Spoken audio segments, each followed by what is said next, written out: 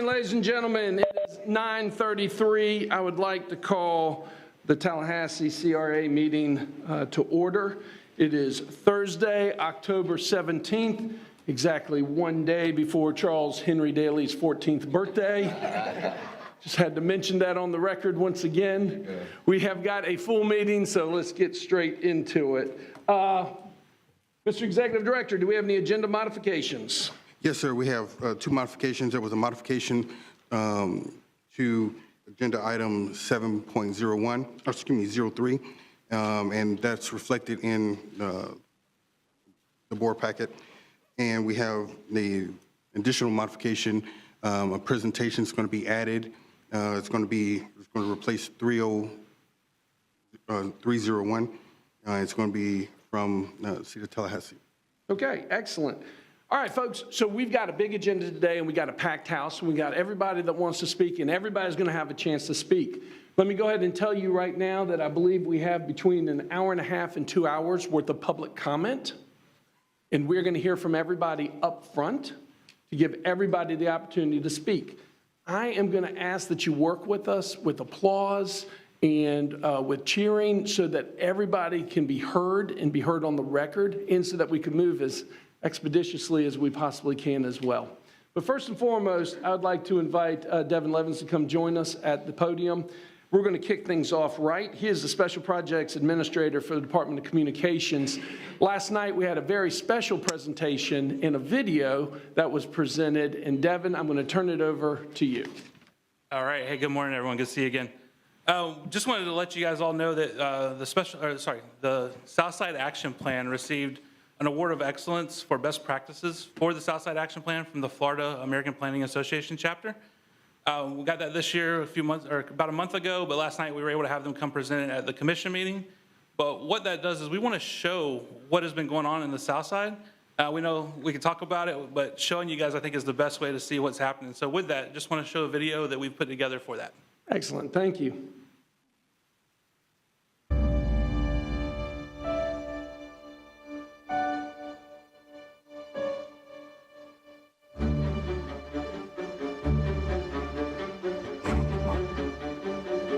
Now.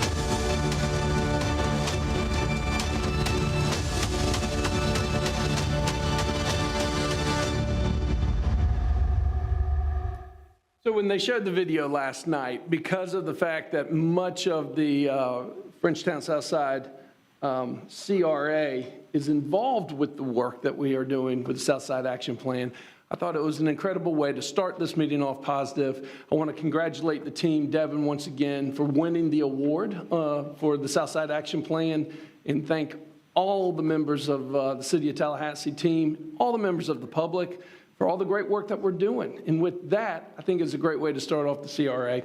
Colleagues, do you have any questions on the agenda modifications, by the way? Seeing none, let's move right into it. Mr. Executive Director, we are now on 3.01, the Greater Frenchtown Southside Citizens Advisory Committee report. Thank you, sir.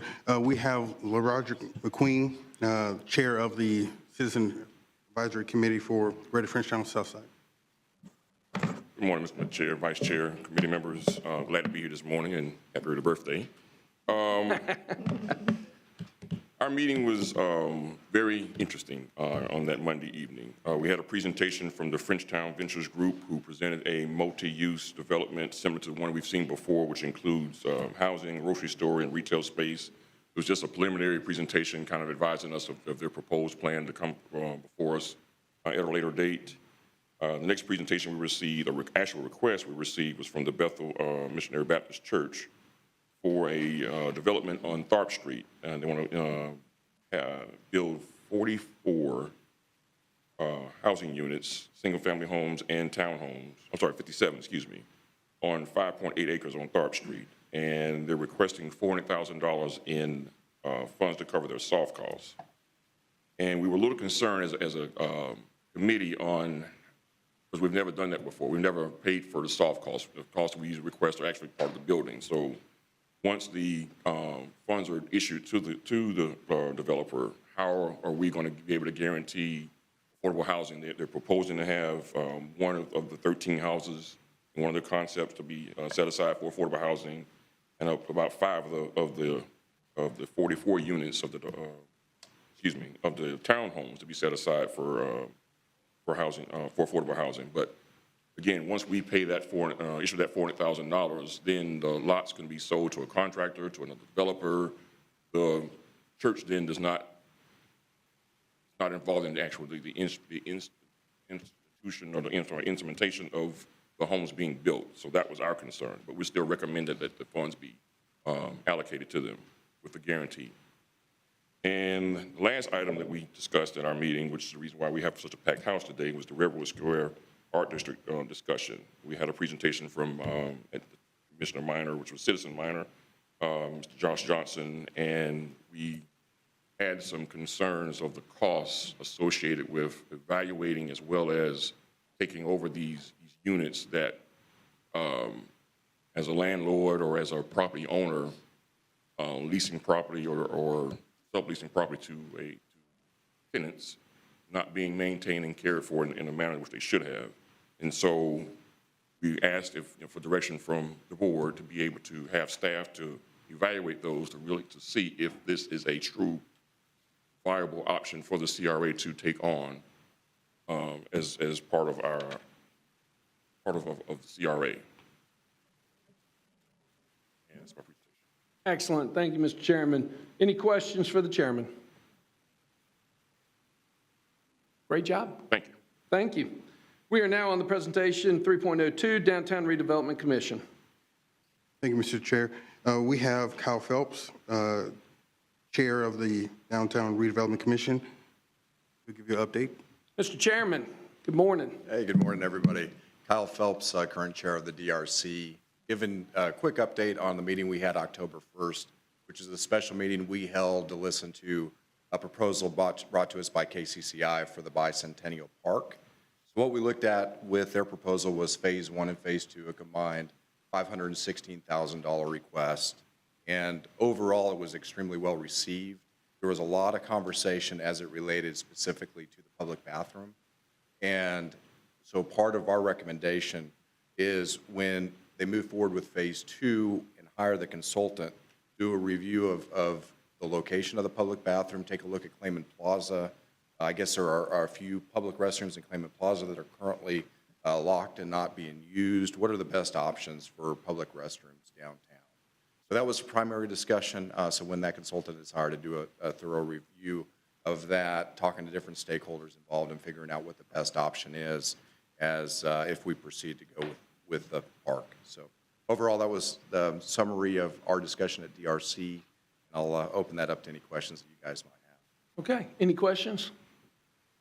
Mr. Chairman, by the way, thank you for the work that you do as well. Just to give you a quick update, I know that with the Bicentennial Park, that has been the only point of contention really was the bathrooms. And in a conversation that I had with the city manager yesterday, yes, that is a viable option to look at not only bringing back the bathrooms on Clayman Plaza, but actually having the opportunity to expand that facility when we do the construction.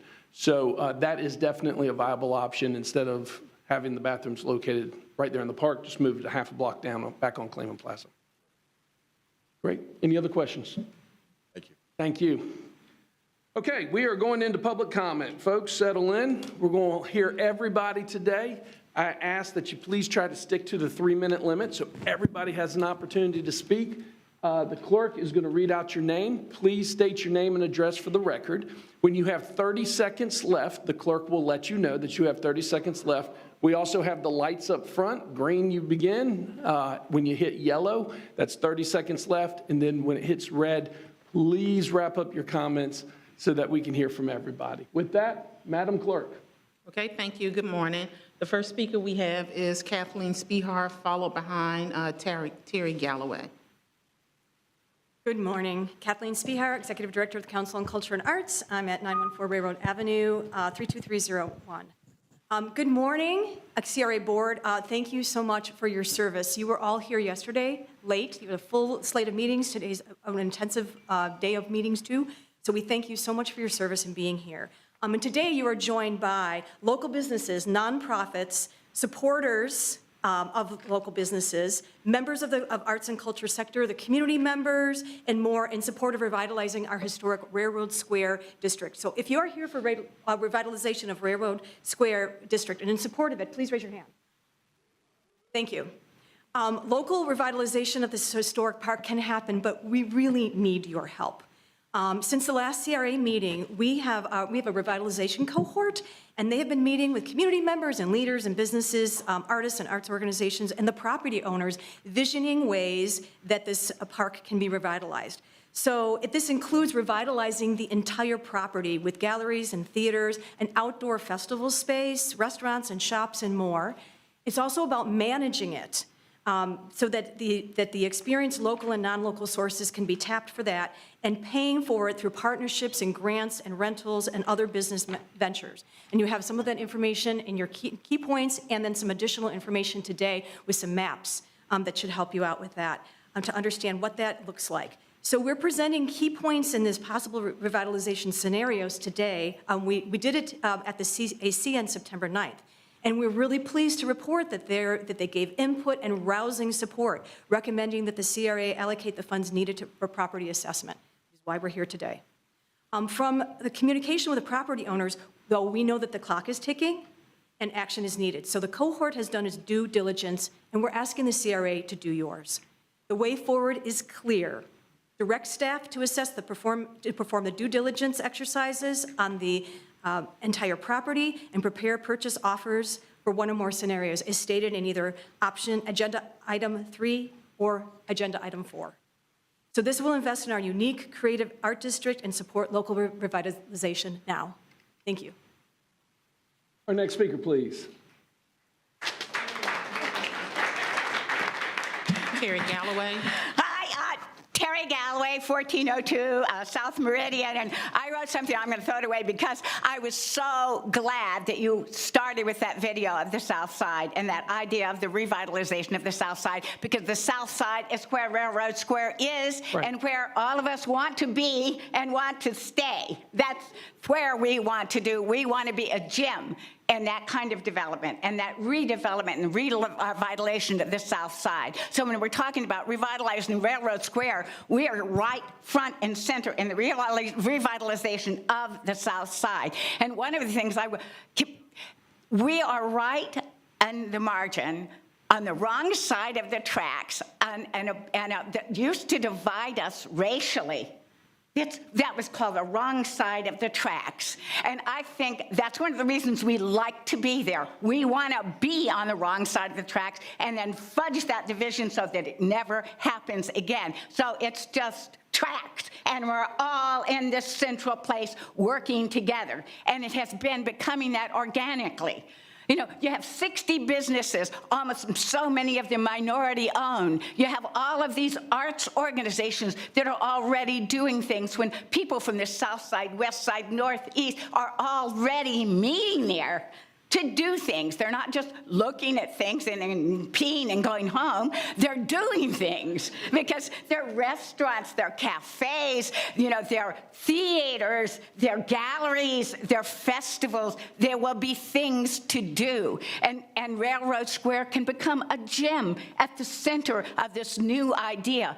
And what we're asking you, please help us save that beautiful property right in the center of our city, where it could be alive all day, all night long, with families and kids and coming to do fun things, to eat and drink and meet their friends. Please help us save it from these developers who are coming from out of town, who don't care as much for the quality of our lives as they do for making a fast buck.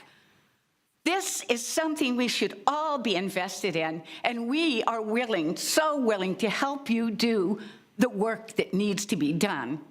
We will help find these sources that could buy it, revitalize it, 30 seconds. maintain it.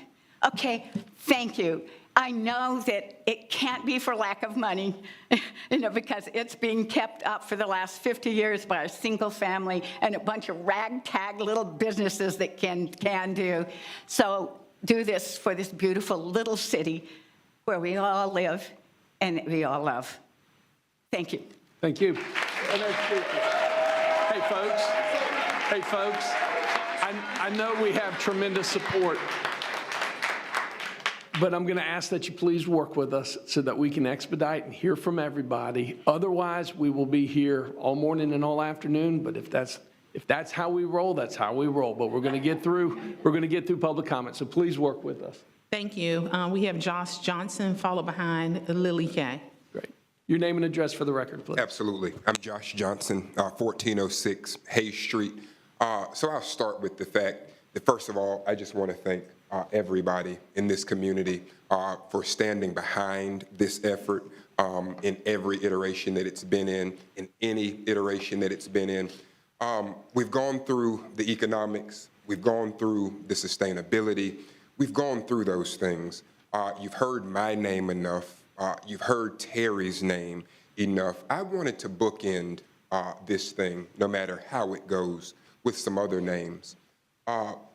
On Saturday, the last Saturday before this meeting, I canvassed the entire district, and I knocked on every door, and some people were out and some people were in.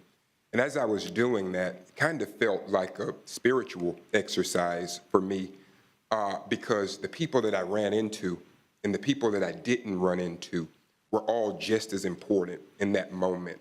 And I started to recollect on the fact that I had the distinct privilege to talk to Alan Thompson, the mayor who used to be the mayor of downtown and now is one of the mayors of Railroad Square, about local history and the mastery of furniture making.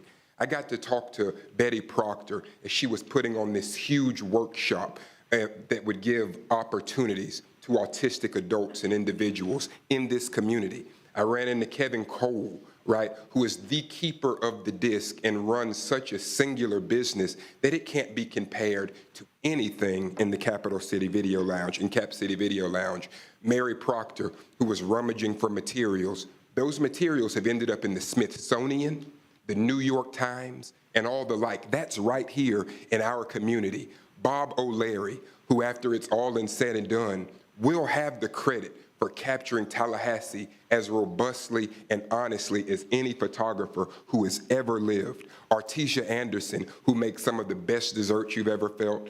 Well, felt is the right word. I should have said tasted, but you got to feel them too. Or fried catfish. Ned Stacy, who is a staple in comic book culture statewide. Right? Have you ever even been cool enough to run into Teddy Tollett, period, Mark Dixon, as he's making these massive sculptures that decorate public and private spaces in every corner of this community, that happens with us. Nick Sutel, as he is running a virtual reality studio where you can ride roller coasters or be available to your own imagination. And so in closing, we've pled, we fought, we've hugged, we've cried, we've laughed, and we've appreciated, we really have. In closing, I'll say this is not just local businesses that we could be losing. This is a local cultural institution that means so much to so many, and we are not separating you all from that because we know it means a lot Thank to you. you as well. Thank you. Our next speaker, please. Lily Kay, followed behind Mr. Richard Manasco.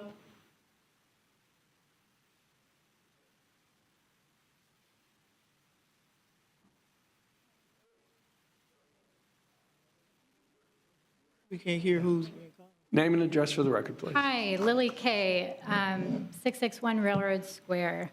I wanted to mostly come up here today to thank you all for being here and to clarify to everyone that there was some confusion early on about if this was a request coming from Adam and I. It is not a request, it is a request from the community.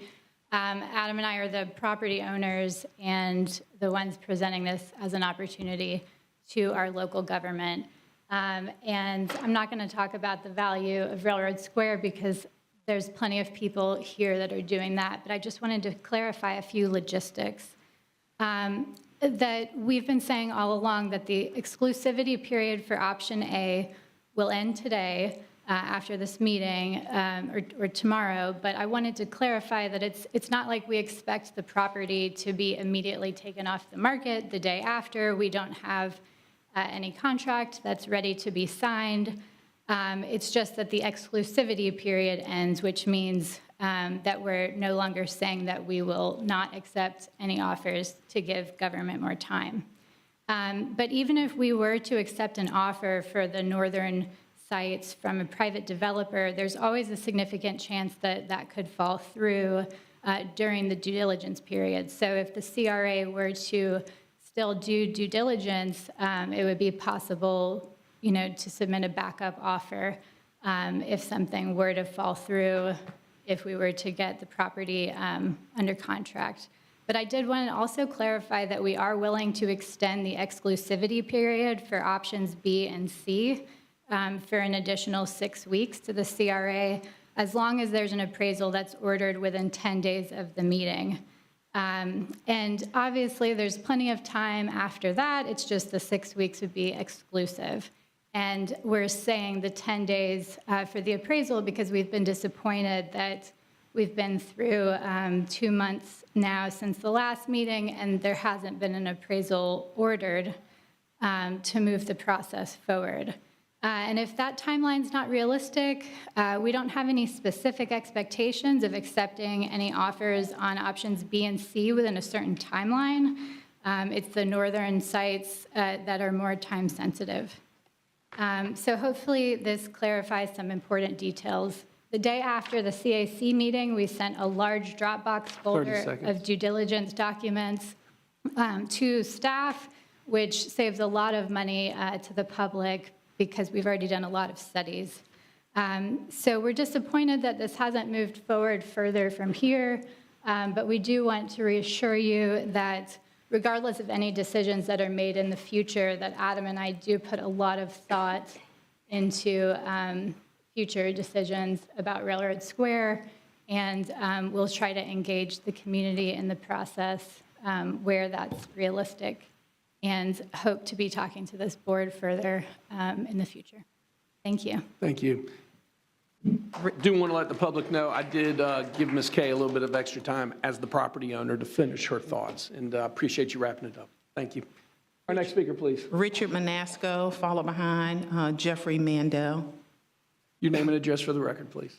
I'm Richard Manasco. I live at 5874 Hallett Court, Tallahassee, Florida.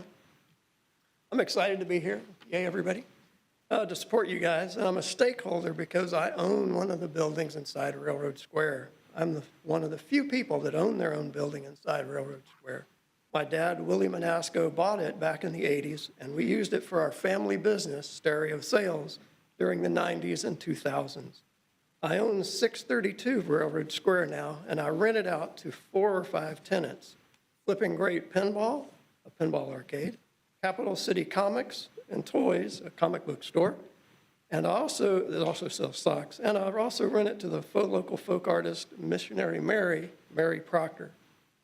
She occupies the building that used to be used as our office for Stereo Sales back when we were operating out of Railroad Square, back when it was called the Downtown Industrial Park. When stereo sales was in the park, we used to think that our art was making really, really loud, really, really low car stereos, but some of the other artists disagree with that.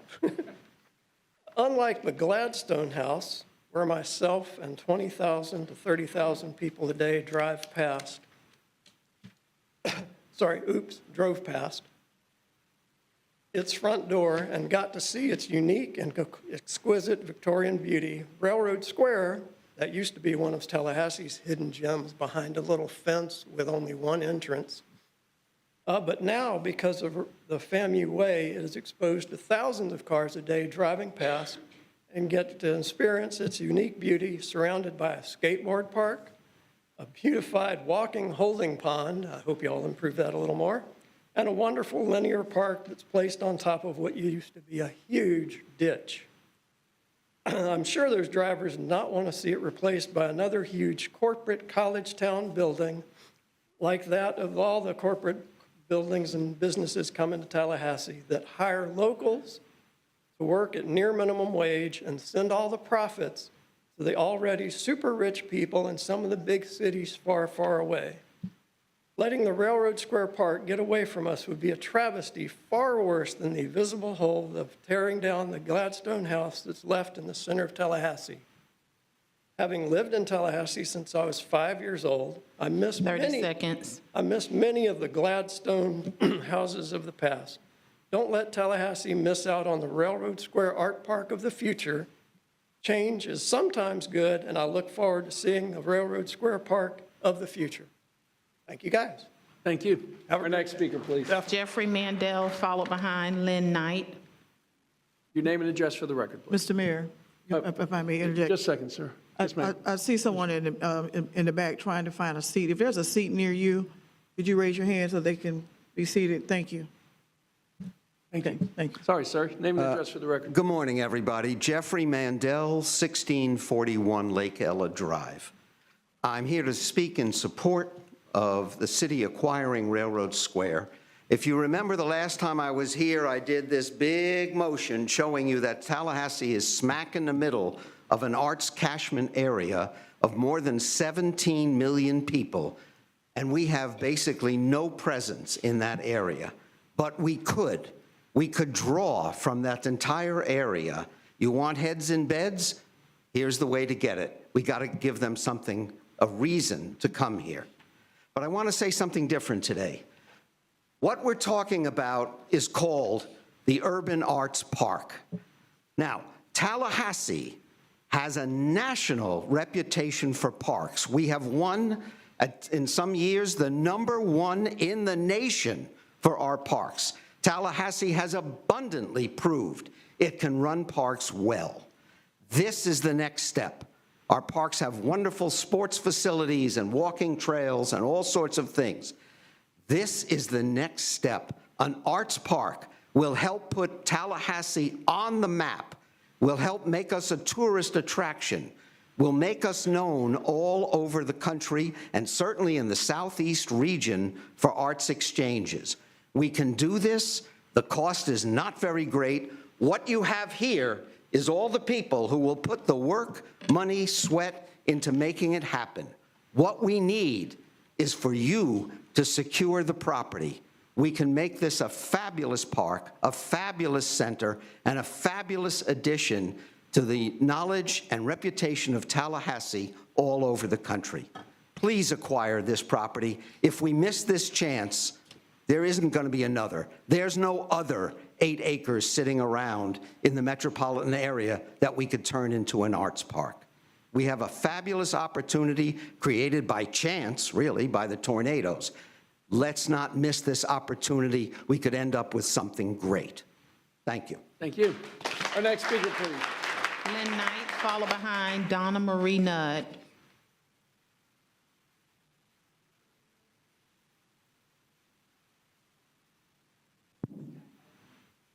Your name and address for the record, please.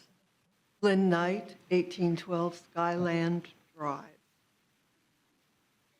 I'm here to tell you how much Railroad Square has meant to me over the years.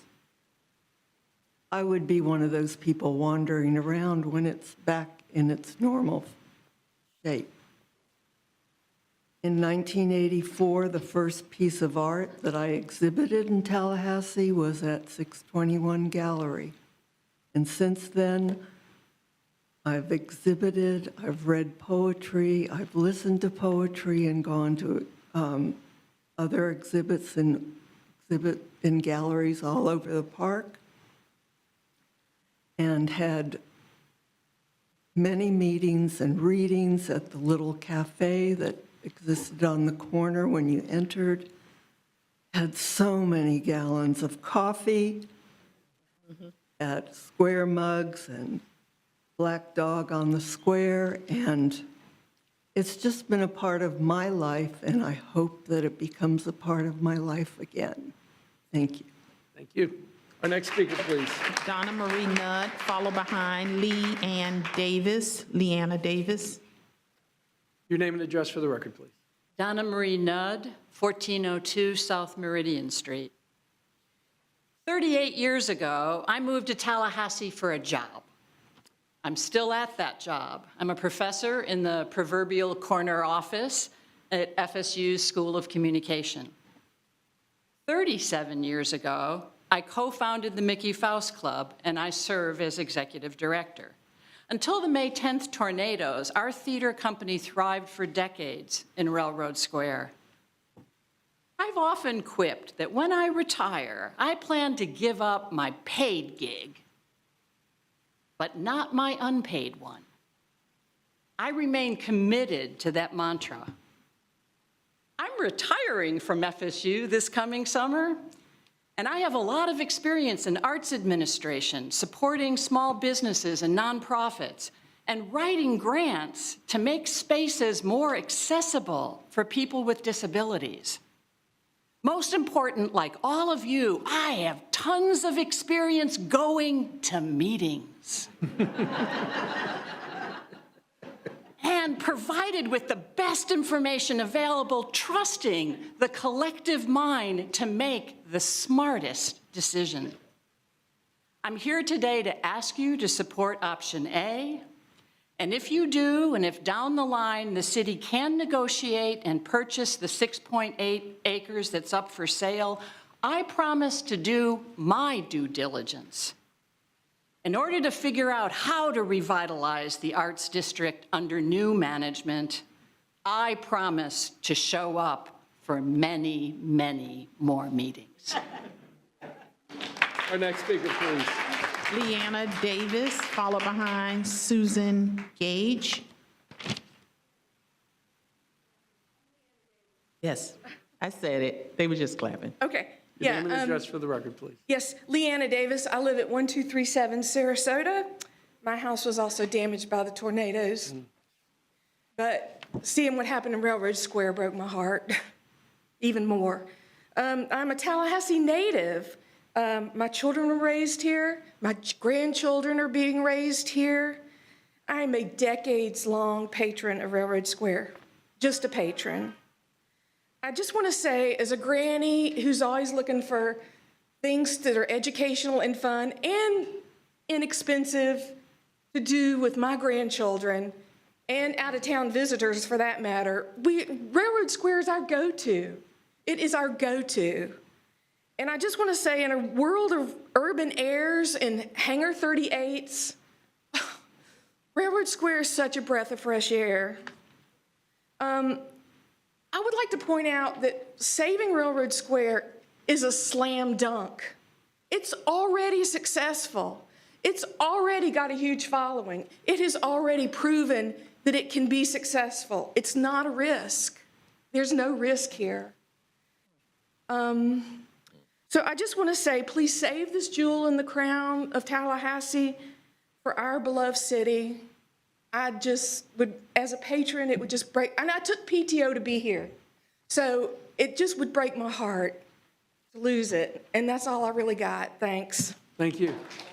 Our next speaker, please. Susan Gage, followed behind Gail Adams, followed behind Becky Kring. Morning, Susan Gage, live at 1407 South Meridian Street, And despite the attire, I am not here to give you a sermon, and I'm sure you're all relieved. So, as I said, I live at 1407 South Meridian Street. That puts me only blocks away from Cascades Park. And I want to say to you all, you did a fantastic job there. I mean, you've turned it into a place that when I bought my house, it was a brownfield, it was a contaminated place. You have cleaned it up. You've turned it into this great urban park that's downtown. People from the state walk there all the time. There's the amphitheater where you can have concerts. And best of all, you solved the flooding problem on Franklin Boulevard. So congratulations to you all for the work that you've done. You put so much into that. You've been working on making Gaines Street this wonderful corridor for people to come into town. You've then done work around FAMU Way. Right there, in the middle of those two streets, is Railroad Square. So to me, I mean, I'm just thinking, and I'm not you, thankfully, I'm not you. I'm not sitting in those seats, but this is an opportunity. This is a golden opportunity for you to continue all the work you've been doing and continue to make that an attractive area. I think about the people that are in the neighborhood down by Railroad Square. I mean, how wonderful it would be for them to be able to say, hey, let's go down to Railroad Square, check out this studio, go see, this play at a theater, go to a restaurant or something like that, a coffee shop. I mean, it would be a place, a cultural place for everybody on that part of town to go and hang out and have a good time. They're already doing it. We've been doing it up to now until a tornado came and wrecked the place.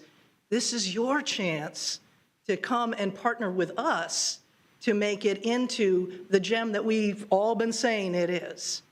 And that will be 365 days a year, a tourist attraction for 365 days a year, not just a season. And maybe, just maybe, Madison, Wisconsin, Birmingham, Alabama, all these wonderful places, they'll come to us and want to copy us because we did this, we did option A. Thank you all very much. Thank you. Our next speaker, please. Bill Adams, Becky Kring, Dan Connor.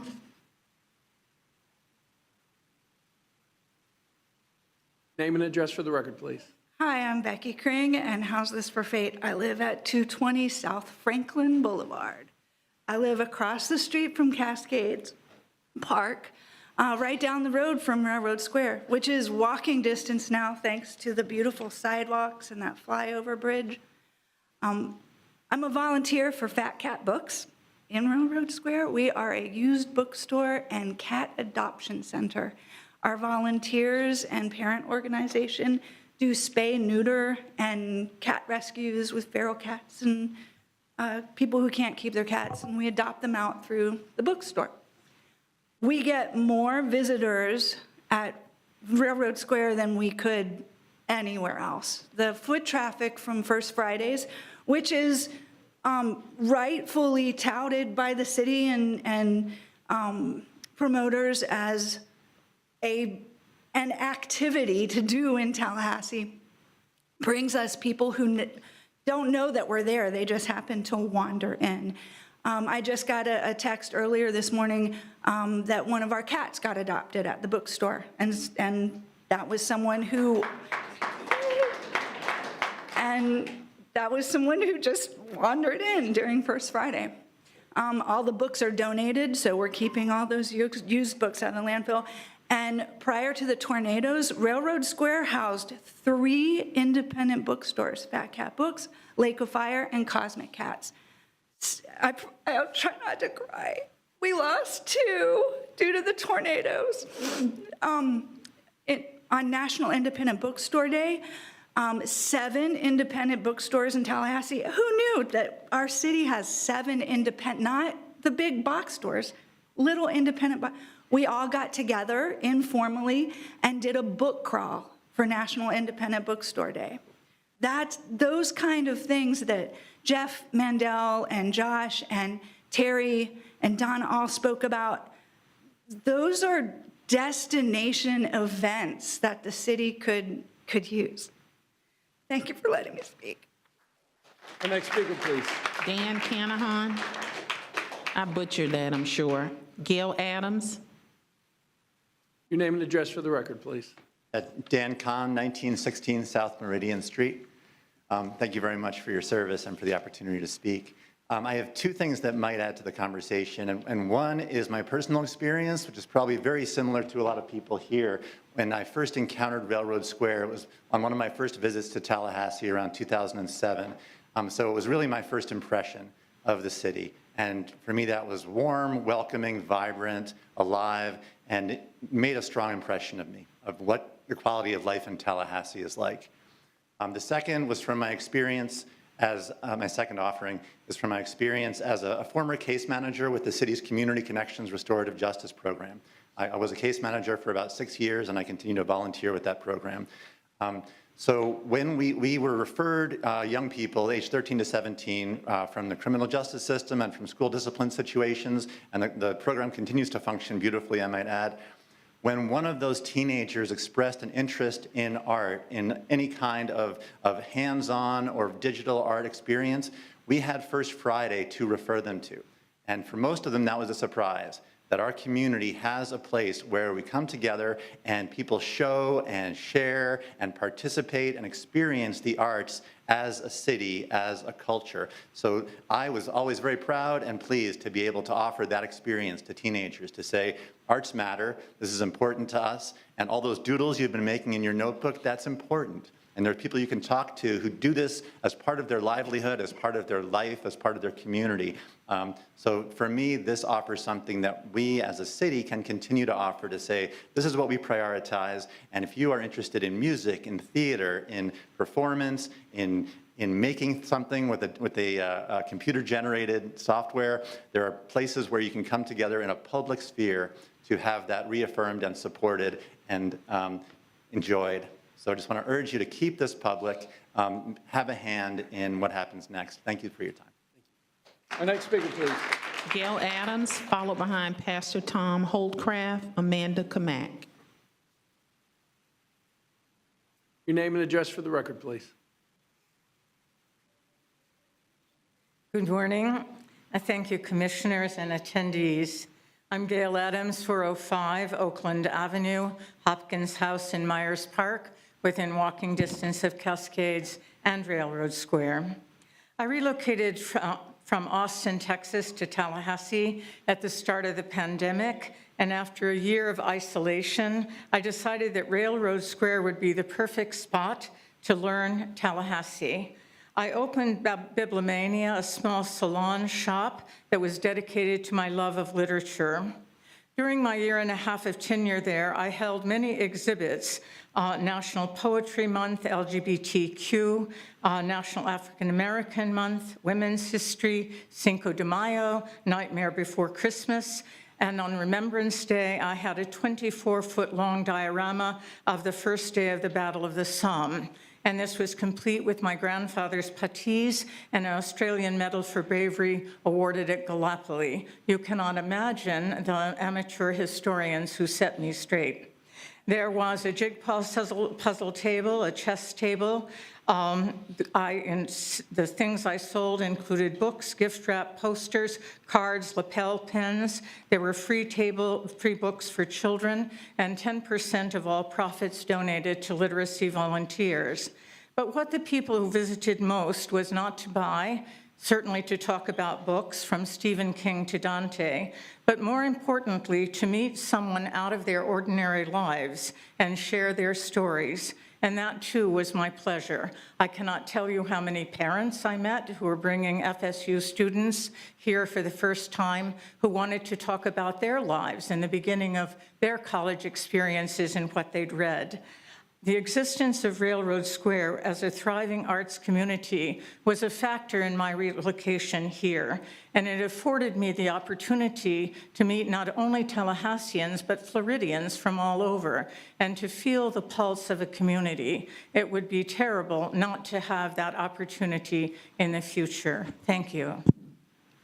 Our next speaker, please. Pastor Tom Holdcraft, Amanda Kamak, Billy Rizzardi. Good morning. My name is Tom Holdcraft. I'm pastor of St. Stephen Lutheran Church here in Tallahassee. I reside at 2948 Tipperary Drive. Doing the right thing is hard, but we are called to do the right things, especially when the hard stuff benefits the whole of community. What we all know is that there's lots of money to be had when it comes to valuable property like this available. People come with grand ideas, land developers show up with dollar signs in their eyes, and it's tempting for city officials to see the revenues instead of the value of long-term investment opportunities that benefit true community. What I want you all to see today, I think you do see it, but look again into the eyes of everyone here. Feel the passion of those of us who have come to say how important this art district is to the health and balance of the Tallahassee community. The people here are just a small reflection of the community that wants to see healthy community, prosperity, where art flourishes, where small business entrepreneurs have affordable rents. I hope you will hear, but most importantly, I hope you will do the right thing so that Tallahassee continues to be balanced, affordable, and healthy. Thank you. Our next speaker, please. Amanda Kamak, Billy Rizzardi, followed behind Tahiri Ali.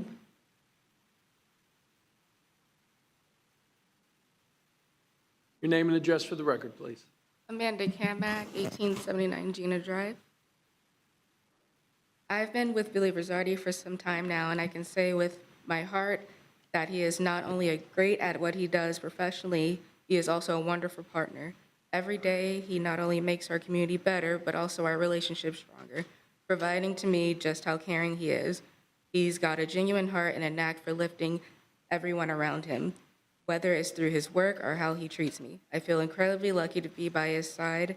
It's clear that Billy's dedication isn't just his professional life, but to his personal relationships as well. I'm proud to support him, not just for what he achieves, but for who he is every day. I proudly yield the rest of my time in support of Billy Rizzardi and his expertise.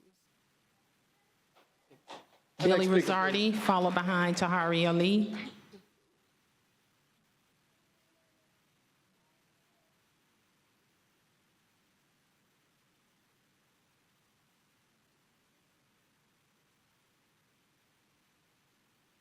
Billy Rizzardi, 1879 Gina Drive. Good morning. My name is Derek Montgomery, and this is my dear friend, Billy Rizzardi.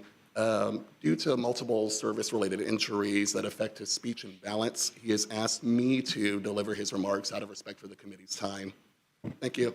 I want to start off by associating my remarks with everyone who came before us. It is absolutely inspiring to see everybody here in this room looking to celebrate the arts and save this cultural icon that we have here in Tallahassee.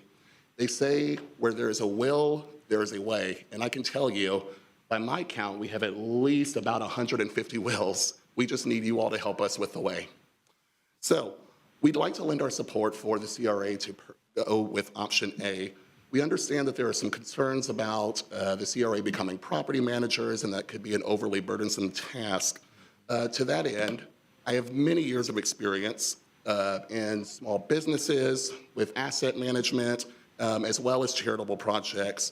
And it would be my honor to work with everybody sitting here in this committee to facilitate the management of that property to alleviate you all of that concern. I've met with several community leaders, and we are working together to prioritize keeping the money for this vital project right here in Tallahassee and to reduce the possibility of gentrification as much as possible. We understand that this may be an overly burdensome task for you, and so if the CRA does decide to go with option B or C, please know that we are also in touch with some investors who have expressed a keen interest in working with everybody here in this room to purchase redevelopment sites 1 through 3. In this way, we can all potentially engage in a public-private partnership that allows us to keep this vital cultural landmark while reducing some of the obligations that you all might have as officials. The bottom line here is that we absolutely have to save this area. It is absolutely paramount The creative arts needs a home in the capital city of Florida, and it is a community effort that we are all committed to helping you all work through. Thank you, and I yield the balance of my time. Taharia Lee, followed behind Maya King, and then Malia Brooker. Your name and address for the record, please. Good morning. Tahira Lee, 2082 West Forest Drive. I'm on the board of directors of the Tallahassee Irish Repertory Theater. That's my unpaid job. My paid job is full-time teaching and research at the Florida State University College of Law. I'm in touch daily with all age ranges of Tallahassee residents, and especially the younger ones. My students, younger colleagues, my kids, their friends. They crave a cool place to hang out. My younger son's godmother took him to First Friday when he was this high and let him pick out his first work of art. 13 years later, this painting is one of his treasured possessions.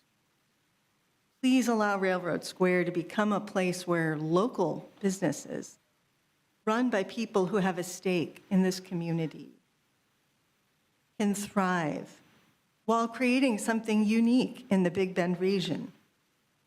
Please choose option 4. Thank you.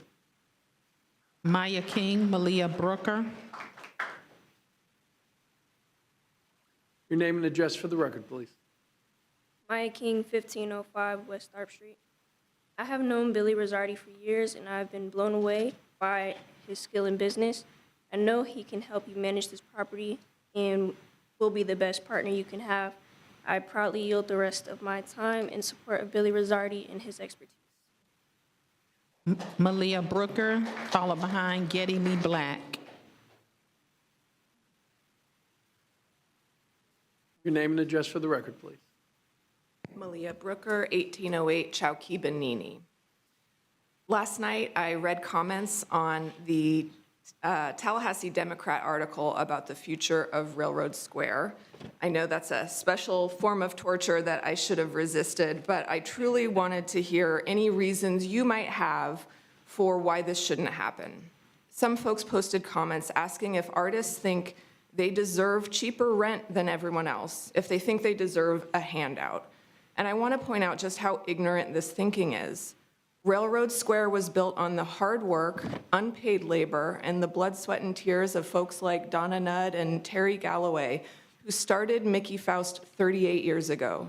It's a place that droves of people flock to on First Friday because of the hundreds of volunteers who have run 621 Gallery for over 40 years of a volunteer-run art gallery. The citizens of Tallahassee benefit from their hard work and enjoy this hub of cultural activity not because the city has invested or supported this district, but because everyday people, many who are here today, invested in it. Other commenters on that article said this is an investment that won't be paid back.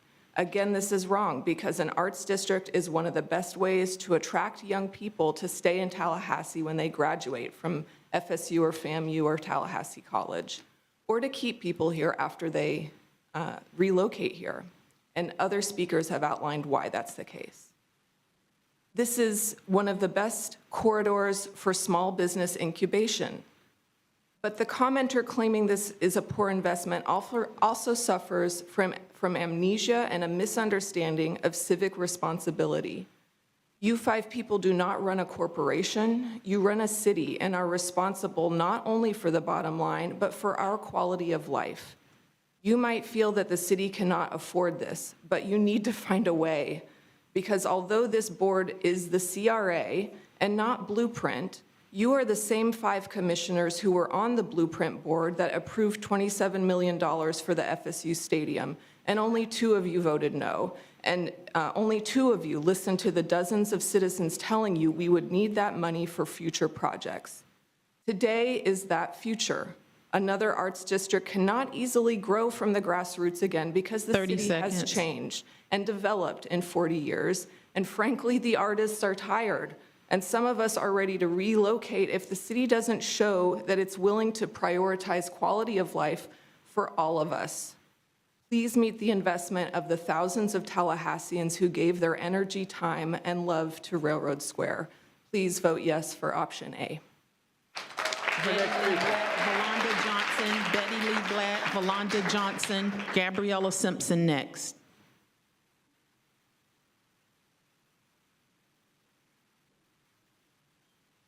Your name and address for the record, please. Hello, my name is Getty Black. I live at 1322 Sharon Road.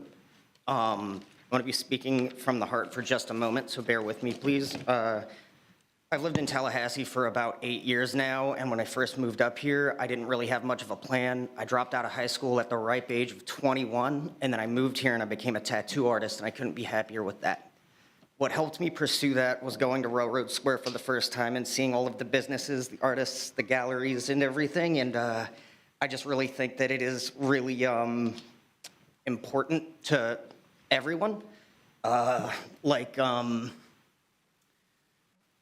It can give opportunities to people who do not have plans for the future, and that's pretty much it for that. Now I'm gonna say, I have been patronizing Billy Rosardi's businesses for years and have watched up close as he leverages these businesses to foster the community, and we are all better for it. You will not have a better partner than Billy Rosardi. I proudly yield the rest of my time to Billy Rosardi and his expertise. Thank you. Valonda Johnson, Gabriella Simpson.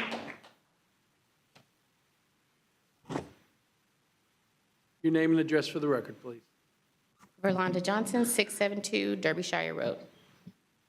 Good morning. I am here today on behalf of KCCI and the KCCI Catalyst in support for the Bicentennial Park.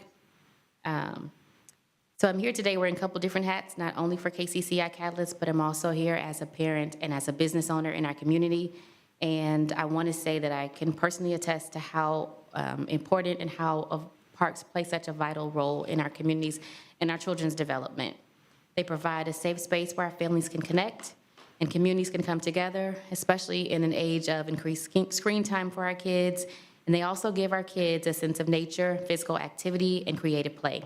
They create memories that build strong families, which in turn, these strong families build and strengthen our entire communities. I'm also speaking to you as a business owner. For the past 13 years, my husband and I have run a roofing and construction company here in Tallahassee. And I can tell you for certain that our number one setback has been retaining and attracting top talent here in Tallahassee. Our workforce is not just looking for a paycheck, but they're also looking for a well-rounded and vibrant community.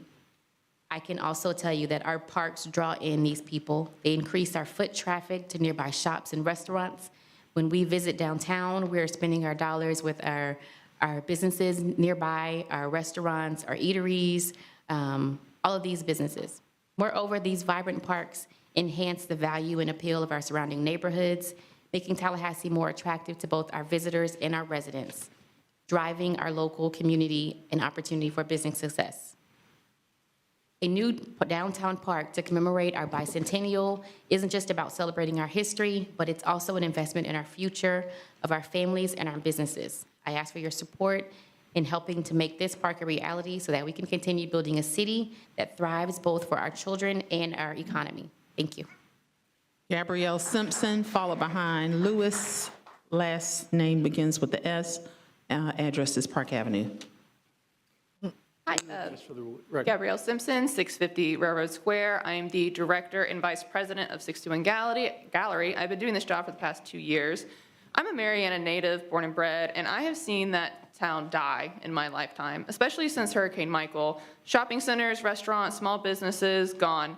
Mariana, which is in Jackson County, has one of the highest poverty rates in all of Florida. So what do when there's nothing to do? Well, they drive. They go to Dothan, Alabama. They go to Panama City Beach, Pensacola, and they come to Tallahassee, Florida.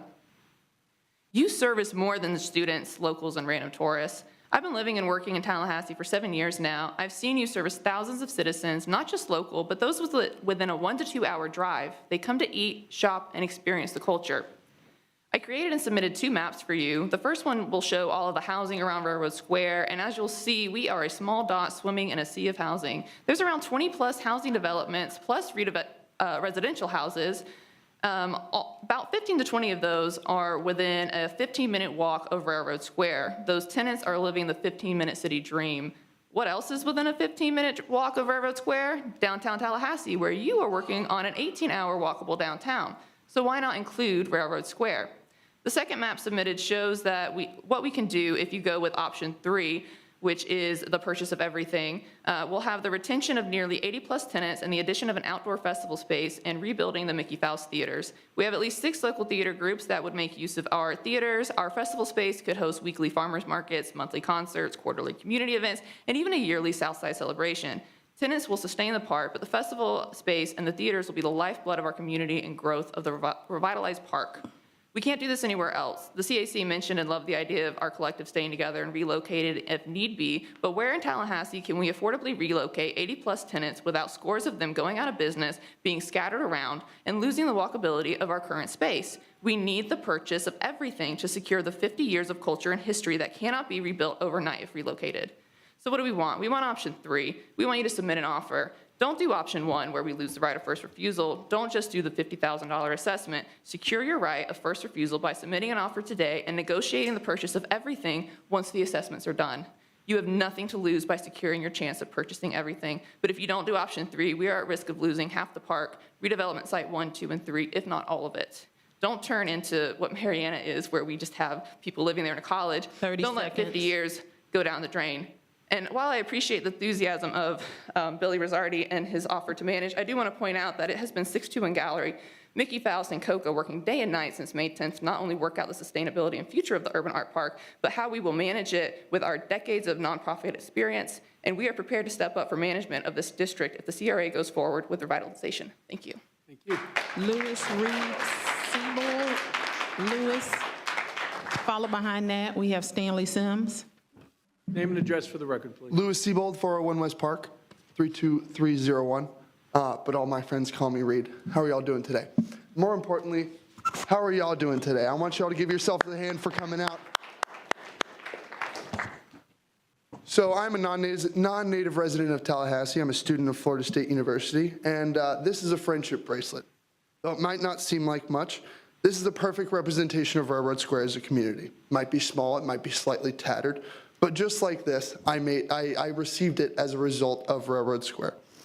I'm an active member of Railroad Square, like I said. I'm a patron of Chameleon Cava and Coffee. I work at the Blind Can, which hosts an annual film festival. I am formerly associated with the now destroyed Vault, and I was the first person in Railroad Square following these destructive tornadoes. I saw from the beginning how people's lives were destroyed, and doing so gave me the drive to help these people rebuild their lives. These people, my friends. I've seen the impact that Railroad Square has had upon the community as one of the last arts and culture hotspots in Tallahassee, and I want to see this culturally important part of Tallahassee's community thrive for years to come.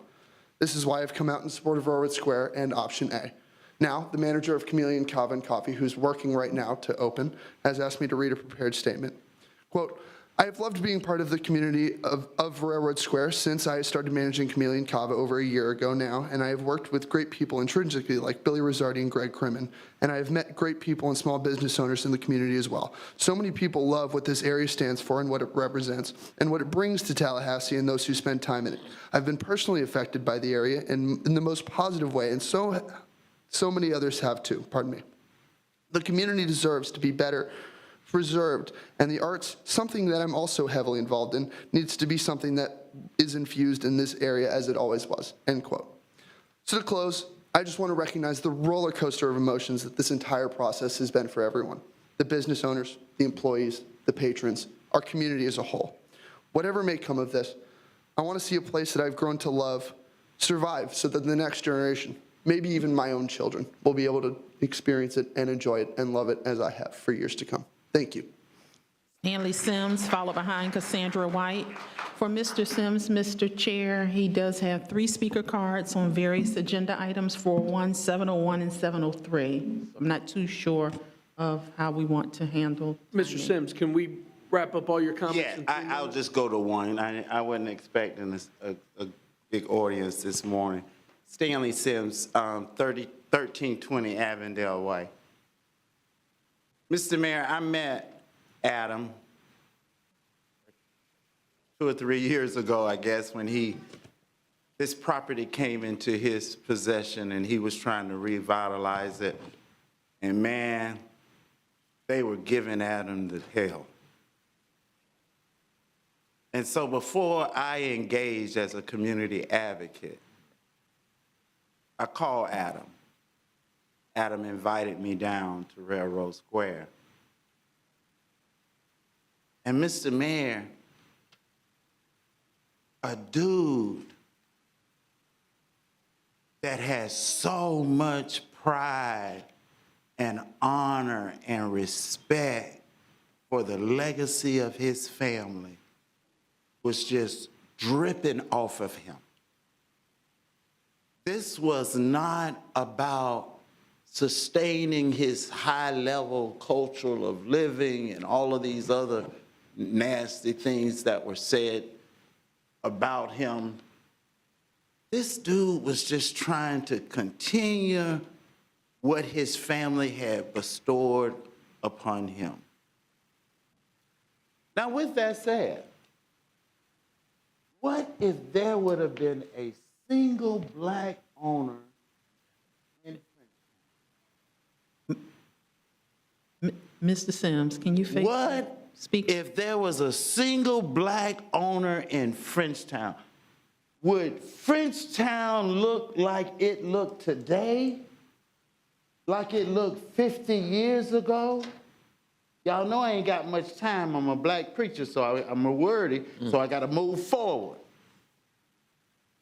For 50 years, Adam's family have held up the wall of gentrification by themselves. And if you don't see nothing else, Adam, today, if your father doesn't witness anything else today, this community has come forth to say thank you, whether you do it or not, and we praying that you do. 30 seconds. We are praying that you will now take up the baton and hold up the wall against gentrification. Boom, shakalaka. Cassandra White, Kim McShare. Cassandra White, Kim McShare. Name and address for the record, please.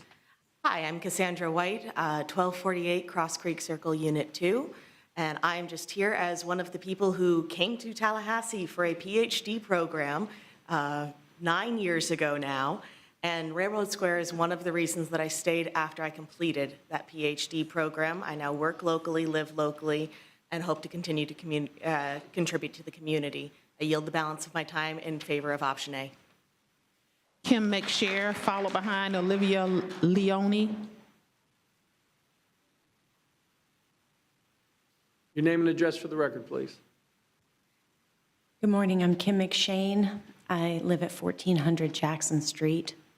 I've been involved in the arts and our community since I moved to town in 1992 following my new college sweetheart.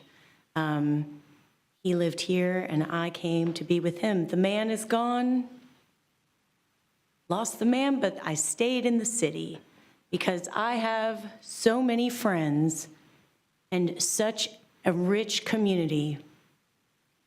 I've stayed in this town for 32 years, maybe against my better judgment, I'm not sure. And I have volunteered and I have worked with probably, I would say, 75% of the people in this room, bringing plays, music, festivals, galleries, happenings, come-as-you art parties, masquerade balls. I mean, the list goes on and on. I have taught improv classes, and most of these things have happened at Railroad Square.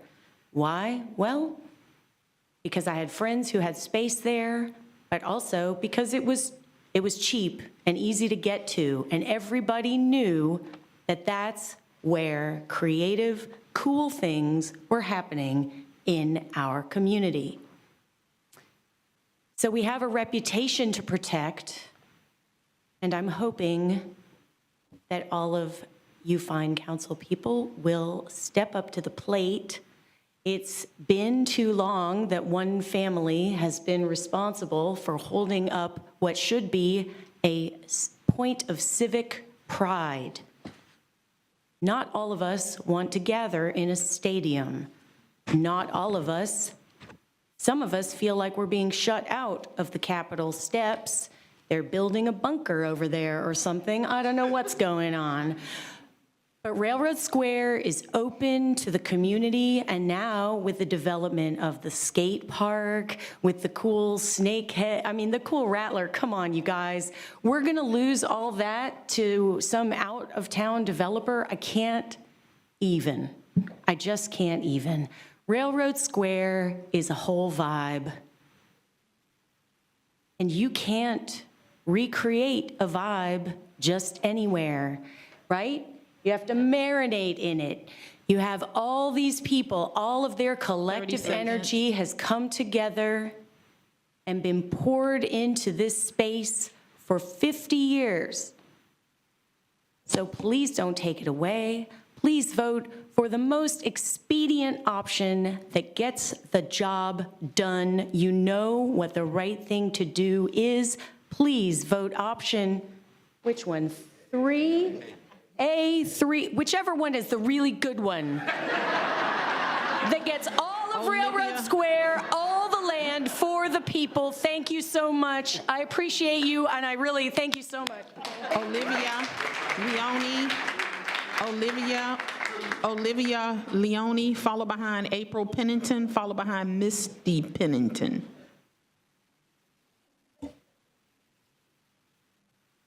Your name and address for the record, please. Hi, I'm Olivia Leone. I'm at 505 Shepherd Street. I have come here, I've lived here for about 5 years now, and I've known Billy for many years now, and he's been amazing. I love going to Railroad Square so much. I grew up in the arts, and I always love being able to bring my family, and it's just a nice area where you can walk, and there's so many different types of theater and art and community there. I fully support Billy and his management for Railroad Square. Thank you. April Pennington, Misty Pennington. Name and address for the record, please. Hi, April Penton is just waiving her time and support. Thank you. I'm Misty Penton. I'm at 4244 Haley D. Drive. And I am a native of Tallahassee, and some of you might recognize me as one of the people that helped found Fred George Basin Park and Greenway. And I'm also an archaeologist and a contract archaeologist, so I just wanted to give you a perspective. I've heard lots of things about the win-win here. It's obvious to me what's a win-win. But as an archaeologist, I see end days. I get to go to places that are beautiful, right? And I do the archaeology, and then they're a huge development. So I'm just going to give you 2 examples in Tallahassee. Fred George Basin Greenway is now a park that we are all thrilled to have. It is used all the time, and people can't believe it wasn't there, okay? And the second thing is I went to Florida High. It doesn't exist anymore. You can go to Southwood and visit a Florida High, but that's not my Florida High. So what I'm saying today is I'm just underscoring there's an urgency here, and things do go extinct. Things are not always replaceable. There are chemistry and things that have gone on for so much history, that context needs to be present to understand it. And Railroad Square is just unique. It's something we have that no one else has, and it is not replaceable. So I'm urging everybody to please listen to the support of this community and keep it for us. Thank you very much. Evangeline Keopek, followed behind Teddy Tollett.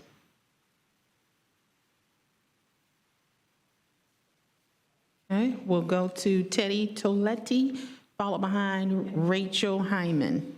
Name and address for the record, please. Teddy Tollett, 215 West College Avenue. I first became a tenant in Railroad Square about 23 years ago, so I've seen a lot of change. It's a beloved community to those of us that reside, our businesses there, but also to the community at large, which you've heard about today. I've seen so many changes there. We've put our efforts, our resources, and our love into that community for many, many years. And now you all have the opportunity to do your part to continue this treasure that is so valued in our community. A lot of things that happened at Railroad Square that really couldn't happen anywhere else in this region. A lot of artists and small business people don't have many resources when they start out. I've seen small businesses develop there. Some of them have developed into major corporations. Ron Jameis started out with a small bicycle shop there, and now Jameis bicycles are sold all over the world. The 5 years that Proof spent there, they grew their business into a very vibrant, large operation now in South Adams. So I urge you to buy as much of Railroad Square as you can, because it's a treasure, and as we all realize, this is an opportunity that will not come again. Thank you. Rachel Hyman, followed behind Delatry Hollinger. Name and address for the record, please. Hello, Rachel Hyman, 8830 Sapphire Drive. I'd like to talk a little bit about my history, a little bit about my experience with Railroad Square, and my purpose for being here today. I am now a Tallahassee native for about 5 years, although I've worked off and on in Tallahassee over the past couple of decades and lived in many areas nearly an hour away, and always Tallahassee was my place to come be. Growing up, I lived in Alabama and was involved in a religious sect, let's say, for 30 years, until I was 30, that forbade me from establishing any community outside of that religious sect. That also included not being involved in politics whatsoever. I've never paid attention to it. That changed, and I moved to Tallahassee. And I now find myself wanting to be involved in my community, wanting to be engaged, and learn about the processes here. My experience with Railroad Square goes back into my previous life, where I was not engaged with a civil community. And it was always a place to go see. I remember going there for, I think, like the first annual Florida Tap Invitational that Proof did. It was a great place. And now there's even more things around there. Now, I have found that the Railroad Square District is a place where I feel serene and peace and connected to my community, which is a very difficult feeling for me, given my background. So my purpose here today is, from what I am learning of government, local government and otherwise, is that this is my forum as just a citizen, not connected, not a business owner, sorry, but of how I can make my representatives, you all, aware of what I would like to see, or what also the community that I'm starting to develop would like to see. I want to express my appreciation for your time and consideration and thoughts and what you do for our city. I don't know what all that stuff is, but this place I would love to see preserved. I really, really like it. I don't know how that impacts the city as a whole elsewise, but it does a lot of good, and it's a really great place. So thank you for listening. Delatry Hollinger, followed behind Jacqueline Perkins. Delatry Hollinger, followed behind Jacqueline Perkins. Good morning. Give us your name and address for Delatry the record. Hollinger, 750 Wells Street, Bond Community. I'm here to speak on item 7.02, the RFP from the 4M Design Group. I'm here to ask the board to accept that so that we can continue to move forward with the renovation and restoration of Robinson's Grocery. Certainly, as many of you know, this has been a project that we've worked on for several years now. We've been able to secure about $802,000 for that project. This is just the first step, really, in moving forward the actual restoration for that building. So we ask you to approve that on tonight. Thank you. Okay, thank you. Our next speaker. Jacqueline Perkins, followed behind Michelle Fieri. Name and address for the record, and you have 3 minutes.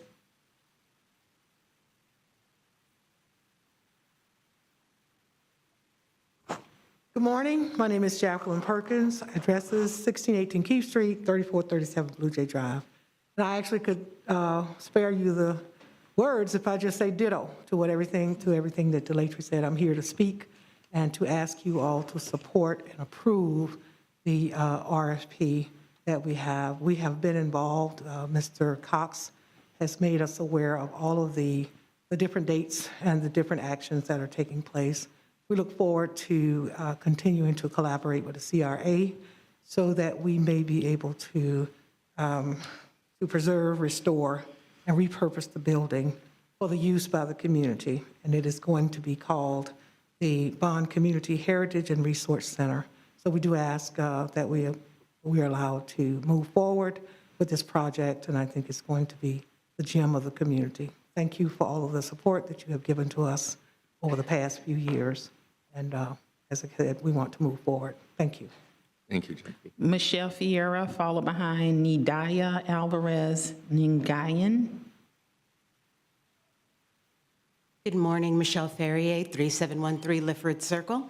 I'm here on behalf to speak to the artists at Railroad Square.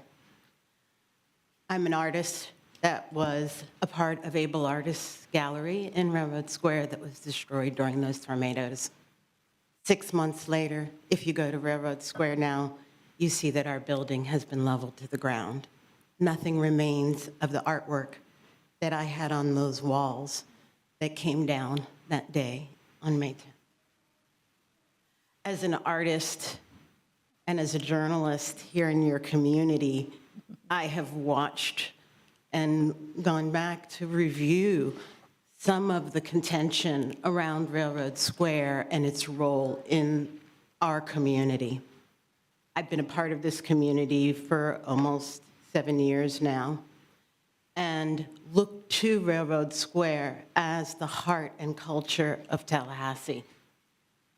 And a place, as one of our earlier speakers said, that is in the in-between of our communities and had become, over the past 40 years, a public square for all of our diverse residents to come together and celebrate performing arts, visual arts, and other ways of celebrating our unique culture here in Tallahassee.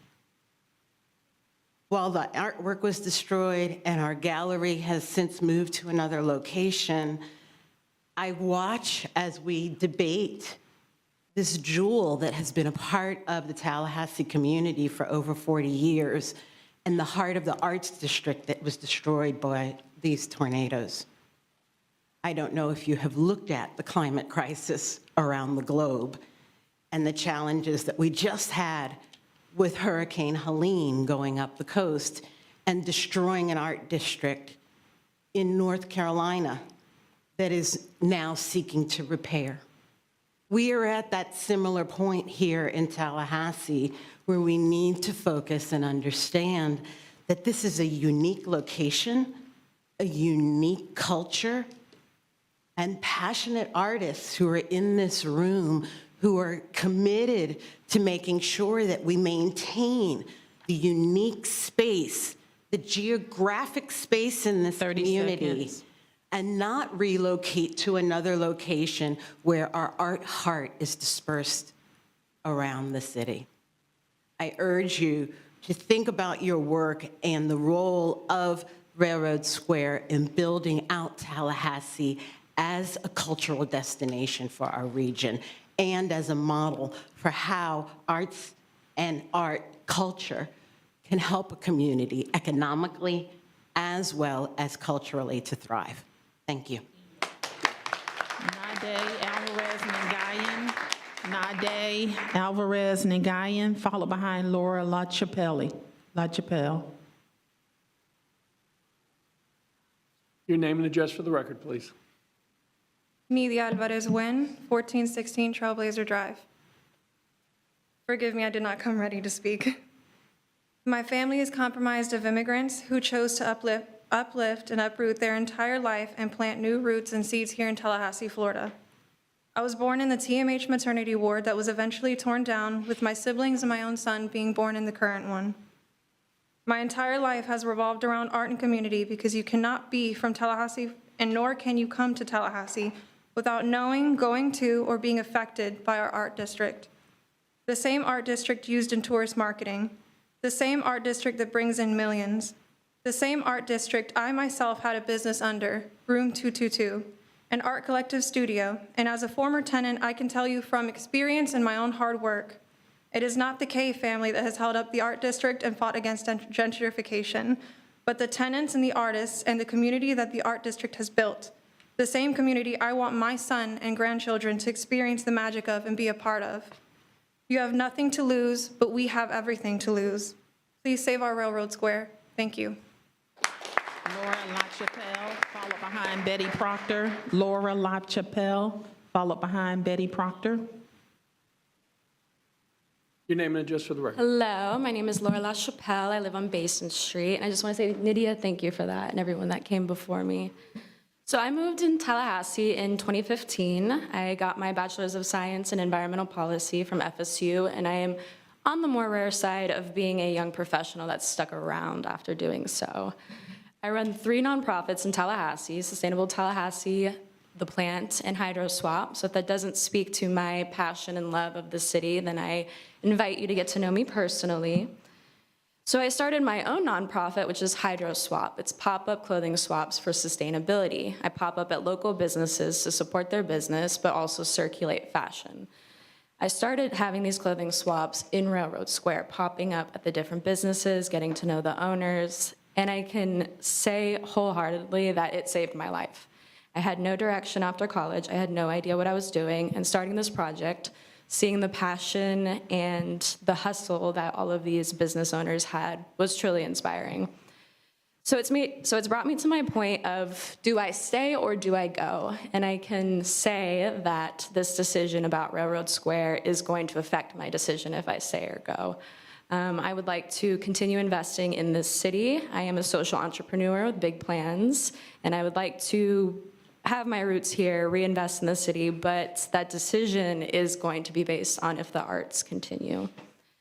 I always say that Tallahassee is the wild, wild west compared to other cities in the state of Florida. While other cities are oversaturated, you guys have quite an honor to make Tallahassee what you want it to be.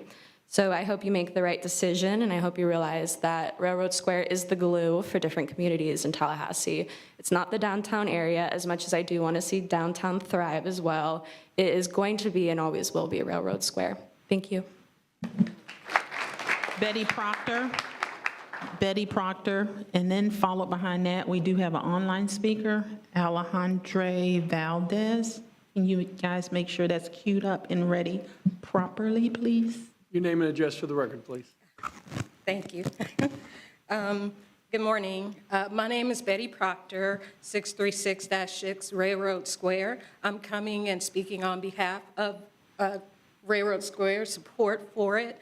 Railroad Square, like everyone has said, is very unique. It has definitely, I'm just speaking from personal experience right now, it has given me and my daughter and I, an opportunity to own a business. We have a for-profit and a nonprofit. We have a for-profit that has a gift shop. We have a nonprofit that help people on the spectrum, autism spectrum, as well as with other disabilities. Now, we provide entrepreneurship, employment opportunities, on-the-job training, and also art workshops. This has been a great experience. I wouldn't have been able to do this if it had not been for Railroad Square.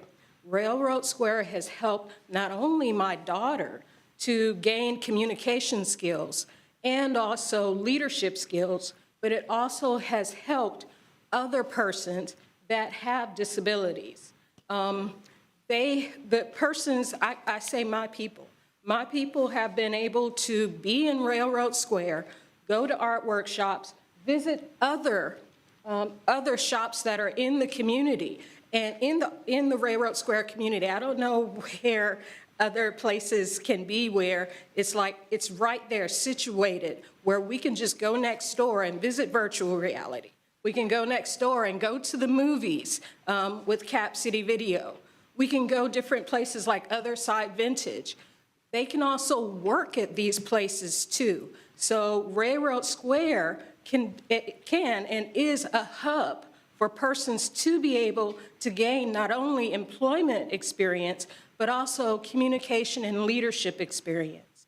So this is a very unique place, and I definitely encourage you to really think about it and think about how it will affect not only me, not only others that I'm helping, but also the whole Railroad Square community, because this is very unique. I don't know any other place in Tallahassee that does this. So I encourage you and I 30 implore you to seconds. please consider helping Railroad Square, and I thank you very much for your time. You ready for the online speaker? Alexandra Valdez. Hi, can you hear me? Yes, thank you. If you would give your name and address for the record, and we'll give you 3 minutes. Great. My name is Alexandra Valdez, and I'm at 1509 Rankin Avenue. I'm here to express my strong support for the sculptural bike racks proposed for the Bicentennial Square project, as well as the Bicentennial Square project itself. This effort is a testament to the volunteer contributions from KCCI and the invaluable input from the hundreds of residents and business owners who engaged in the park's master planning process. These sculptural bike racks go beyond simply adding parking. They represent an investment in the freedom and future of Tallahassee's residents. Bicycles, in my opinion, are a symbol of freedom. They offer an accessible and affordable means of transportation for people of all ages and all income levels, giving everybody the ability to navigate our city. By investing in bicycle infrastructure, we empower our community to choose how they travel, whether for commuting, running errands, or simply enjoying a leisurely ride. This freedom of choice is essential to making Tallahassee a more inclusive and connective community. The iHeart TLH bike racks are a powerful embodiment of that freedom. They're not just functional, offering secure, flexible bike parking, but they also serve as a public art feature that enhances our city's landscape.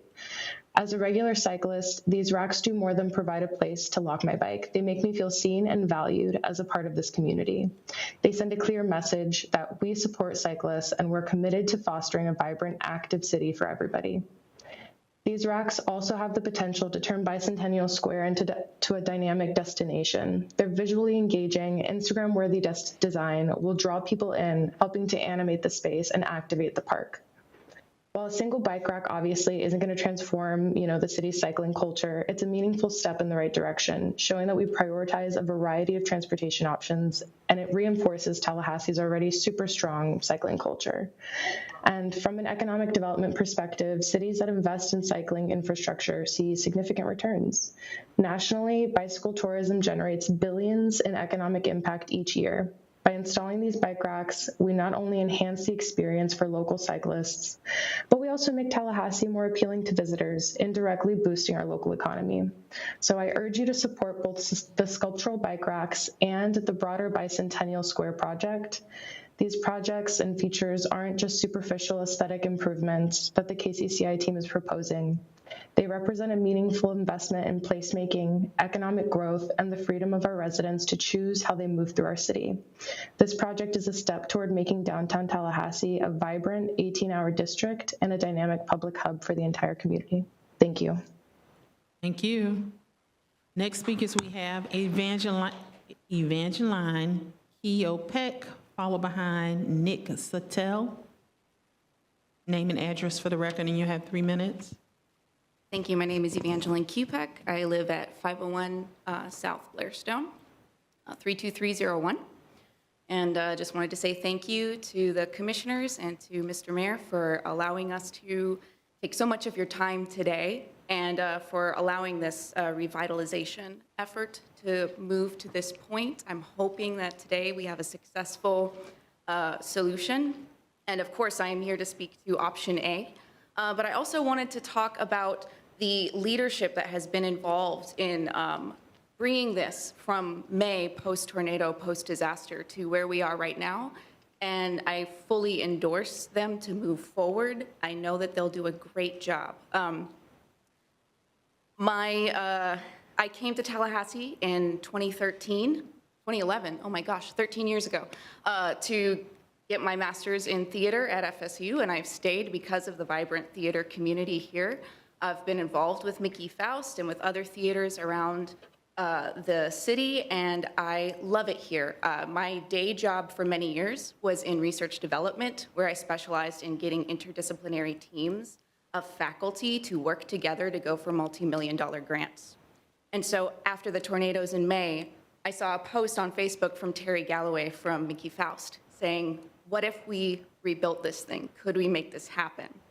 I said, oh my gosh, yes, let's do it. What do you need? Thinking, okay, I have all of these skills. I can help them really build a team and help people communicate. And I went to these meetings and I was just blown away. I was blown away by Mickey Faust. I was blown away by Gallery 621 and COCA, who came together and had such a strategic process for visioning and then for creating something that is actionable and realistic to move forward. I was, a lot of people think that, artists are people who can't get their act together or they're flaky. There are all of these unfortunate, ideas about artists, but these are people who are both artists and strategists. They are managers. And so I fully endorse them to be able to partner well with you guys to make something awesome for the city that is strategic, that can get great funding. That's gonna be hard. Arts funding, you work 10 times as hard for 10 times less money than you do in transportation right now with the DOE projects that are out there, or than you do in NSF or in health. I know this. Thank you so much. So what I wanna say is they are not just innovators and dreamers and artists, they are tenacious and gracious and successful networkers, bridge builders, facilitators, grant writers, and managers, and they are ready to work with you. Thank you for your time. Nick Suttle, followed behind Jeff Wallen. Nick Suttle, name and address for the record. You have 3 minutes. Name and address for the record. Good morning. My name is Nick Suttle, address 2313 Yorkshire Drive. I run the virtual reality arcade in Railroad Square, and currently our best source of revenue are birthday parties. For a wide variety, a wide range of ages, but it averages 10 to 13 years old. We have some really amazing birthday parties where kids get to come out with their parents and they get to run around an open arena with their friends and move through interactive virtual worlds together, working together or competing. These particular birthday parties release an immense amount of energy in the form of laughter, celebration, and some screaming as well. The short story I'm going to describe next happens on a weekly basis. This is just the most recent time, and it happened last Saturday when some adults walked in with 3 kids that were age 7 years old, and it was one of their birthdays. They were so excited to play the VR games that when the birthday boy was looking at the headset before going off into another world, he had to take a deep breath, and he said, "Whoa, I get to try the MetaQuest 3? This is the best day of my entire life." It's really hard to forget those days that we said were the best of our entire life. And it's those early impactful experiences that form the foundation of who we become. I believe that creating more of those types of days could help solve several of Tallahassee's major issues. 2 such issues being a lack of fun and safe activities for kids and teens. The other issue is violent crime. I believe these 2 issues go hand in hand because what happens when bored teens don't have anything constructive to do? They get into trouble. It is known that Tallahassee ranks among the top 10% of most violent cities in the U.S., and the poverty rate is more than double the national average. A recent FSU study shows the vast majority of violent crime happens in socioeconomically disadvantaged areas near Railroad Square, where there is a solid hub of fun and proactive activities for youth at rates affordable by the surrounding population, a quarter of which live under the poverty line. The only way this is possible is due to the affordable rent that has allowed the commercial tenants to focus on more creative solutions at lower prices. The affordable rent is what makes Railroad Square, Railroad Square. The free market doesn't have to take these factors into account as long as it's maximizing the bottom line. Sometimes you have to stand up against the natural forces of the free market to protect communities that are as strong, beneficial, and precious as Railroad Square is. The huge benefit I see in the CRA agreeing to option 3 is that the city can use the vacant lots as a festival space to generate funds to drive development and activities in other warehouses with the purpose of lowering community violence, maintaining affordable rent for creative artists and entrepreneurs so they can continue providing affordable services in our area of need. So I'll end my time with one last question for each of you to consider. What's more important when considering the real issues our community faces with violent crime and poverty? More student housing with expensive boutiques and restaurant chains on the bottom? Thank you very much. Better sidewalks? Or creating more memories of the best days of our entire lives? Thank you. Jeff Whalen, followed behind Rachel Corey. Jeff Whalen, I'm probably not saying it right. Then David Powell. Name and address for the record, please. Good morning, I'm Jeff Wallen, 123 South Calhoun Street. I'm here in support of the staff recommendation on issue number 8, which is the Bicentennial Square Park. Guess I'll start by adding my voice to the chorus of thanks for your service as commissioners and on the CRA. Always had appreciation for people who will serve in public office, and it's been renewed today listening to all the passion in the audience. I've worked in downtown Tallahassee for 40 years, and I've watched our downtown evolve and grow and develop. And I've always been impressed with the role that collaboration has played in our community. It's brought us great spaces like Cascade Park and Gaines Street, some of the other, Clayman Plaza. I think Bicentennial Square Park has the makings to be another one of those great spaces. And as somebody that wants to continue working in downtown and seeing our community thrive, I would encourage you to support the staff recommendation. Would also like to thank KCCI for their role in this. They've done good work, and I hope that you can see fit to move this project along. Thank you very much. Rachel Corey, followed behind David Powell. Rachel Corey, followed behind David Powell. Name and address to the record. You have 3 minutes. Good morning. My name is Rachel Corey, and my address is 5554 Pedrick Plantation Circle, Tallahassee 32317. It's a long one. I'm a member of this year's volunteer KCCI Catalyst team, and I'm here asking for support of Bicentennial Square project as well. So first off, I want to thank you all for your attention and suggestions on this Bicentennial Square Park project. The input you shared at our previous presentation in August has been really helpful as we've continued conversations with the community and stakeholders over the past few weeks about the project. I'm a Tallahassee native and outdoor enthusiast who loves to run, hike, and enjoy nature. For years, I've seen many opportunities come and go to revitalize our downtown. Bicentennial Square is the perfect vision driven by community input and thoughtful design to enhance our downtown. This will be a space where everyone can come to relax and connect, and it's right outside City Hall. It will be a centrally located space to stop for a break while on a run, visit with a friend after getting coffee at La Florida, after a family outing to the IMAX, meeting space for professionals, potential event space, and so much more. As a graduate from both FSU and UGA, I know the value of well-designed public spaces that help us feel part of a larger community. I'm also a former KCCI intern who has seen firsthand the positive impacts of investing in placemaking. During my time in Athens, Georgia, I grew to love the vibrant downtown full of sculptures, landscaping, nice lighting, and local restaurants and shops. Bicentennial Square will help us achieve a brighter and more economically successful downtown, similar to cities like Athens and Greenville. While I loved Athens, I did decide to return to Tallahassee to build my career. As a young professional and member of organizations like Access Tallahassee, I'm here to remind you all of the value of talent retention efforts, as Verlon spoke to as well. Young people want to live in places with a fun and engaging downtown. Bicentennial Square will enliven our city center and offer yet another proof point of why Tallahassee is a great place for young people. I want to see the city I've grown up in become the best version of itself, and I believe Bicentennial Square Park will help to accomplish this. I'm proud of this very talented team and all the volunteer efforts we've dedicated to see this park become a reality. We've already done the planning, research, design, and community conversations needed for success. The final step is a vote yes from you all. 30 So I ask you to please support our project and vote to move forward on Bicentennial Square. Thank you. David Powell, followed behind Brady Curitan Thompson. Your name and address for the record, please. David Powell, 708 North Ride. Thank you, Mayor and Commissioners. I want to underscore the remarks of my friend Jeff Whalen in thanking you for your service and your commitment on this board and all the other boards that you serve on.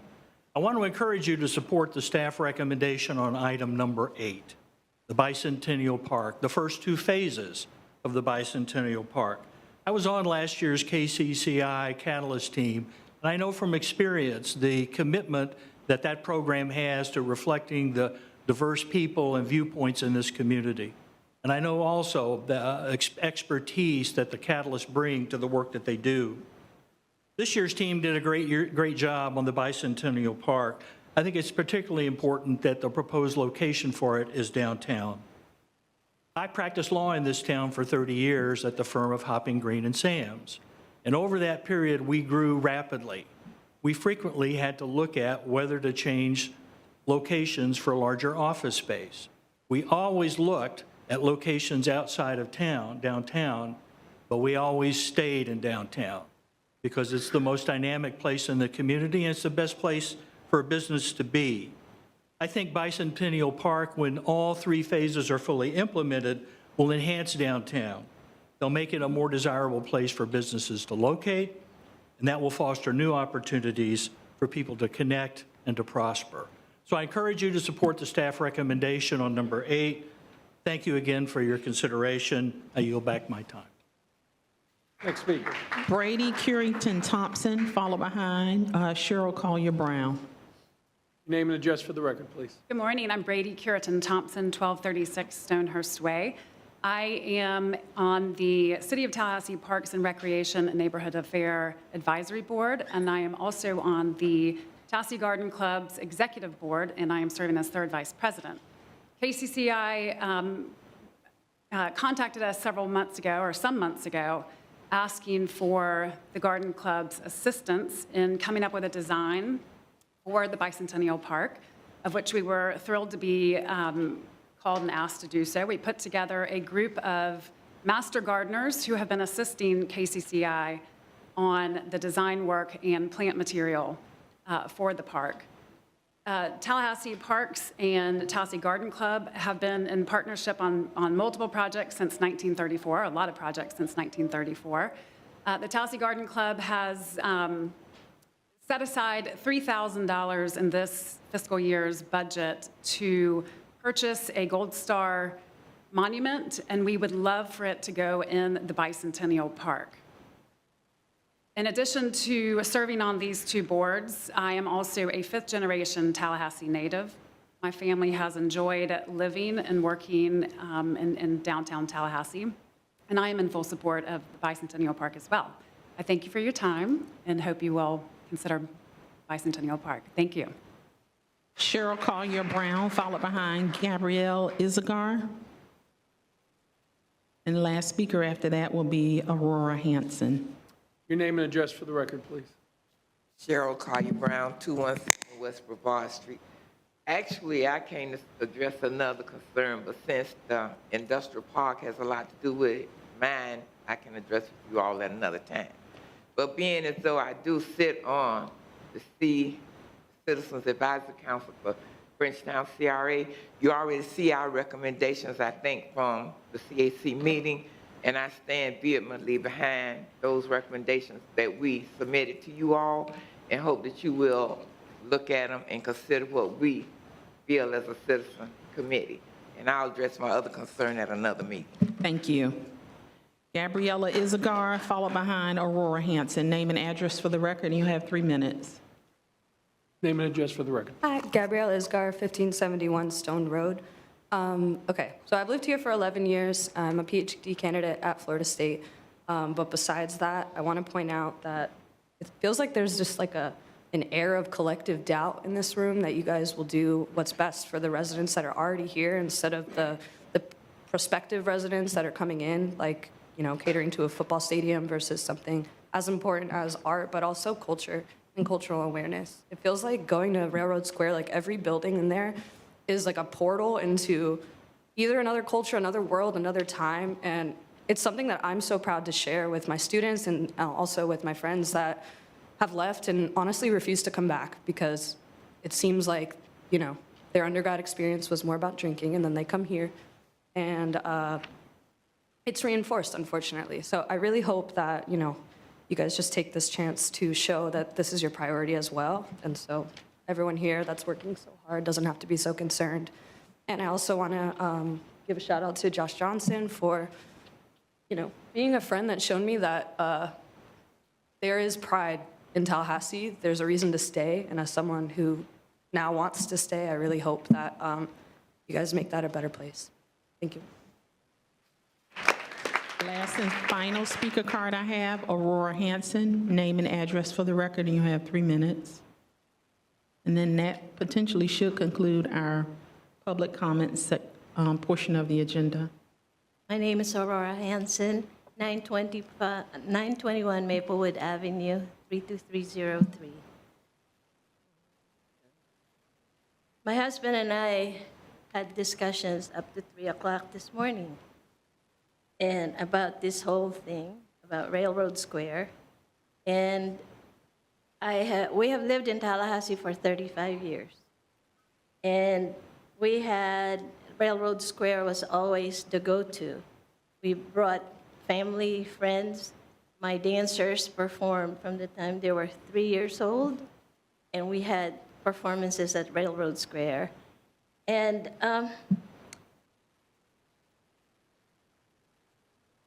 I envision this as an economic opportunity for the landowner, developers, and the community. Railroad Square should be redeveloped with a pedestrian-oriented ground floor art studios, also as an amenity for student housing located above the art studios. Student expenses could be reduced by reducing free parking, automobile parking, and including enhanced bicycle and Uber amenities. I also suggest, my husband and I spoke about having the planning department of the city be tasked with scheduling mixed-use design charrettes for the area. Thank you.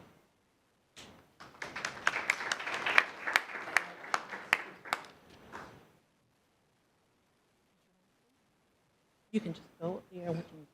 Yeah, go ahead and join us. And if you wouldn't mind, just tell us your name and address, and I think we've run out of forms, so we'll get more forms. Just make sure you fill one out before you take off.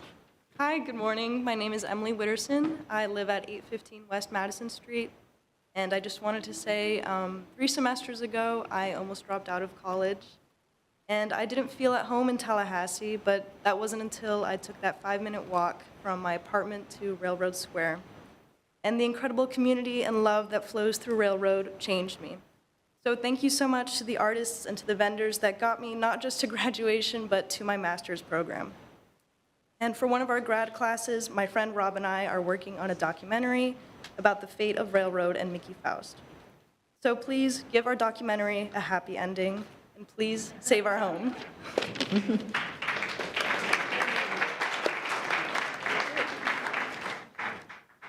Folks, it's been 2 hours of public testimony, and I do not think I have ever sat through a more respectful, thoughtful public hearing than what we just experienced. And I want to thank each and every one of you for showing the world that's watching on TV how it's done appropriately. That was great, and really enjoyed all the testimony. Is there anyone here who has not had the chance to speak that would like to have the chance to speak? We will not be taking public comment on the individual items. Now is the opportunity.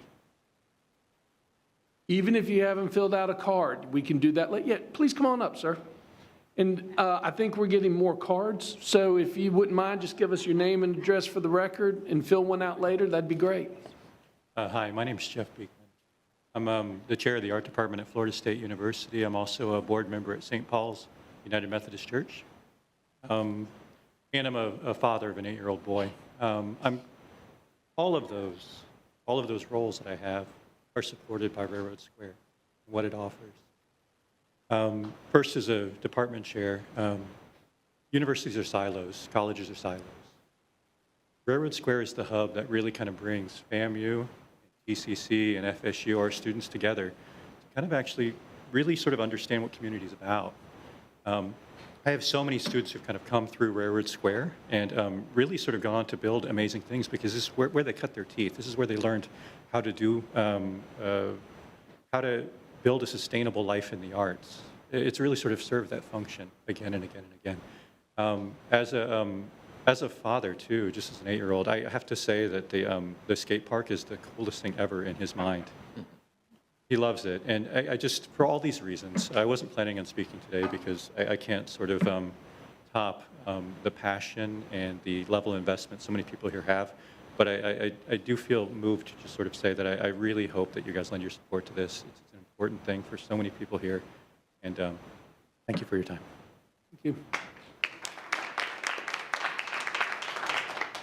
And again, if y'all wouldn't mind, just before you leave, fill out a form for the record, that'd be great. Sir, welcome, your name and address. Rentez Phillips, 1458 Nina Hills Court. Good morning to everyone. I know it's been a long process this morning. Real quick and very fast. When you all look at development of Tallahassee, right, and what's going on, as elected officials, as board members, you understand local business commerce, right? And this is genuine local business commerce. And not just that, they are also taxpayers. So as elected officials, when you have your commercials, you're canvassing for votes, these are the people you're talking to, right? And so this is the time to stop the development of student housing in a local business commerce area. Where else in Tallahassee can you go and have as many local business owners in one hub? Honestly, where can you go, right? So I'm asking you all, I'm begging you all to dig deep, be humble, pay it back to the community, to the people you all ask for their votes, to the people that you all ask for donations, pay it back and go forward, right? When you look at downtown, did you ever show it on the map? Okay. Everything in the red is all living facilities, right? Whether it's residential, whether it's apartments. When you look at downtown corridor coming back to South Side, your local businesses are far in between. Railroad Square is that hub, and it gives great opportunity for startup businesses at an affordable rate, right? To at least have the option to be sustainable with their ideas of growing a business. So the only thing I'm asking you all here today, dig deep, understand the future of Railroad Square, take over the property for option 3, which is what I'm in support of, as some of you have talked to me before, right? Now you get to see my face. So with that being said, I'm asking you all humbly to think about this, take over this, and let's move forward together, all right?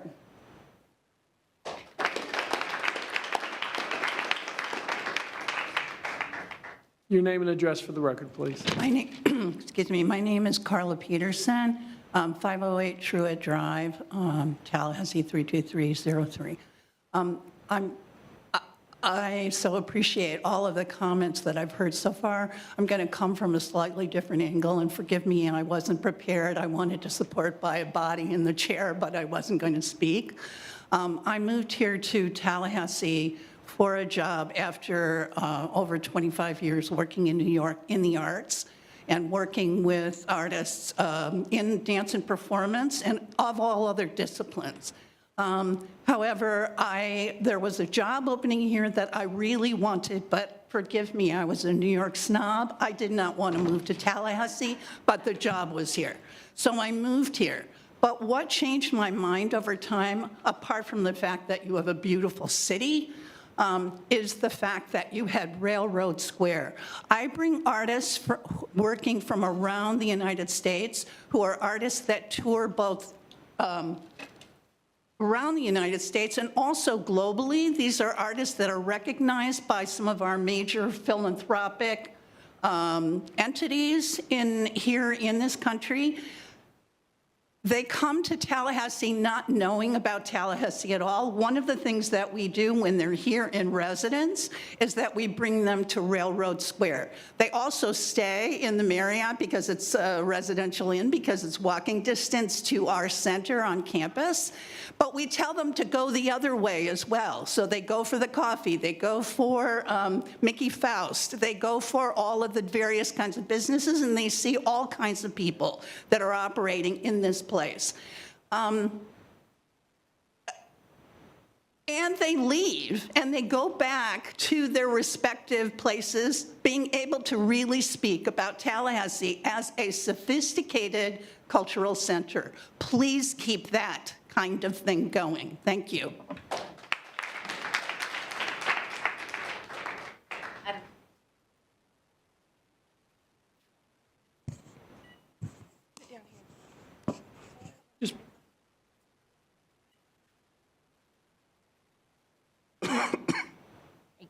Zan Keogh, 1269 Breckenridge Run, 32311. Wasn't going to speak, was just going to be the obedient rat in the back, supporting Mickey Faust. But until a couple of speakers ago, I hadn't heard much about the education of the theater in general, and what I've learned being part of Mickey Faust. I learned how to run sound, you know, and that's how I met my husband, is I got put on a project with him. So I blame Terry for my marriage and my husband, you know, but I've learned, and I've gotten to play with toys that, you know, and equipment that I'd never generally be able to afford to play with. You know, but I've also gotten to play with people that I would never be a part of their lives if I hadn't been part of Mickey Faust. You know, and so it's teaching us how to do things that can be profitable in the real world, you know, in the bigger world, not just theater, not just performance, not just art, but the entire world. Thank you.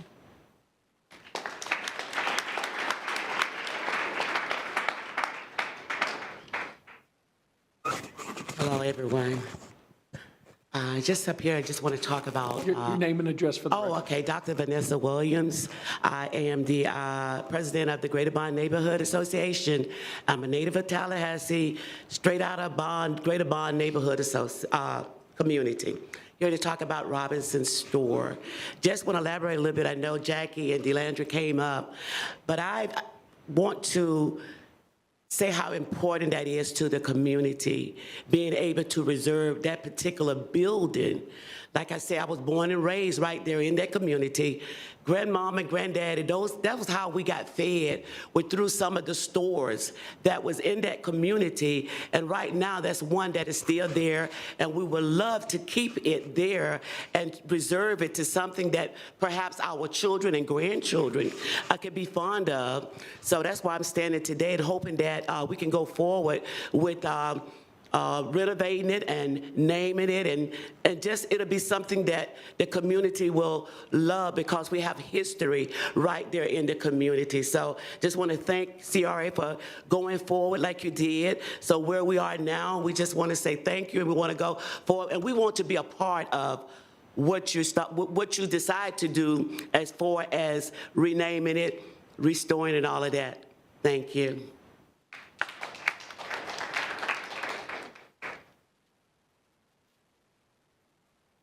Your name and address for the record, please. And everyone that hasn't had a chance, if please one more time remind you to fill out the card on your way out the door as well. Hello, my name is Alejandra Gutierrez, 2991 Bayshore Drive. Tallahassee has been my hometown since 2008 when I moved to the city to work at FSU. I'm a professor there. And I just wanted to share with you the fact that I found in the community here, the inspiration and the support to achieve one of my dreams, that was to start a theater group to share my culture, Hispanic culture here in town. I founded Tallahassee Hispanic Theater in 2016, and we've been working all over town.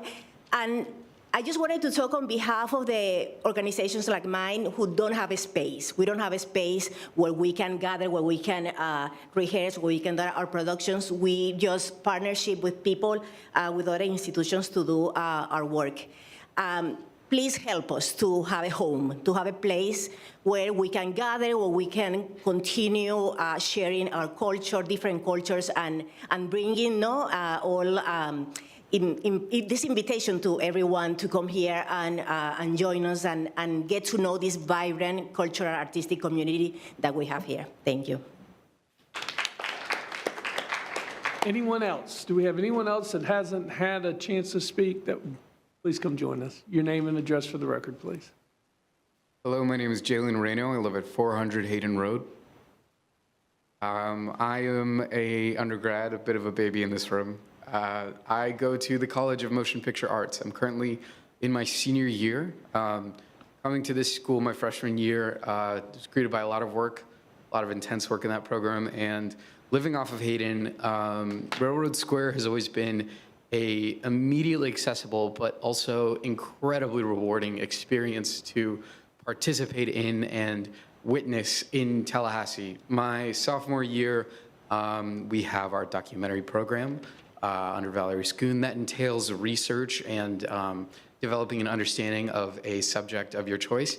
My initial research paper was developed on Frenchtown and the adjacent area, and in that time I discovered a great antiquity, a great privilege just understanding the rich culture of Frenchtown and of Railroad Square, learning how much history is in that area, knowing the hard work and the preservation that has gone into keeping that area intact. What I can say, both on the side of research and the side of experience, is that no other area of Tallahassee provides such a bridge and streamline between the age of antiquity and generational wealth that the elder community provides to newer students, to adolescents. It's already been spoken of many times here, but the bridge is railroad between the young, the students, and the old. I believe that no other area in Tallahassee facilitates such a rich cultural awareness and just so many artisans in one area that I have learned just a plethora of great skills and great values from being around so many people. Mr. Johnson, Mr. Kevin, other artisans in this room who have just, from the very moment I met them, been great facilitators of my growth. I can speak personally, and I can speak for many other undergraduates that have not had the privilege of skipping class to be here. It has been a great wealth to Tallahassee students, to Tallahassee youth, to Tallahassee elders. That bridge is here, and I cannot leave this room without emphasizing that. For the students, this is a great wealth that should become a part of the parks here. Thank you.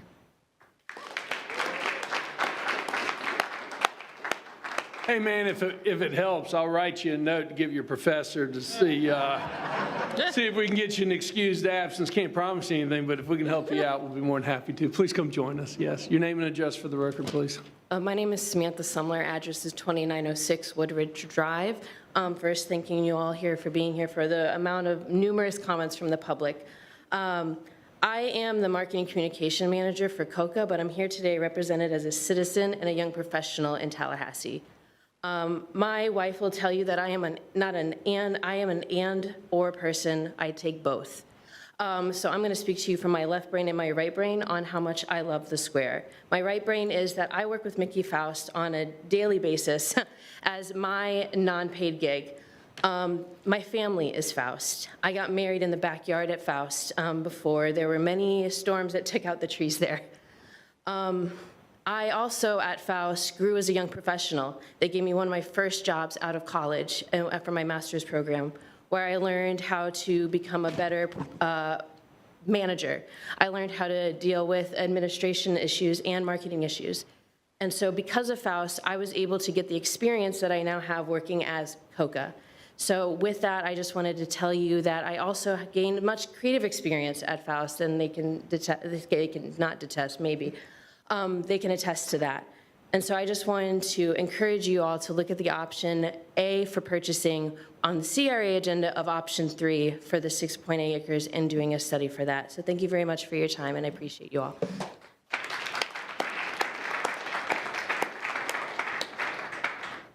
Your name and address for the record, please. My name is Ben Gunter. I live at 516 Miccosukee Road in a house my granddad built in 1911. I make my living as a freelance theater professional in Tallahassee. I have 3 reasons to recommend to you purchasing all the land that's available in Railroad Square: economy, quality, and unity. There's an old saying in the theater: you can make a fortune in the theater, but you can't make a living. I'm living proof that in Tallahassee, that is not true. And one of the reasons that it's possible for theater people to make a living in Tallahassee is because Railroad Square gives us options to go practice our craft and earn income. Economy: keep this door open for practicing artists in this town. Quality: before the pandemic, Wolf Brown, a really smart consulting group, did a phenomenal study year-long about the intrinsic benefits of live theater. They found 5: captivation, intellectual stimulation, aesthetic enrichment, and emotional expression. Those 4 descriptors describe a quality of life that we want here in Tallahassee.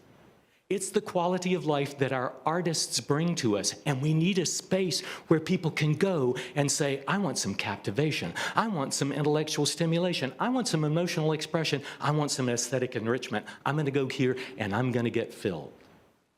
Quality, unity. You know there are deep divisions in our community. You are taking visionary steps to bridge those gaps. Number 5, intrinsic value of live theater that Wolf Brown found was social bridging and bonding. When people share an artistic experience together, they build common ground. They start to understand that we're members of one another. We are a community together. Unity.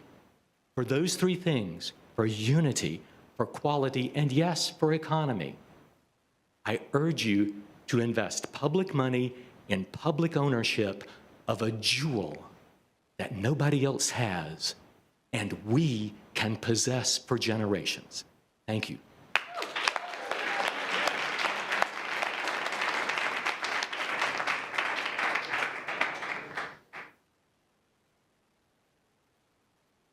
Your name and address for the record, please. Joyce Doby, 3424 Old St. Augustine Road, Lot 12, Tallahassee, Florida, 32311.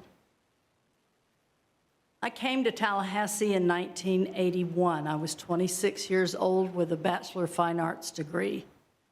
I worked for about a year screen printing grocery signs because it paid my bills. Then I was hired by a new company, Kaleidoscope, and they had a place in Monticello, but they set me up in Railroad Square to be their art director. And I designed screen printed artwork and for the contract furnishings industry. In the process of doing that, and that was in what used to be called the Pepto-Bismol building because it was Pepto-Bismol pink and everybody knew it by that. In the process of being there, I met the man that I ended up marrying. He had started a business in Railroad Square right next to the office, Artistic Frameworks. Well, then it became Artistic Frameworks and Printmaking. We got married. I had a daughter who is now 38 years old. She was growing up in Railroad Square. And when I was having customers come into the frame shop, then they would often see me holding my daughter or making art with her or whatever. And the 621 Gallery was one of the places that had already become an art place A lot of the park was still industrial park at that time.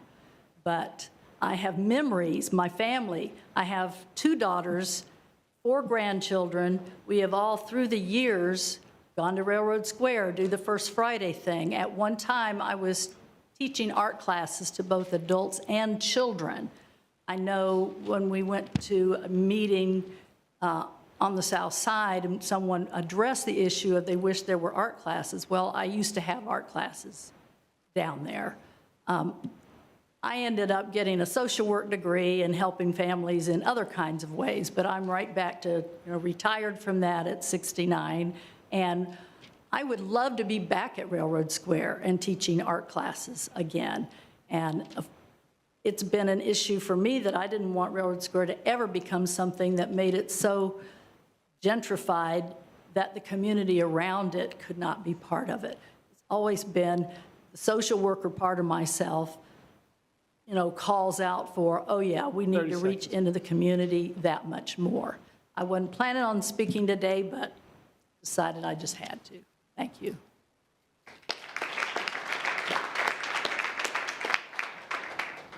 Do we have anyone else here that feels moved to speak? Please come join us.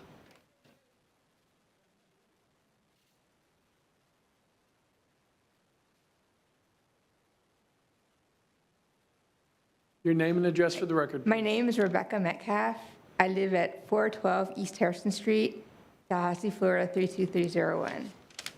And so first of all, I want to say 2 things. One, Railroad Square is right behind the Welcome Center. And what better way to introduce people who are visiting Tallahassee than have a vibrant arts community right behind the Welcome Center. Second of all, I want to say, why celebrate 200 years why celebrate 200 years of Tallahassee when the arts why celebrate 200 years in Tallahassee when the arts and culture die in 50 years? So, yeah, sorry, I have a brain injury, so I have problems with my memory. Doing great. Thank you. Thank you.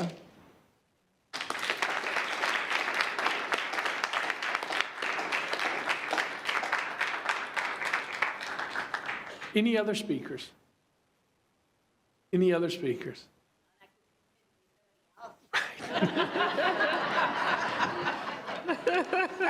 That's why we love you, Terry. Okay, ladies and gentlemen, it's been 2.5 hours. I'm going to gavel us into a recess for 5 minutes so we can stretch and whatnot.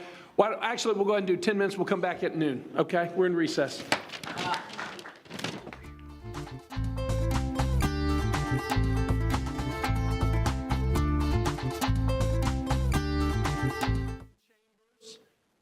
Again, we just had 2.5 hours of wonderful public testimony. We appreciate everybody sticking around. We do have a lot of business before the CRA, so without further ado, I would like to get started. We have taken up all public comment, so we can move straight into the consent agenda. Have any items been pulled off the consent agenda? No, sir. Looking for direction? Board Chair. Second. All right, the motion has been made by the Mayor Pro Tem, seconded by Commissioner Diane Williams-Cox. Any further discussion? Seeing none, all those in favor signify by saying aye. Aye. All those opposed, passes 4-0 with Commissioner Matlow out of chambers. All right, we are now on 7.01, Greater Frenchtown Southside District Policy Formation and Direction for the funding request. Mr. Executive Director. Thank you, Mr. Chair. We have a presentation from the Bethel Missionary Baptist representative, I believe Donald Gray. He'll give a presentation. This is a project on Tharp Street. It's going to be a single family, 13 single family, 44 townhomes, and a commercial out parcel. Several of the units will be affordable, and so we'll have Terrence. Terrence and Donald. Excuse me. Terrence Henson and Donald Gray will give the presentation to you all. If you have any questions, please ask. Mr. Henson. How you doing, sir? Great to see you. You as well. Thank you for having me. Somebody's got a birthday? My son's birthday tomorrow. Happy birthday to your son tomorrow. Power of the chair. I get to announce it on TV for all the middle schoolers to hear. Tomorrow's his birthday. Thank you all for everything you do. I'm Terrence Henson with Henson Realty, 107 Young Street, Tallahassee. I'm here this afternoon to represent Bethel Missionary Baptist Church and to present to you all a plan to develop 5.88 acres near the intersection of Old Bainbridge and Tharp Street. The actual address, excuse me, actual address is 835 Tharp Street. The land is currently owned by Bethel. The team that I'm working with is Donald Gray, who's going to give you a presentation here shortly, and also here our engineer Roger Wynn with Moore Bass Engineering. This subdivision that we're setting up is designed for 44 townhome units and 13 single-family units. Part of this reason, part of Bethel's mission in their ministry is to help tackle the affordable housing issue here in Tallahassee. They're proposing to develop this particular land to create townhomes and single-family homes for sale, not for rentals. We're not looking to do student housing. We are looking to sell these homes to individuals. Dr. Holmes and his church has focused on creating generational wealth. That's the purpose of this particular project. We want folks to own the dirt, not just to rent. So we've got a different mission here.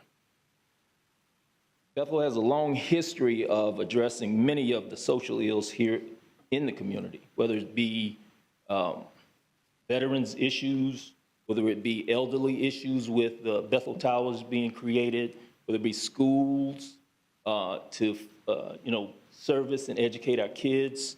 They have a long history of doing the right thing. They're solid, they're a dependable partner.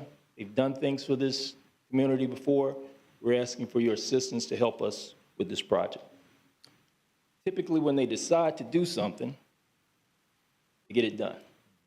And I feel honored to be a part of this project, and I ask for your support. Mr. Gray, you got a brief presentation for us? Yeah, very brief. Thank you so much for this opportunity. Again, my name is Donald Gray, architect and principal of Fitzgerald Collaborative Architects.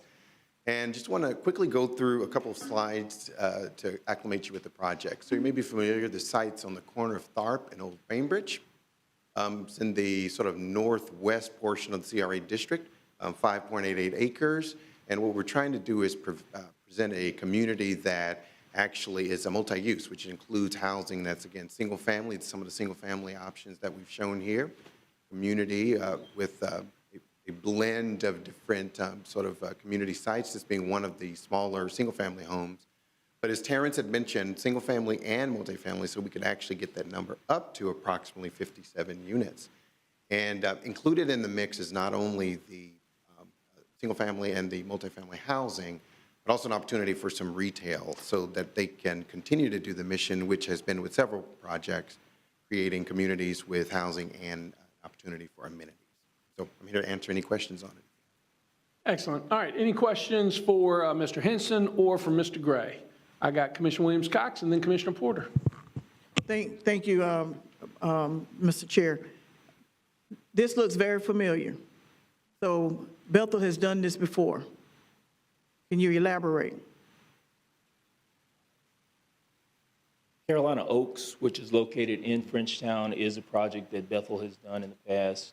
Not as many homes, but very successful in what they achieved. This goal is not different than that, but it does include, with the negotiations with the city, affordable housing. Again, the goal is to get as many homeowners in these properties as possible. So this isn't something new for Bethel. Thank you for asking that question. All right, thank you. The other thing is, and I think we had this discussion, Stephen, about the townhomes.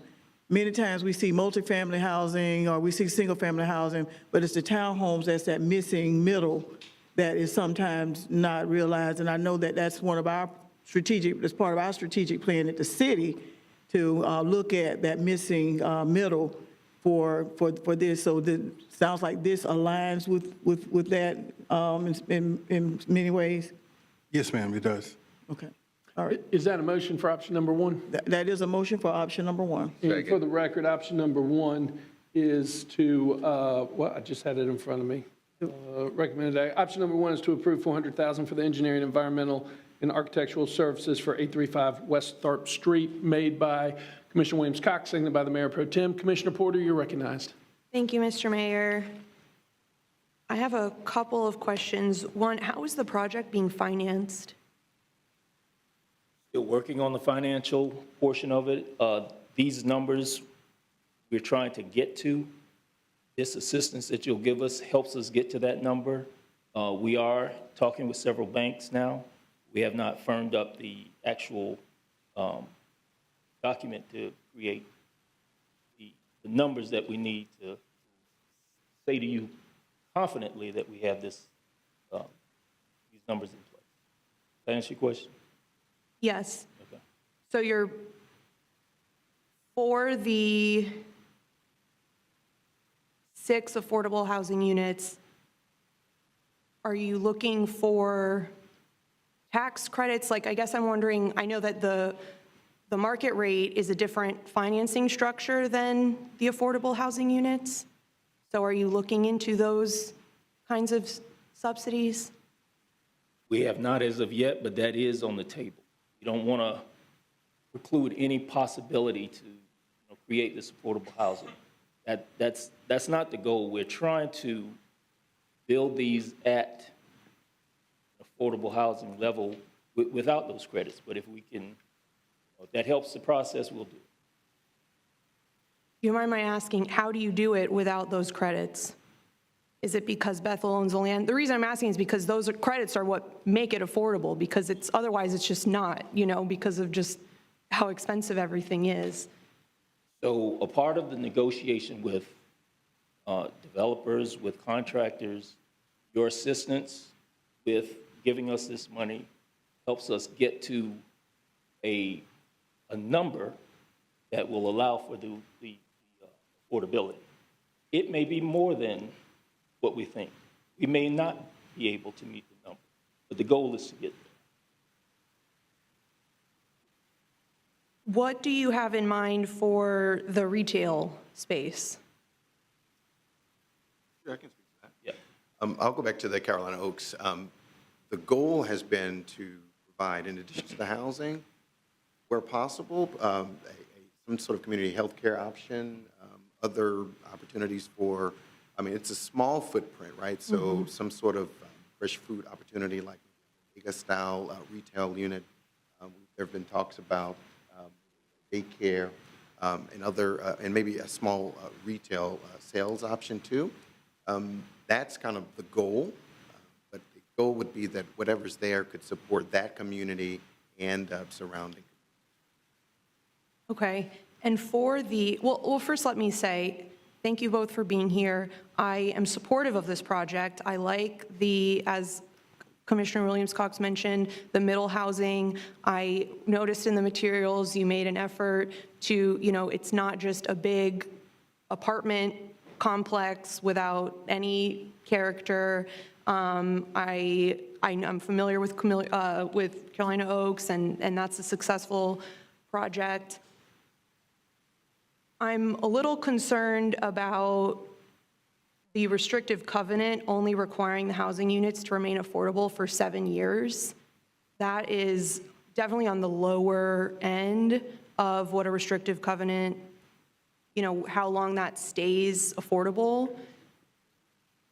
That's not a condition of my support, but for 6 affordable units to be affordable for only 7 years, that's a little concerning to me. I just would obviously want to maximize the affordability and the time it's affordable. And the other thing I want to point out is that we have a of course, an affordable housing crisis, but we have the supply of 80% AMI affordable housing is much more, it's out of we have a lot less low-income and extremely low-income housing, and too much in the sense as far as the distribution, 80% AMI. And so any effort that we can make to have more units, be affordable for longer, and as you're exploring the different tax credits, I know that 80% is the height of that, but if there is any opportunity to make any of these affordable at low, 60% AMI, 30% AMI, that does the most good, which I know we all want to do, and is that much more important, especially when we are providing a public subsidy. And we have to think about not only is this a good project, which I believe that it is, but is it the best project to meet the need? So I know that we're still in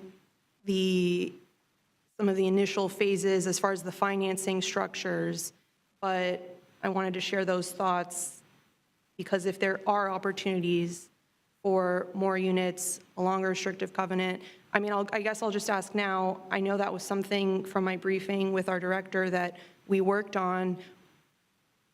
Is there an openness to increase the number of years that it's affordable? I understand you might not be able to say that right now, but if that's an option, I would feel more comfortable supporting this today. I think it's something we can look at, discuss with staff, and if possible, yes. Commissioner Williams-Cox on point? On point, I just want, for the public who's watching, the request is for $400,000, not for the funding of the entire project. So this $400,000 is just for the engineering and environmental architecture. I don't want the public to be confused. Like, your questions are valid questions. I just don't want the public to think that they're here asking today for funding of the entire project. They're just asking for funding to do some engineering type work. Can I make some clarification on that too? Okay. Just to that point, also to a point that Terrence had made earlier, we've been tasked with providing master planning services as an architecture firm in collaboration with Bass for civil engineering. And what that does is, to this point, it's gotten us to do a little bit of a sort of master plan, sort of design confirmation.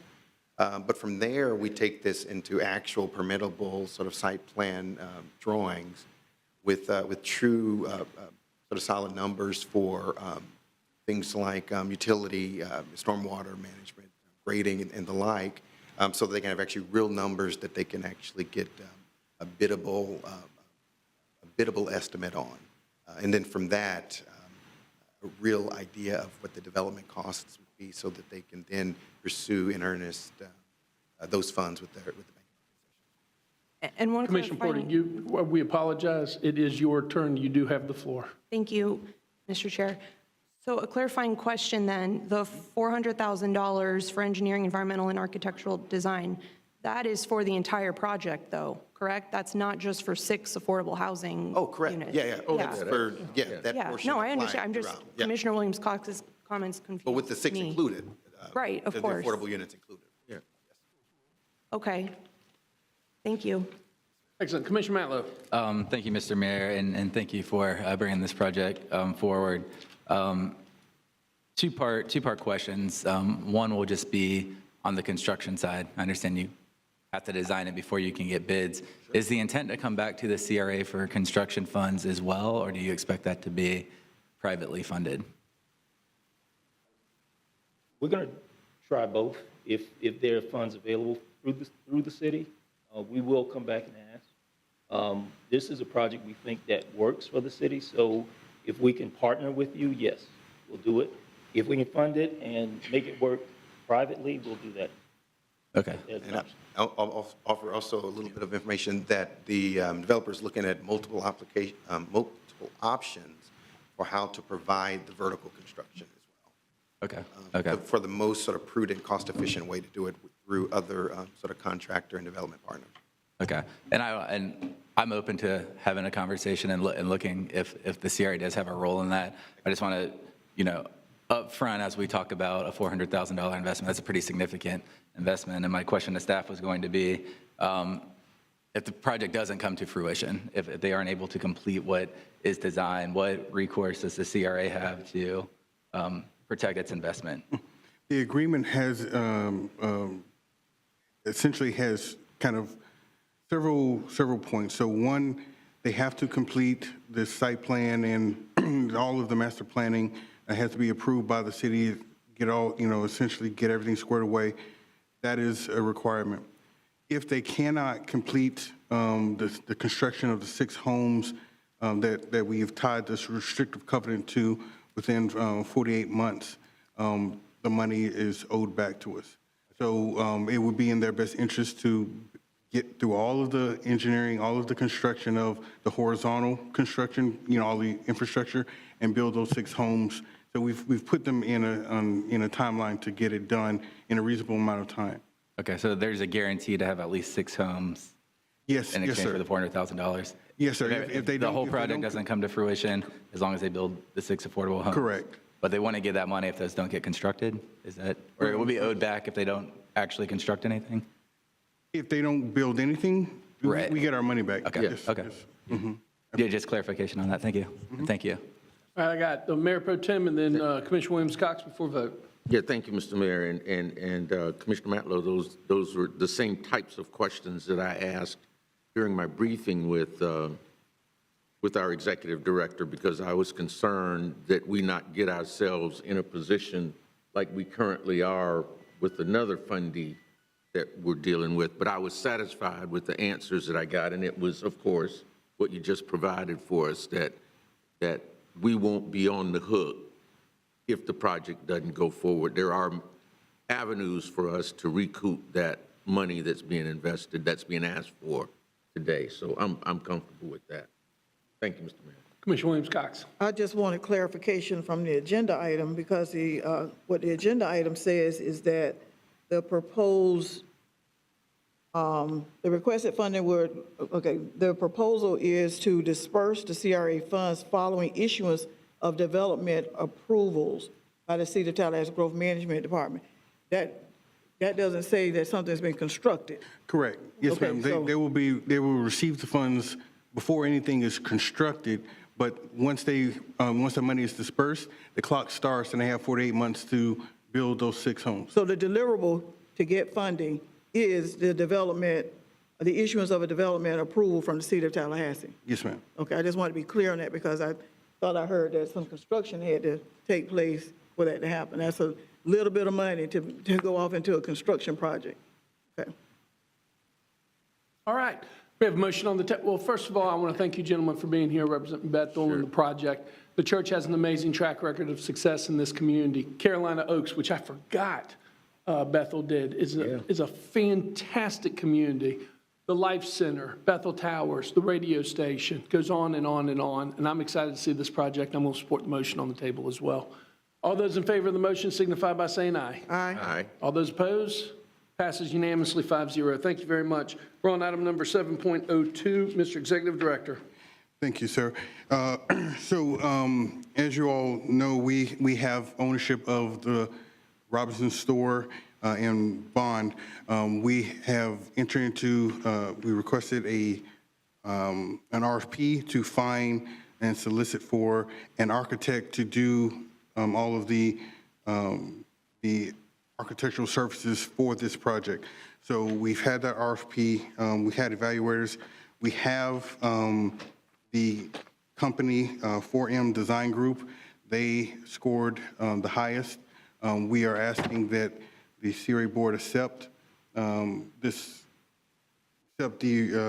score, and we move forward with working with them to get this project moving forward. But we do need your acceptance.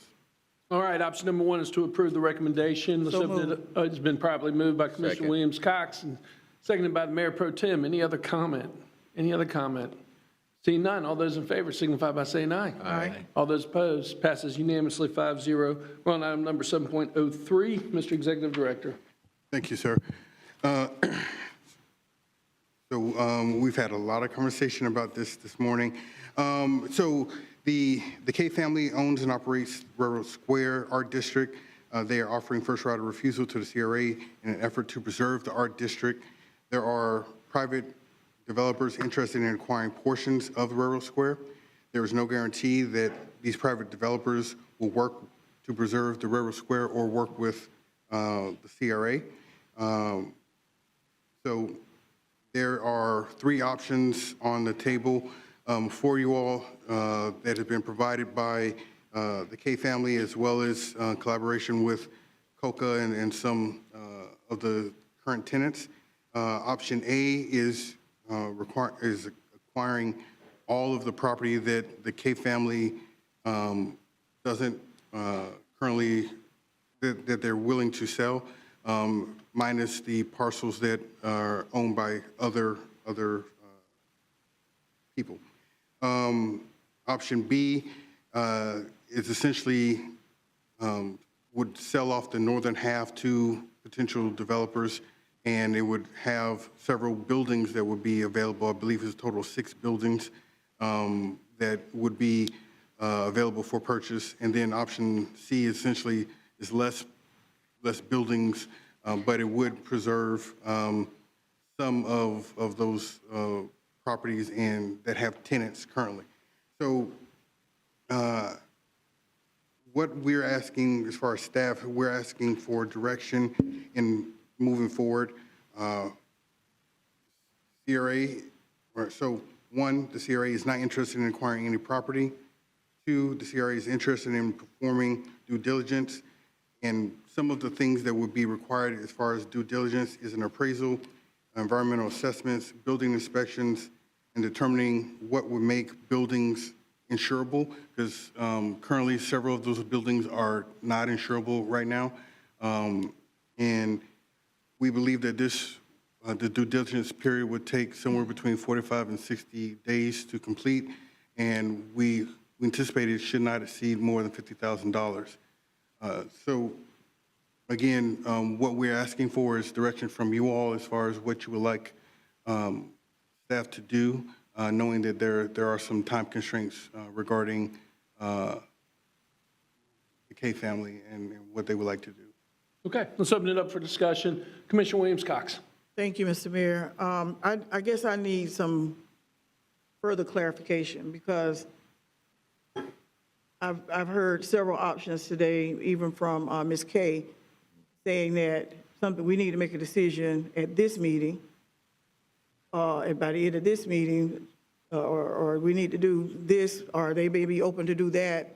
And so I'm just, and I appreciate the fact that all of the artists and whom all are using the buildings there are here to share their issues and their concerns. But I just need to know, what are we dealing with here? Because it seems to be a moving target. Now, when I talked to Mr. K several months ago, they needed a decision like right away. And now this is several months later, here we are. And then I heard Ms. K say today that she's disappointed that we haven't already ordered due diligence. No, what am I trying to say? Appraisal. So I'm sorry that she's disappointed that we haven't ordered an appraisal, but you are not given that authority to do that. So that's why it hasn't been done, because I'm still not clear on what it is that we're trying to determine whether we're going to want to buy or not, because it keeps moving and changing. But I am open to, I know the CAC, we sent it to the CAC. The CAC had a great conversation and discussion, and they sent it back to us to do, and this term due diligence has kind of taken on a life of its own, but to, and maybe somebody need to tell me what that means, but a feasibility study that would include an appraisal and evaluation of what it is that is at Railroad Square currently, that if we were to purchase it, what are we buying? And I must tell you that I have some buyer's remorse in that regard, because of a previous experience with TDT dollars, that we were supposed to have a performing arts partnership at Railroad Square. to the tune of, I forgot how many $1,000 was it? And it ended up somewhere else. And now it's created another situation that we've got to deal with because that didn't come to fruition. And so it's not like we don't have any experience in working with Railroad Square. As a matter of fact, on May 3rd, 2021, at that particular meeting, there was, before you came on board, Mr. Director, we dealt with Railroad Square at that time, and at that time, there had been some designs put together by the executive director at that time, Wayne Tedder, to do some, to help look at some workforce housing redevelopment plans for Railroad Square. So that's what the plan was back in 2021. And now I have these drawings, these public documents that are out there and available for anyone to review. And so I'm just a little confused about where we're going. And because we've been round and around and back again. And so I'm open to doing what is best for our community, a whole community, and looking at the possibility of what needs to be done. I'm open to doing a feasibility study, if that's what due diligence is described as, which would include an appraisal, but it would also need to include, as you said, there are buildings over there that are not insurable. So what does this mean? Does that mean we're gonna have to level everything and start again? That displaces everybody. So that doesn't sound like that's the option. So I'm just really confused and need some clarification on what it is that we're trying to buy. That's where I am. Okay, Commissioner Porter. Thank you, Mr. Mayor. Well, let me just say thank you to everyone who came, not only to speak, but for the blood, sweat, and tears that you put into the work that you do. And when I first moved to Tallahassee, the first thing I did was go to Railroad Square. And it just happened to be First Friday, and it, just like many of you who spoke, was when I felt at home in Tallahassee, good about my decision to move here as a freshman for the first time, leaving home. And it is such a special, it is true, there is nothing like it in Tallahassee. When we talk about moving forward as a city and we talk about our priorities, our strategic plans, our values, public safety, quality of life, economic development, we are special, and we don't want to be just another big box city like other cities. And I have had the opportunity to live in many cities, great cities. I was raised in São Paulo, Brazil, which has amazing art, is an incredible city. I've had the opportunity to, on my own and also with organizations like the Knight Foundation or the American Planning Association, going to conferences, every time I've gone on a trip like that, either as a tourist, a visitor, or in my professional capacity, that's the art districts in a community are the jewel of the community everywhere you go. I remember at the American Planning Association conference when I was in graduate school in urban planning and public policy, they had a tour in New Orleans of their art district and the revitalization that had taken place there, not in Bourbon Street, but in another part of New Orleans.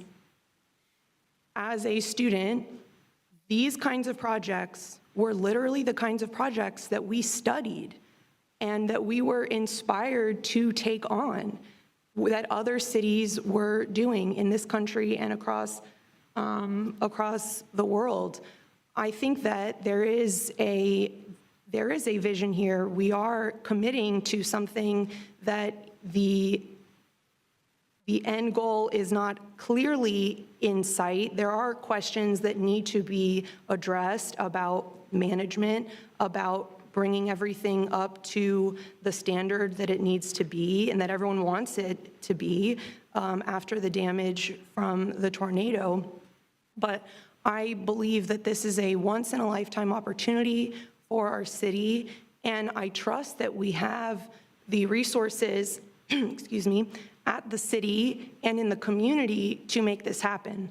And I don't doubt that for a second. And this is not unique in the sense that there are models in other cities of public and private partnerships, of publicly run art districts. And I have no doubt that we can work that out. It is a unique situation in that there is a time frame, there are offers on the table that the owners are considering, but I know that they want to, as much as they can, work with us and work with this community to make this happen. And I don't need to repeat what was shared in the public comments about Railroad Square being one of the only affordable commercial spaces for people to start a business, for people to expand their business. I read that the Florida Trust for Historic Preservation named the district one of Florida's 11 to save, and that's from an annual list of the most threatened historic places in the state. When I first moved to Tallahassee, I played in a band, and we played at all kinds of venues, and most of them don't even exist anymore. Franklin Manor, Far Side, Shark Tank, Hidden Hand, Engine Room, the Office Space, Pete Space. I mean, and I've only been in Tallahassee 13 years, and in that short time, I've seen how those public spaces for expression, for music, for art are just dwindling away. And we have such great assets, not only in our universities, but the greatest asset is the people here. And I know a lot of my friends who stayed in Tallahassee instead of going to Nashville, Austin, New York City, LA, any of those cities, because they felt like they could be artists and afford to live in Tallahassee, and that there was something special about Tallahassee that would nurture that and protect that. So I think there's so many reasons to, in my view, to move forward. We know that the property is incredibly valuable, and that there are people who are interested in purchasing it as it is. And what that tells me is that if we don't figure this out, which is not what I believe or what I want, but that we can sell this property if we purchase it, and that's the decision that we have to make. That's not what I want or what I think we have to do, but what that tells me is that that this is a safe investment and one worth making and certainly exploring. I'm prepared to move forward. I would be prepared to move forward with option 3, but I do think because of the conversations that I've had with the property owners, that option 4, which would leave open option A and option B, gives us the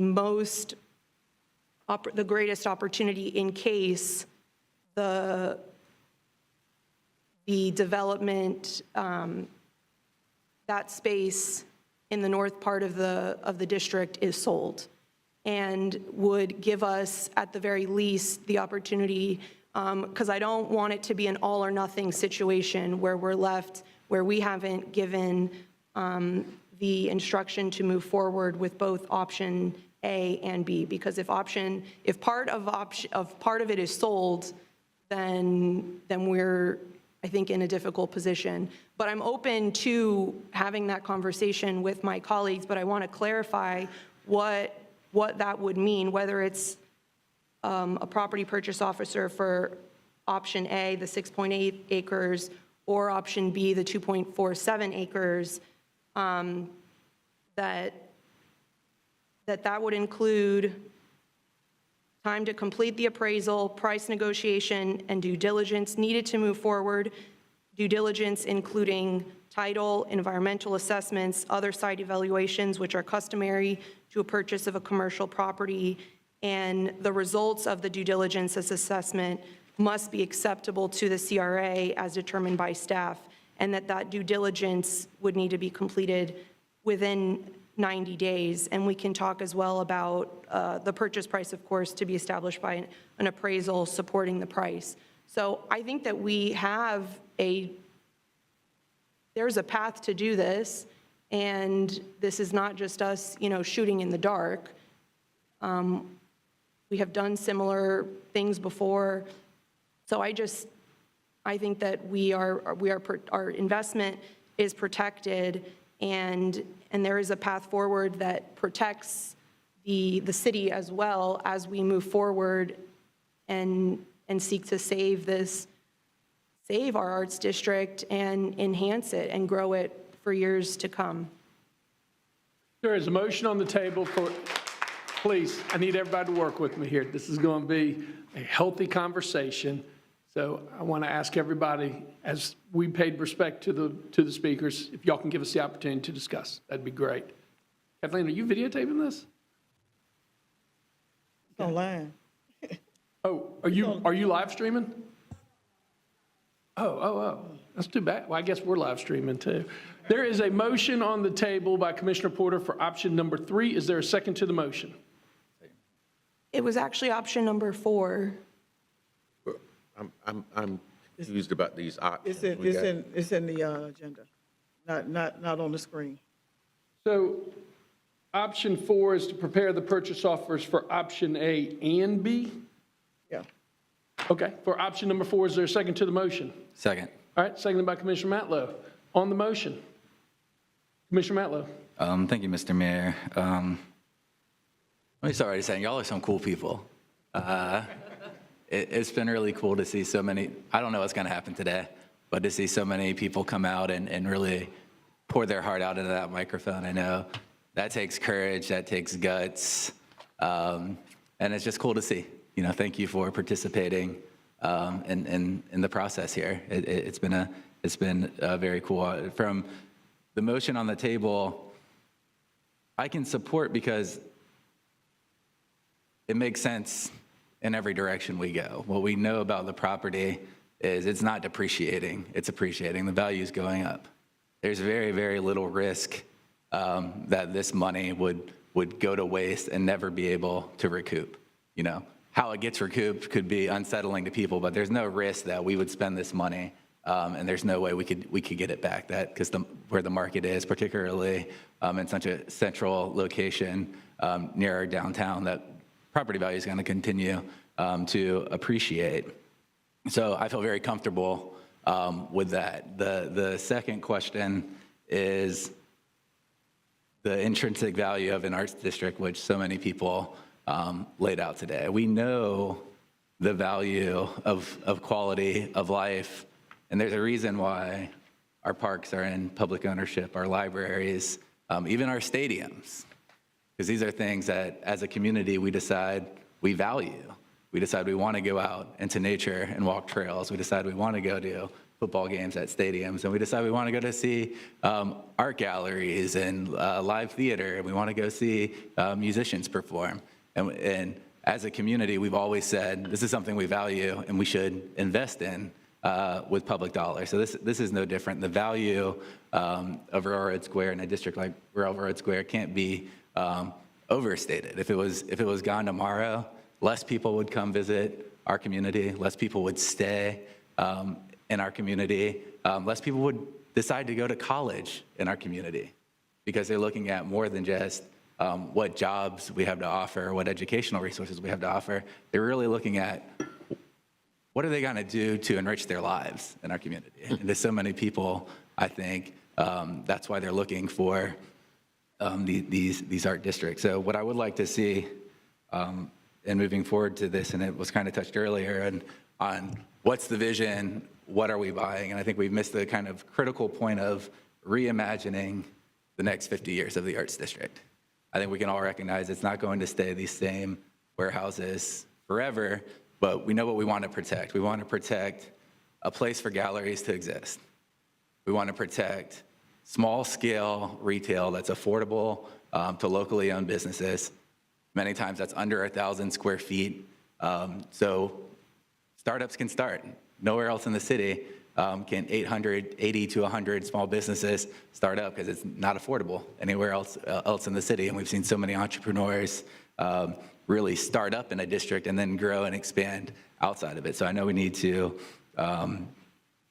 protect that. And then we need to protect the culture that's created. In planning, we talk a lot about sense of place.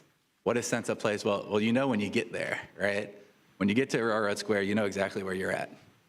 You can look around. You're in the heartbeat of the art district. You're in Tallahassee. So I think protecting that vibe, so to speak, that central core of its purpose is valuable. And when we look at the return, when we look at the master plan, I think we need to decide, is this going to continue to be, I don't think the CRA is the long-term owner of something like Railroad Square. I think the CRA can be the bridge. I think we can acquire this property, master plan it, and the city did a very similar thing on Northwood.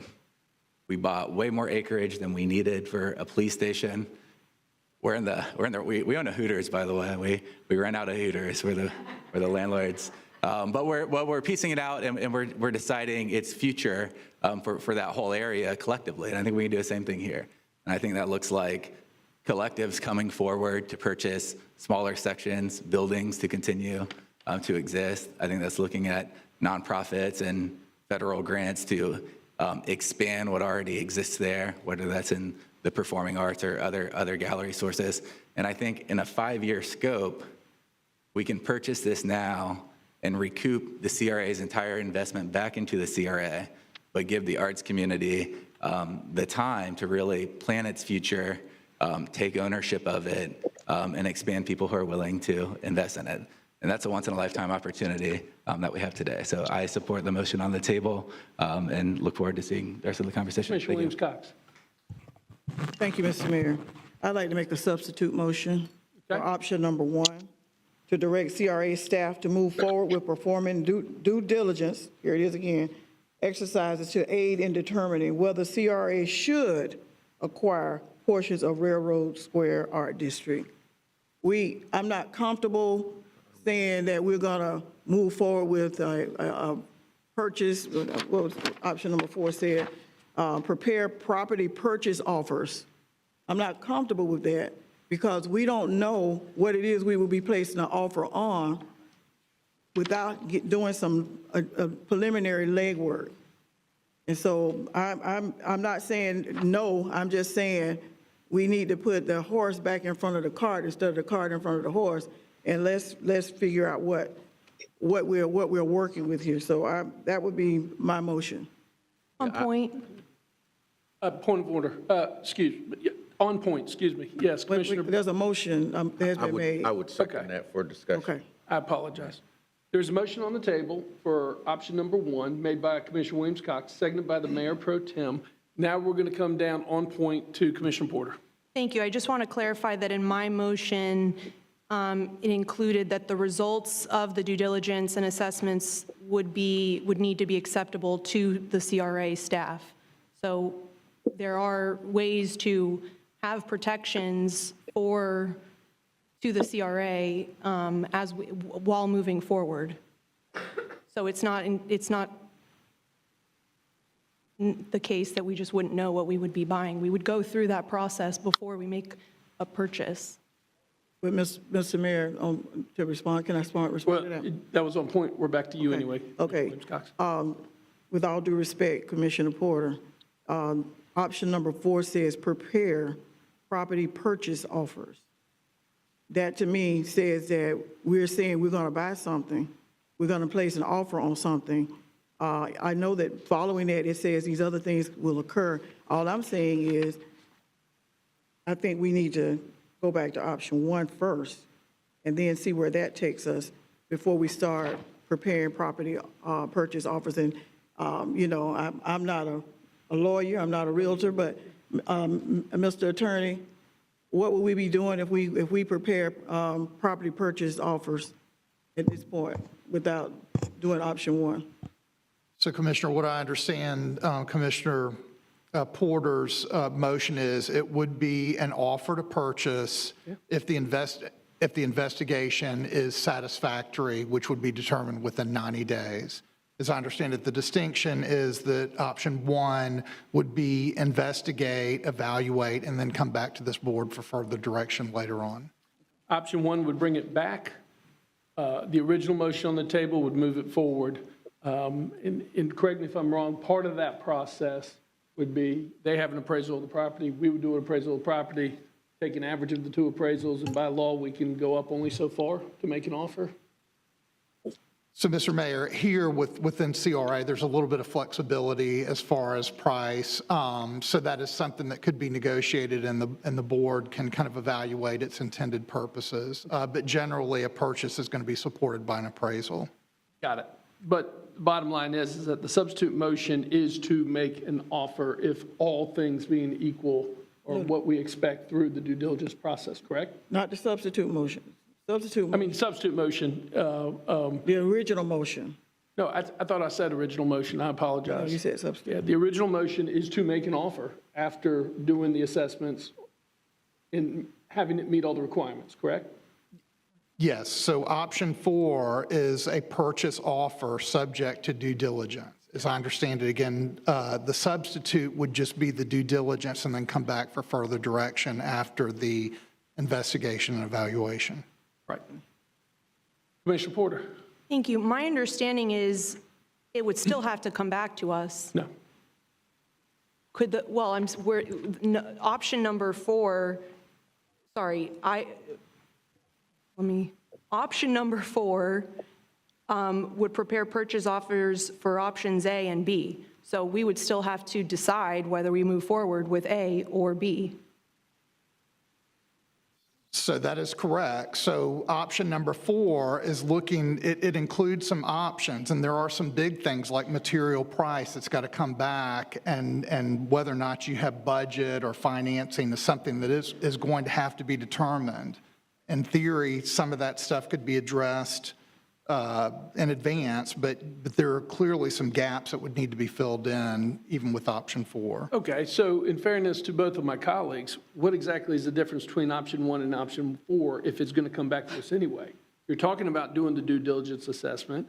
If it was to come back to us, you're going to say, in order to move forward with option A, this is what it's going to cost, option B, option C. Either way, it's coming back. May I? Correct? So as currently, somebody's got to make a decision. So yes, even option 4 has 2 different choices that somebody would have to make a decision on in the future, and we have not addressed things like budget or financing that would have to be determined at some point. Got it. Commissioner Porter, you still have the floor. Thank you. One option is, well, the difference is that the K family are already entertaining, negotiating offers that are on the table, and they are looking to us for direction about whether we are seriously interested or not. Because if we aren't, then they're going to move forward, and they've already given us some time and waited on us. So, I mean, I think that as long as, I think what's on the table or what's at stake is that it could just be sold by the time we do that. They're not going to wait around for us. So there couldn't be a greater difference between option 1 and option 4, frankly, because I just don't think we'll even have the opportunity. I think we will have signaled that we're not that interested, and they won't wait. And in the motion, I believe as well that we could, if the CRA director has, I mean, we can provide a number that the offer could not exceed for A or B. So I do think there are parameters. I mean, this is what lawyers and contracts are for. We're not just writing a check. There are several steps, and there's a reason why in real estate, even when you move forward, deals fall through all the time. And that could be the case here as well if the terms are not acceptable, if the condition is not acceptable. Just to remind everybody where we are, we have an original motion on the table by Commissioner Porter for option number 4, seconded by Commissioner Matlow. There's a substitute motion which we will address first. that was made for option number 1, that was motioned by Commissioner Williams Cox, seconded by the Mayor Pro Tem. Commissioner Matlow, you have your hand up. Thank you, Mr. Mayor. And I think the difference between the two are option 1 would be, let's go do an appraisal, come back in 3 months and have a discussion if we'd like to move forward. Doesn't commit anyway, just goes, finds out how much the property's worth, look and see if there's things. And then that would require us to then direct Ed in 3 months for a meeting to come back 3 months later with an offer for us to approve. So that pushes out 6 months before we can entertain an offer. I think what offer 4 maintains all the benefits of option 1. We go do the due diligence, we go do the appraisals, but we prepare the offers. And working with the case, we have a conditional offer that can come back to the board. So in 3 months, if we decide we like the appraisal and we want to make the move forward, we can move forward and at the next meeting and close within 30 days. So I think it's just a timeline issue, and option 4 gives a lot more flexibility to us when we come back and doesn't unnecessarily delay the process. And at the same time, doesn't commit us to spending a penny. We still do the same due diligence. We just know we have 2 offer amounts. We have 2 options when we come back, and we can decide not to move forward with B, move forward with A, without having to then go back to the table once again. Thank you, Mr. Mayor. Sure, absolutely. Okay, I'm going to go ahead and weigh in and provide my comments as well. First of all, I want to thank everybody for coming out. I mean, what an incredible morning of public testimony. And you have won all of our hearts, absolutely, no questions asked. Yeah. And in order to move the arts community forward, we need to have more detailed discussions like this. Absolutely, no doubt about it. I am not going to support the substitute motion. I'm not going to support the original motion. I'm going to stand exactly where I was at the last meeting, but I want to provide my reasons for doing so and how I think that we can move forward. First and foremost, this project will not come about only with sole funding from the CRA. It's too big. We do not have the budget. And I even see you all shaking your heads and you understand that. What you're talking about is money possible for acquisition. And let me also note that in the agenda item itself, under project funding, our staff has already done the research that says, currently, there are no identifiable funds for the potential acquisition of parcels within Railroad Square. Now, I know Commissioner Minor was here, and I appreciate his passion for the project, and I read his My View carefully as well.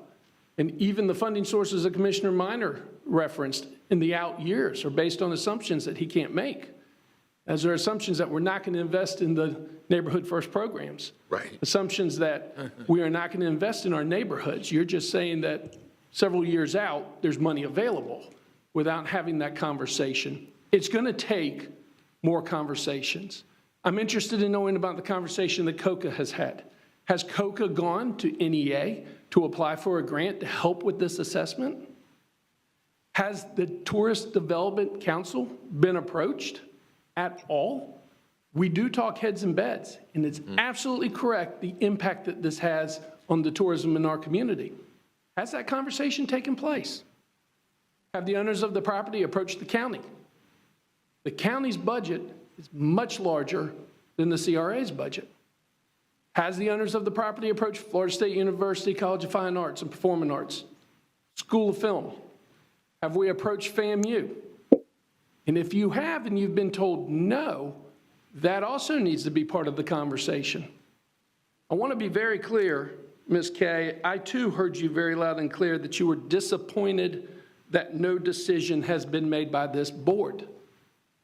And I just want you to know that while we are going to move forward with you, I do not feel tied to your timeline as a personal, private landowner. The government doesn't move as fast as maybe you want us to move. And this needs to be a true community project with everyone involved. We do not have the money for acquisition. That's not to say at all that I don't believe in the revitalization and the redevelopment of Railroad Square. I love Railroad Square. Just like my colleagues, we all go to Railroad Square until the tornadoes hit, and we're trying to support it as we can. But at the same time, this is much bigger than just the CRA. And also to put the question that the fate of Railroad Square is in our hands as Railroad Square is actually owned by private is unfair too. We have to explore all of the partnerships to go into this. Now, what we have before us is a decision on whether or not to do the assessment for acquisition. I will ask the same question again. Mr. Executive Director, do we have a plan, if acquired, for demolition? No, sir. Do we have a plan for master plan in the property? No, sir. Do we have a plan for redevelopment? No, sir. Do we have a plan for management of what a future arts district could look like? No, sir. Mr. Attorney, are we also by law required to ensure if we were to acquire and it was municipally owned and operated or by the CRA, we have to insure those buildings, correct? So, Mr. Mayor, I don't know the answer to that. I mean, in some instances, we can be self-insured, so I just don't know the answer there. Regardless whether it's self-insured or insured, there has to be some level of insurance for liability's sake on behalf of the government. So we would certainly bear liability as an agency. Right. There has to be a bigger embed. No, ma'am, we're done. We're having our conversation. Ms. Kay, I'm going to ask you, please, just to pay attention. And no, ma'am, we can't even hear you because it's you're not at the microphone as well. This has to be a bigger conversation. How do we master plan this? How do the universities play a role? Do we provide performing arts space? Do we provide visual arts space? Do we provide community space, say on the first level with restaurants, cafes, open space areas for performance, which I'm all about, and then maybe work with the universities to provide very affordable housing for students that are in the arts going up. But the universities are not at the table for this conversation. Now, I will also tell you this, and this is a big one for me. Without knowing what the management plan, the demolition plan, the master plan, and how we're going to move forward, we're also back to the table of what's available.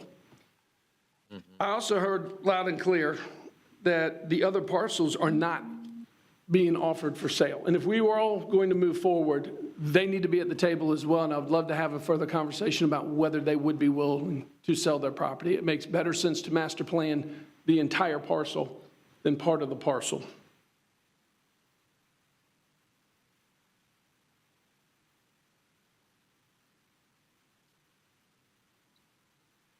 I would like the Kay family also to think long and hard about how we can meet in the middle if we're going to move forward.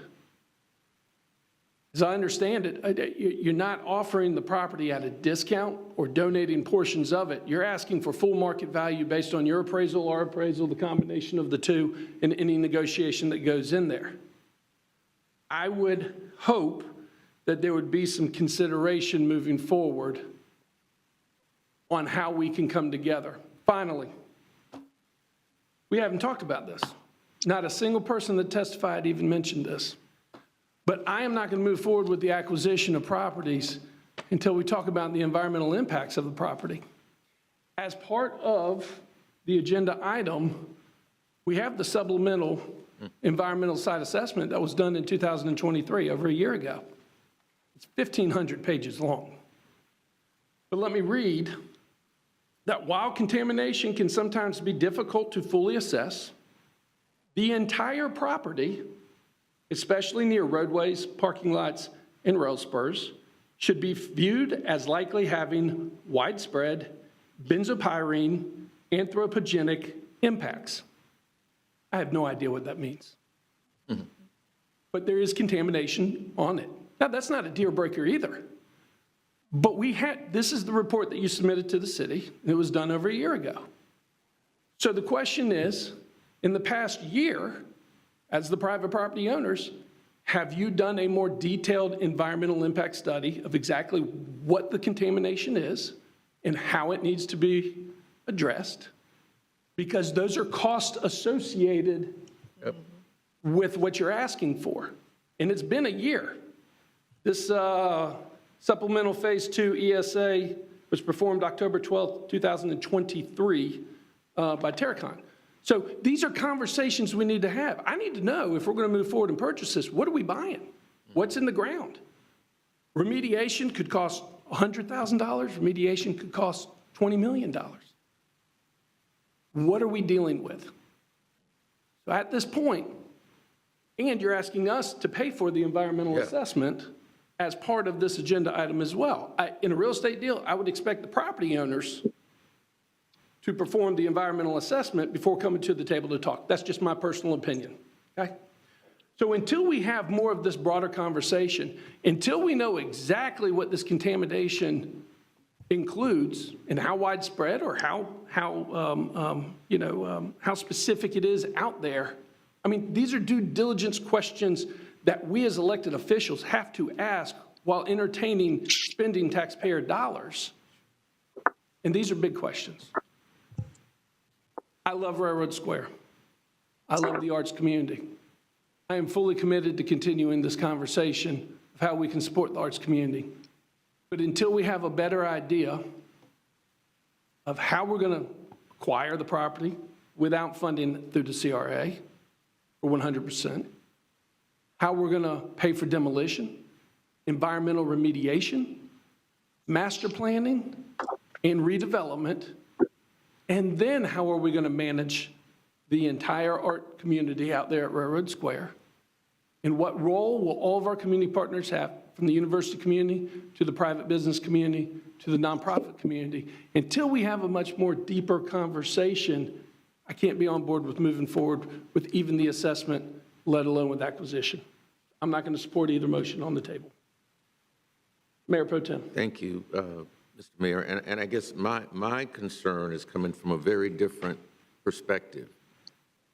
Because one of the things we have committed ourselves to is revitalizing and redeveloping those neighborhoods in this city that have been traditionally neglected, primarily African-American communities. We've identified 6 through our Neighborhood First program. We've committed $6 million in investment for redevelopment and revitalization in those neighborhoods. We've got 2 that we have not started on yet, one being Providence, the other South City. I couldn't support a purchase, especially with all that the mayor has outlined here, thinking that at some point the dollars that we promised to those underserved neighborhoods would be somehow jeopardized. I will not take those dollars to put towards Railroad Square. I couldn't do it, because part of the reason I ran for the city commission was to see that those neighborhoods, that we invested in those neighborhoods, and we're doing that. And this $6 million is a very important part of that. And I mean, that's $12 million off the top. If I could be convinced that that $12 million will be there for those neighborhoods that we've made that promise to, then I could consider the purchase of Railroad Square or a portion of it, but not to put those dollars at risk and then walk away and say, well, sorry, we've got another priority now. You don't matter as much as Railroad Square. And I don't want us to be put in that kind of position as a community. The other issue that I wanted to raise too, because what I heard today in a lot of the testimony is that the space that has been made available, is affordable. There probably, as was mentioned by somebody, that, a lot of the business owners in Railroad Square probably couldn't afford what they need in other parts of the city. So I guess the question that I would have too is when we go in, if we make these improvements, is that going to mean that because obviously money is going to have to be spent on the improvements, and the due diligence. And if, so I guess my question would be, are we still going to be able to make those rentals affordable for the people who are there now? So that, again, that's another issue that we've got to consider that we haven't talked about. I don't know that if all of those kinds of improvements are made, that we could keep the rental costs at what they are now and still be able to accommodate the people who are in Railroad Square currently with their businesses. So another issue that we need to discuss, and I think that both of those have to be a part of the discussion. All right, I do want to bring this into a vote. We're going to go down and give final comments. We do have a substitute motion for option number 1 that's on the table that was made by Commissioner Williams-Cox, seconded by the Mayor Pro Tem.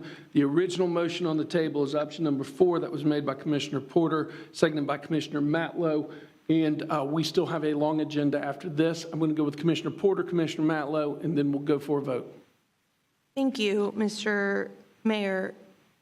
I mean, typically, you get a property under contract, and then you do due diligence. So almost, as far as I know, everything you raised is just part of the process. It is part of the due diligence process that happens once a contract is in place. So I share your concerns, and that's why we have legal provisions and a legal process that we follow to address them that protects the city as a potential buyer.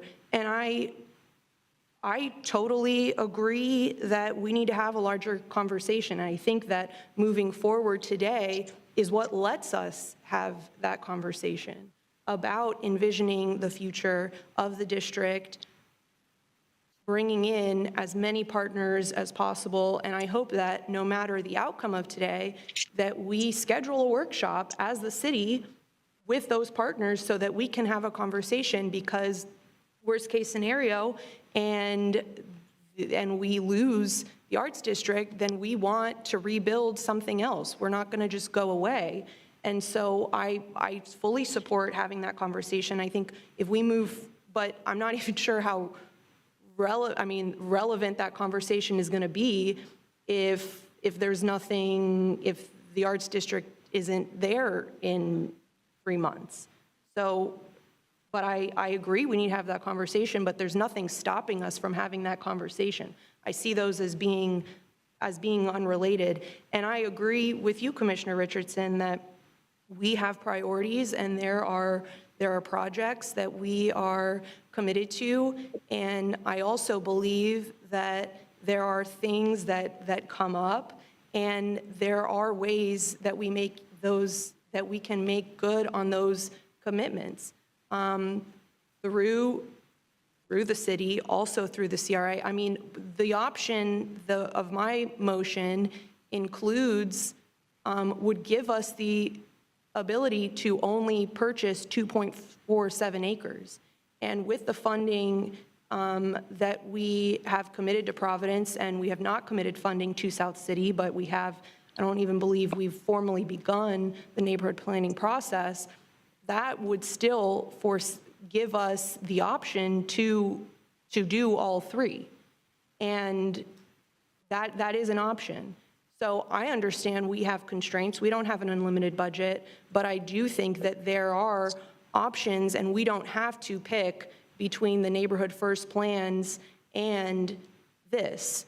There are other sources of funding, and there are alternatives to how much we end up spending on this. And the conversation that I had with our executive director, Mr. Cox, said that was possible. Clarification from the executive director. Yeah. Because once again, you have in the agenda item under project financing, it says currently there are no identified funds for the potential acquisition of parcel within Railroad Square. Currently, there isn't, sir. There's, I believe, $500,000 that we budgeted for property acquisition. But outside of that, we haven't identified anything for acquisition of this kind. If we were to look at in the future years, that would establish what priorities we have. If this was a project we wanted to to pay for that funding, those projects or programs that we typically fund annually, we might not be able to fund those if this becomes, supersedes them as far as priority. So say we wanted to start 4 years out, and we encumbered the money 4 years out without having the holistic approach of how does this impact the Neighborhood First programs? How does this impact the other infrastructure programs? We just go ahead and say, 4 years from now, we're going to work with a family. 4 years from now, we can pay you X amount of dollars. You know, $2 million, $1 million, $5 million, okay? But is that good budget practice to do that without taking into consideration all the other programming and everything that we have? And would that impact? Well, yes, sir, it would impact, but again, this would be you all establishing the priority of Railroad Square over those other things, which, again, is totally in your discretion. Sure, yes, sir. Okay. May Commissioner I? Porter. Thank you. My understanding is that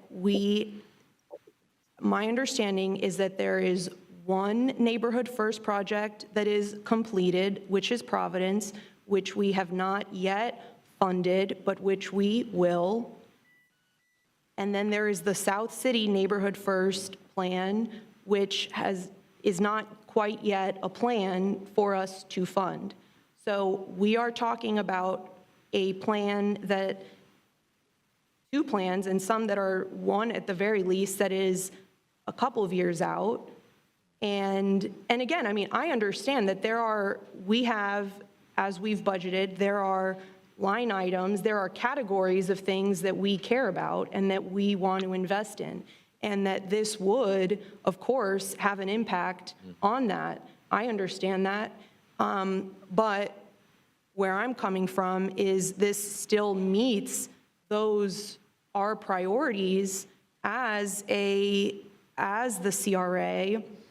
And my understanding as well is that the financing options that the property owners were willing to work with us, this would not be us just paying X amount, writing a check tomorrow. There are options, and what I would hope is that we would just leave that open. Because I agree we need to have more conversations, but I think we can have those conversations, and that option 4 would give us the ability to keep this on the table. I fully support the Providence Neighborhood First Plan, the South City Neighborhood First Plan, but I don't think it's unheard of for an opportunity to come up like the Northwood Mall did. We didn't have a master plan for that. We didn't have any of this stuff that you've mentioned for that. And we moved, I was not on the commission at the time, but we moved forward because it was a unique opportunity that was time sensitive. And this isn't something that we do every day, nor should we do every day, but I do think that it is worth keeping this option open, and I believe that our staff can represent us, will represent us to protect our interests and that's just part of the contract process, and that's part of the due diligence process. So I don't think what we're describing is anything outside of a typical real estate transaction. Thank you. On point, let me be very clear that the Northwood Mall parcel and the acquisition of that was done by the City of Tallahassee, not the CRA. Different budget. The City of Tallahassee, which has a multi-million-dollar CIP budget, is a lot different than the budget of the CRA. And I want to make sure that there's no confusion, because the CRA and the city are two different governmental entities. We are not one and the same. Commissioner Matlow, real quick, and then I do want to get to the vote, okay? Thank you for making that clarification. Yeah, Commissioner Matlow. Thank you, Mr. Mayor, and I'll be brief, but I do want to address point by point. I feel like we just threw a bunch of spaghetti at the wall to see which no would stick, and I recognize the answer is probably no. But everything that was described can be worked through. As Commissioner Porter said, everything described is due diligence. You know, having acquired multiple commercial properties, this is the process. As far as will they sell it under market rate, that's what an offer is. The buyer makes the offer of what they believe the value is to the buyer. So it would be our responsibility to make the offer of what the value of the land is, number one. Number two, appraisals, environmental impact studies, surveys, all of those things happen after you're under contract. Once you get under contract, you have 60 days due diligence to go make sure they all check out. Something pops up on the environmental that says, you know, it's going to cost hundreds of millions of dollars to rehabilitate it. You're in a due diligence period. You're not obligated to move forward with that sale at all. That is the process of commercial real estate acquisition. So I think the offer, one, our vote today doesn't commit us to a single penny. It just expresses the will that we want to move forward and do something. Two, everything else that was mentioned, if it comes up, we can back out if any of those things don't go our way. And number three, I think the mayor had a lot of great suggestions. Let's bring FAMU to the table. Let's bring Florida State to the table. Let's bring Leon County Commissioner Minor to the table. We're not obligated to spend a penny yet, but we can be the leaders that bring everybody to the table to get this done. But we can't say, why didn't this happen? We're elected officials. Let's take that leadership role and let's bring everybody to the table and make this happen. Thank you, Mr. Mayor. Absolutely. And you're absolutely correct. We would do the due diligence. There would be another environmental study.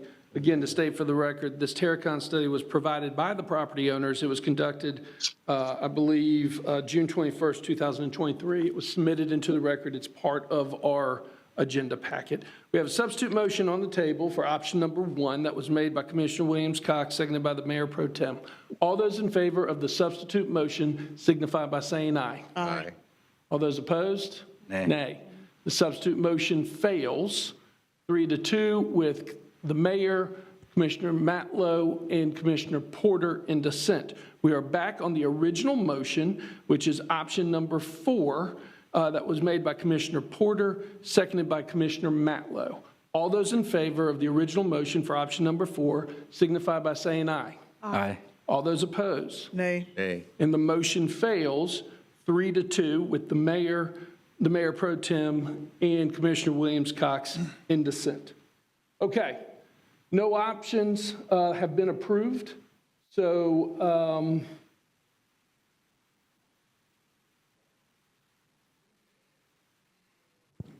we'll move on to the next item. We're on item number 8.01. Mr. Executive Director. Mr. Mayor. Oh. We're on option 8.01.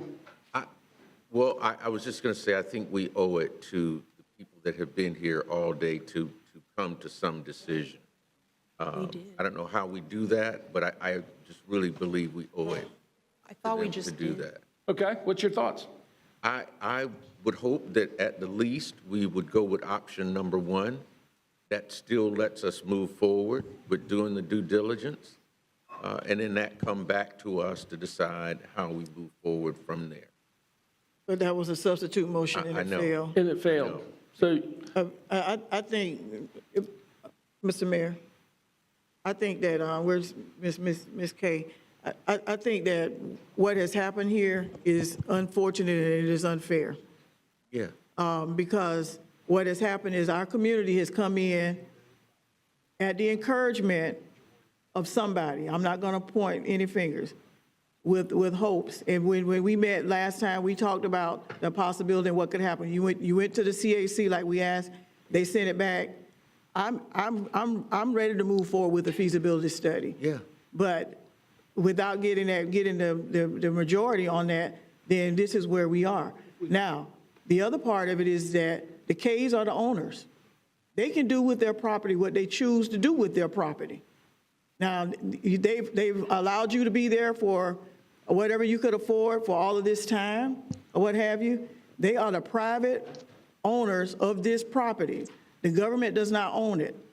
And right now, where the government stands is that the government doesn't see a path forward.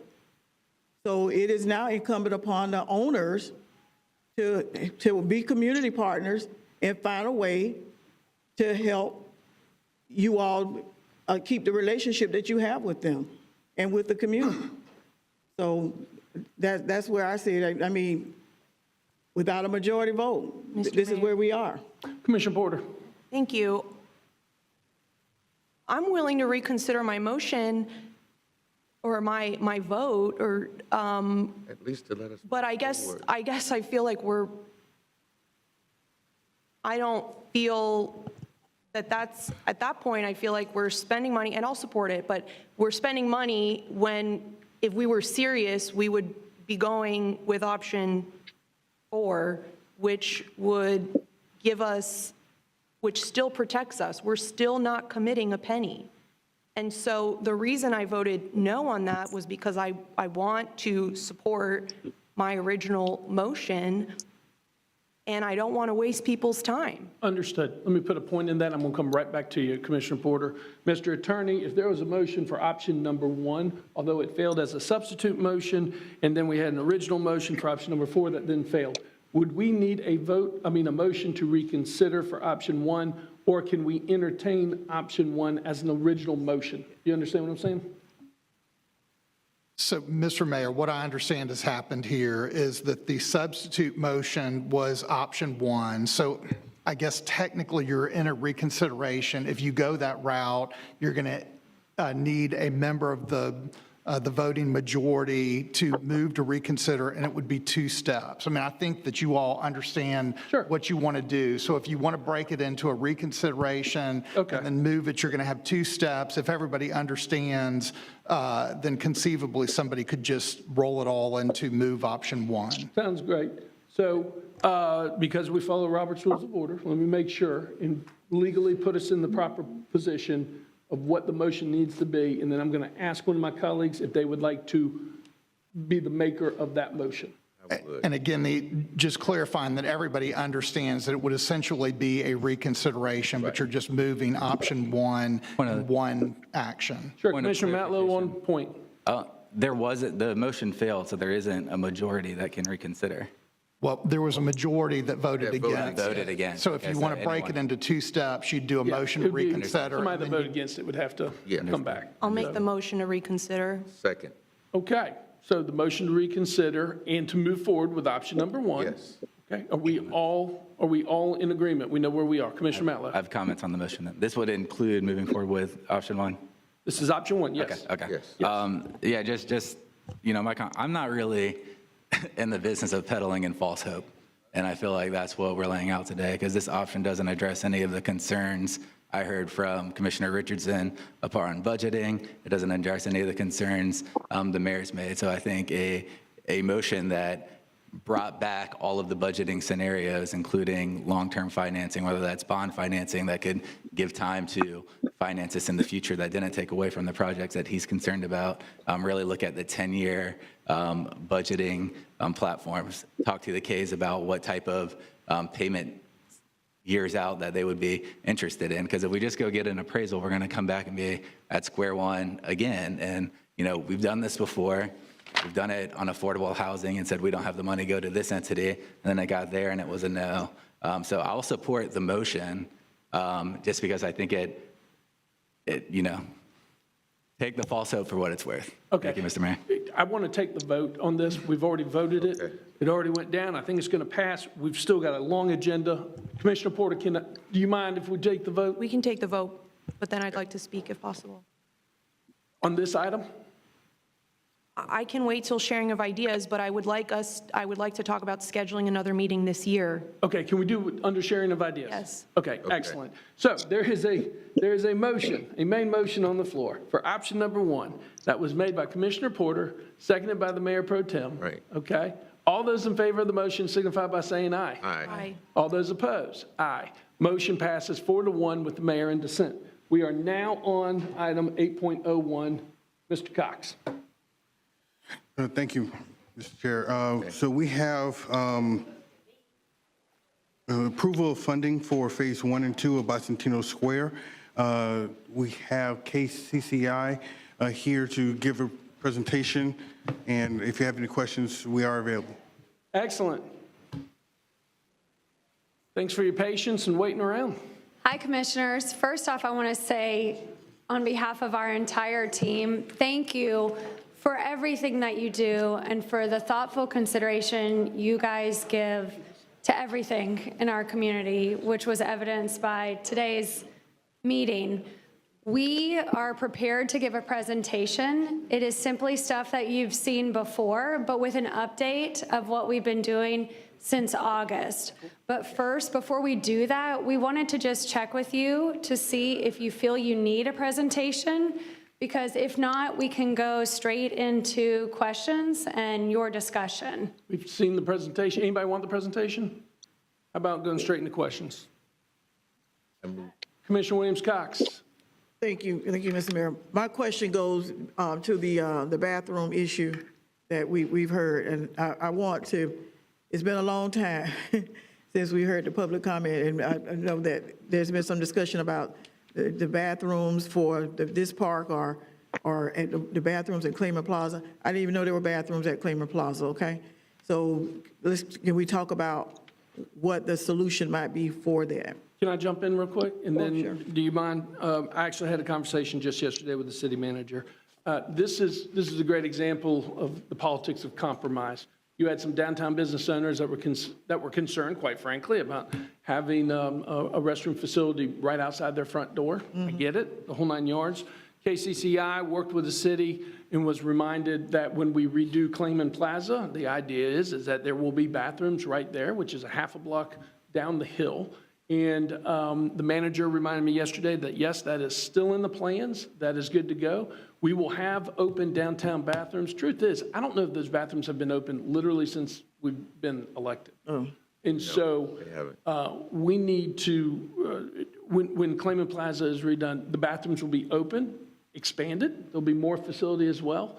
And I think it'll be great. And I applaud KCCI for taking that part that was of contention and taking it out of the plan, moving it to Claymore Plaza. And I haven't heard any other major obstacles after the bathroom issue has been dealt with. I mean, am I incorrect on that, Ms. Couch? You're correct, and our team and the community seems to support staff recommendation, which addresses the bathroom, and the consultant that would be hired would take a deeper look into where's the best place for a public restroom in the downtown area. One of which those options, of course, is in Claymore Plaza. Yeah. Okay. And on that, with the removal of the bathrooms from being a part of that solution, that then has an impact on the cost. Correct. Overall cost, which will be? That could potentially impact Phase 3, but today we're here only for you all to vote on Phase 1 and 2.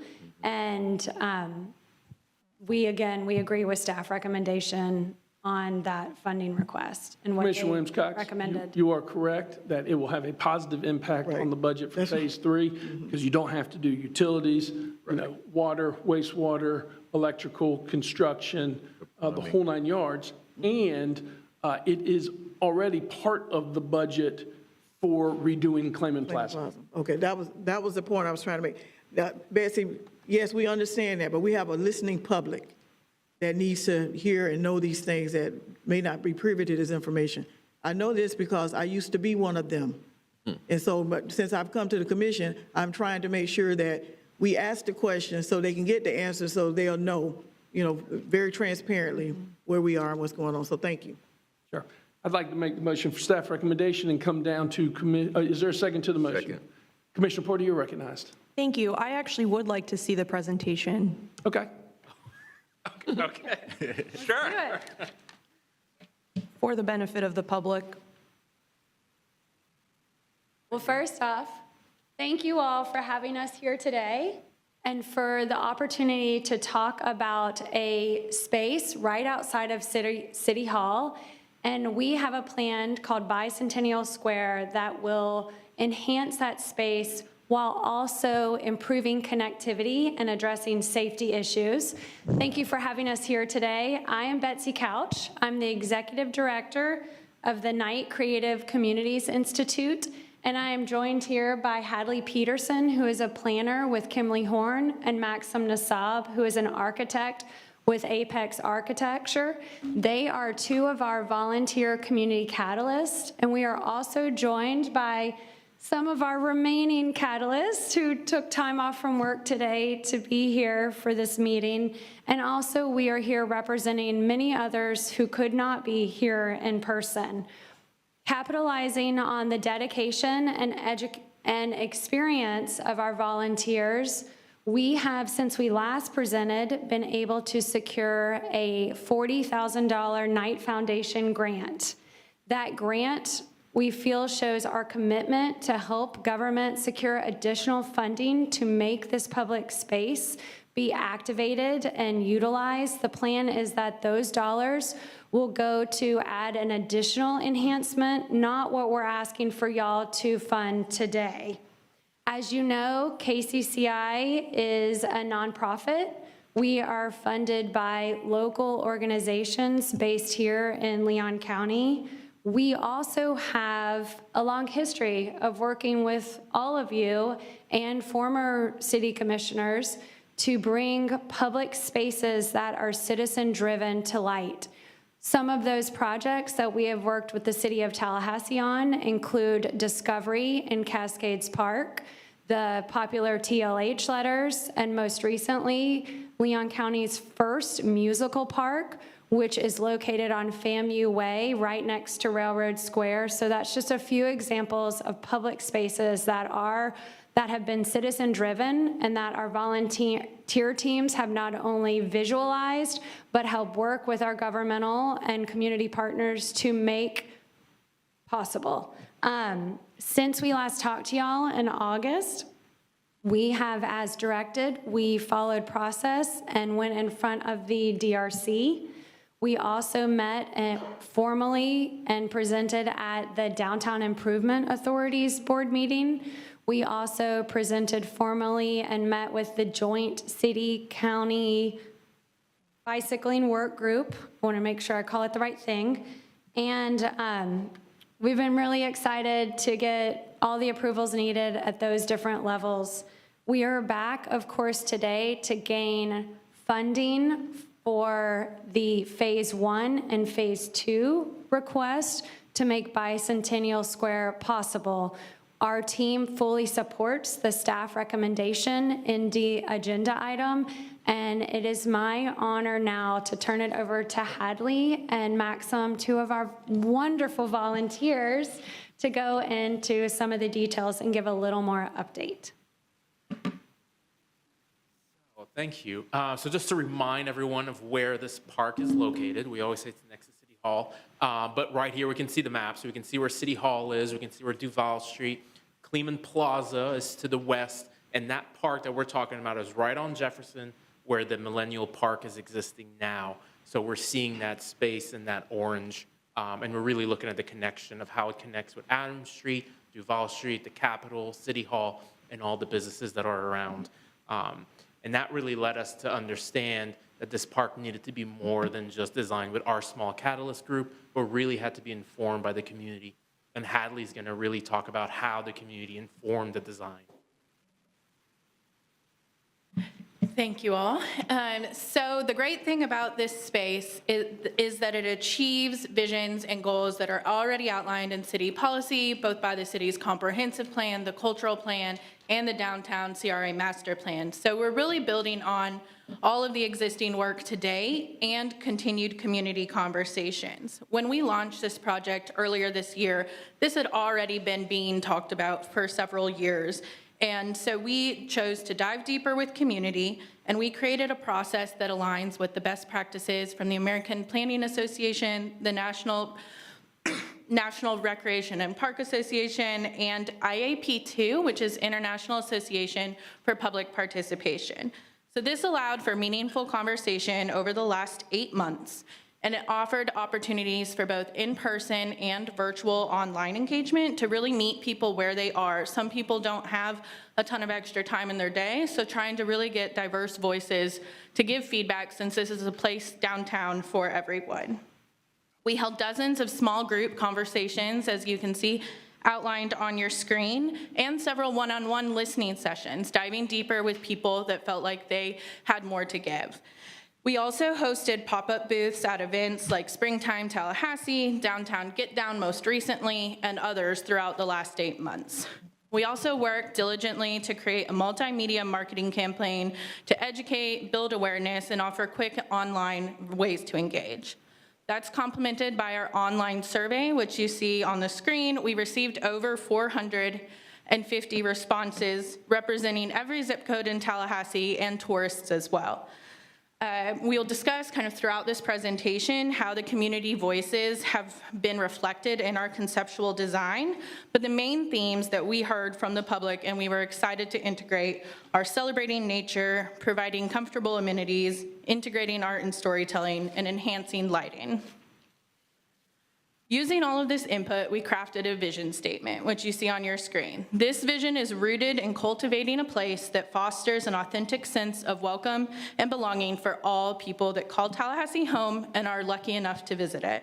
This vision is guided by 6 main principles: connection with each other and our shared future, welcome for all, improving safety and belonging, nature, preserving and celebrating it in a resilient way, history, honoring and celebrating our collective history in the past 200 years, art, supporting existing efforts for enhanced placemaking, and activation, designing a space for programming.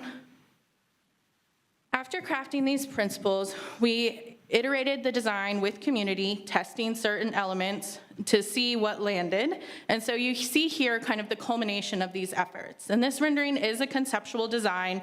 It will be continued further with a consultant in phase 2, but you see a lot of those same things reflected. There's nature in the planters and the berm. There's the canopy shade structure, the artistic bike rack, the I Heart TLH in the back, as well as some flexible seating options. We also looked at innovative ways to use architectural elements to elevate the site through different storytelling moments and a sustainably designed restroom.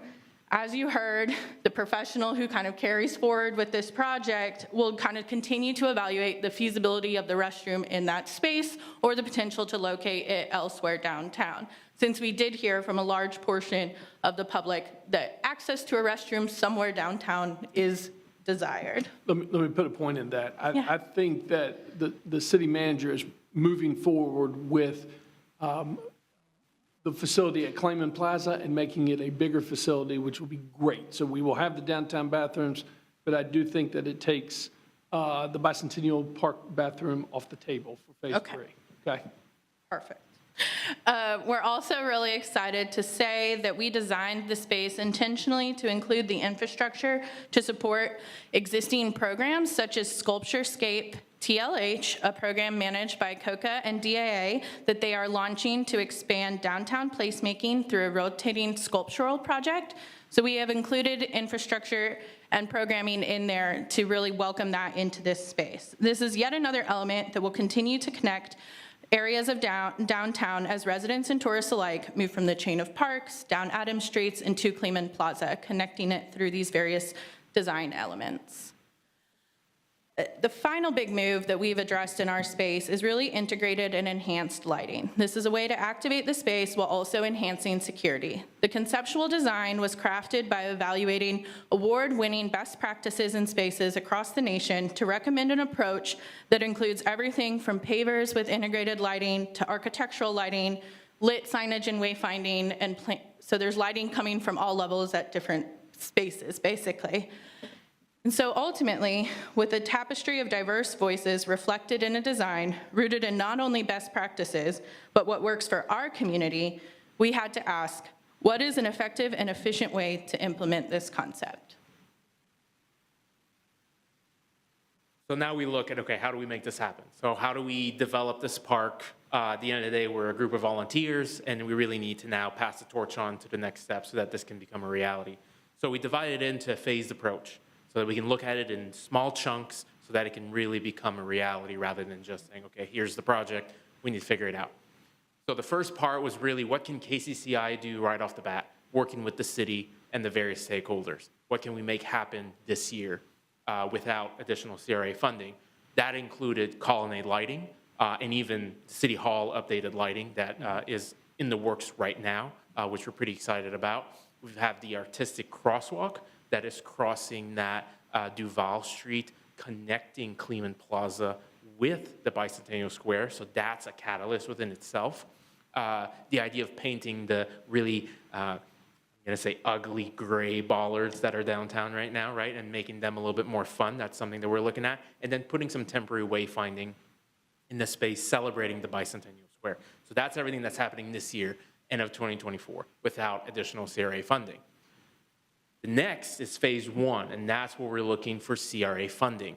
So the first part is really looking at the sculptural bike rack, and we heard Alex talk earlier as one of the public comments about the need for it and the potential for it.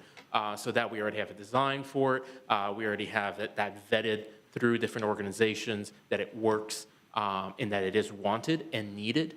And that would be part of the fee. The other part would be the berm, so updating that berm of plantings along the park, which is something that we haven't heard no negative comments about, only positive, even from Parks and Rec. So that is something that we're really looking forward to, and even identifying it with ID signage, so identification. So one of my favorite things is when I do see a plant I like or a tree I like, I always like to see if there's something at the bottom that tells me what it is, rather than just being unknown. I unfortunately don't have the skills to identify a tree by a leaf, but this would be something that we can do that engages the community. So that's a really good part. Then this really complements the next step, which is phase two. And phase two is that bigger funding, the up to funding. Because of the design fees, we need to hire a professional, a team of professionals, to now take this park from our vision plan, which is still very preliminary, and take it to reality, and then present it again to get a real funding for the budget of what this park is going to cost, especially now that restroom might not be on the table anymore. What is this park going to cost? So we need to do that evaluation. Part of the design fees, or with the design fees, we're also going to have the movable parts of the park, things that we can implement now that have a huge impact, but that we can keep, that we can bring back after the waterproofing project is complete. So that includes trash receptacles, benches, furniture, signage, and wayfinding. These are going to be part of that phase two that can happen this year, or not this year, but in the next phase, without conflict with the next phase, which is phase three. So this phase really needs to happen, and this is where we're coming to you and asking so that phase three can happen in the future, and that's the complete build out. The final price for this is not something that we have as an identifiable number. We know there's a range, but this will come from that design professional once they're hired, once they do their study, once they do their design, once they start presenting and working with the stakeholders. They'll be able to give us a more realistic number so that we can make this project a reality. And that will include the shade canopy, that will include the slip-resistant paving and make that space a lot more comfortable, improved lighting in the park itself, and then obviously integrating the sculpturescape with DIA and COCA, which is something that we're pretty excited about, and adding that narrative kiosks within the space to educate people, to make it where it's a space where people stop and rest and learn about the city, because at the end of the day, this is a bicentennial park, and there should be some form of education of Tallahassee and the history. So that will be the next, the complete build out. So, right, we know this fits with the project, with the CRA. We know this is something that is possible, that has potential. So what we're really looking for is these two asks. And I will read these, so I apologize, but I will read these because these are specific asks. But the first phase, right, for 2024, for the CRA board approval, we're looking to approve a CRA project and funding commitment for the revitalization of an underutilized public space over the next several fiscal years that aligns with the Bicentennial Square conceptual design presented today. Approve CRA staff working with city staff to initiate the RFP procurement process for design, engineering, and permitting for phases 2 and 3, and public restroom analysis. Now that we can remove to evaluate site and need. This includes size and location studies. And then the two asks is approve the two asks for phase 1 quick win funding, that is a sculptural bike rack, and update native planting with ID signage in the berm. The phase 2, which is for 2025, is the board approval of $471, or up to $471, which is important. Amend fiscal year 25 for funding for design, engineering, and permitting for phases 2 and complete build out to range from 2.4 to 3.9. That number will be significantly less because there's no more restroom. amend fiscal year 25 for funding for construction of Bicentennial Square Phase 2, which is the movable elements like the trash receptacles, benches and furniture, and wayfinding. I do want to thank you all so much. This has been a long day, and I know you guys still have it going after this, but we just wanted to show this and thank you all so much for being part of this. And we do hope that you will vote in favor for this amazing project. Yeah, we're open to questions. Great, and again, the motion on the table I made is for staff recommendation, and it was seconded by the Mayor Pro Tem. Okay, questions? Commissioner Porter, we'll come back to you. Thank you, and thank you for the presentation. I just want to clarify with option one. So this would involve it going to an RFP for the design consultant? Correct. Okay, great. Commissioner Matlett, we'll just come down the line. Thank you, Mr. Mayor. I'm just going to put it on the record that I support the public restrooms in this area, having served on the DIA. I understand that there's some anti-homeless sentiment that thinks these will attract people that they don't want there. I reject that assertion. I think a big issue we have downtown is college students that are urinating in our alleyways, college students that are urinating in public places, and the locations of these restrooms would really alleviate that. I understand putting some in Clayman Plaza, but I don't think it's going to alleviate that issue. I think much like our public restrooms at Cascades Park, the issues of concern don't need to be an issue of concern. My second point on that is, so will this reduce our design fees if the bathrooms are eliminated? And do we know what to expect on the reduction in design fees? Do we know what? I'm sorry, sir. On the 471, you're going to put it out for RFP, and would just expect them to come in significantly lower without the restrooms? Yes, lower. I don't know how much lower, but that'll be done by city procurement. So we'll be working with Parks and Recreation to go through the process. Okay. I'm going to vote to move forward today, but I'm going to continue to advocate that we put the restrooms back into place as we get into construction funding. Thank you. We'll take Commissioner Williams-Cox. Two things real quick, and on Commissioner Matlow's point.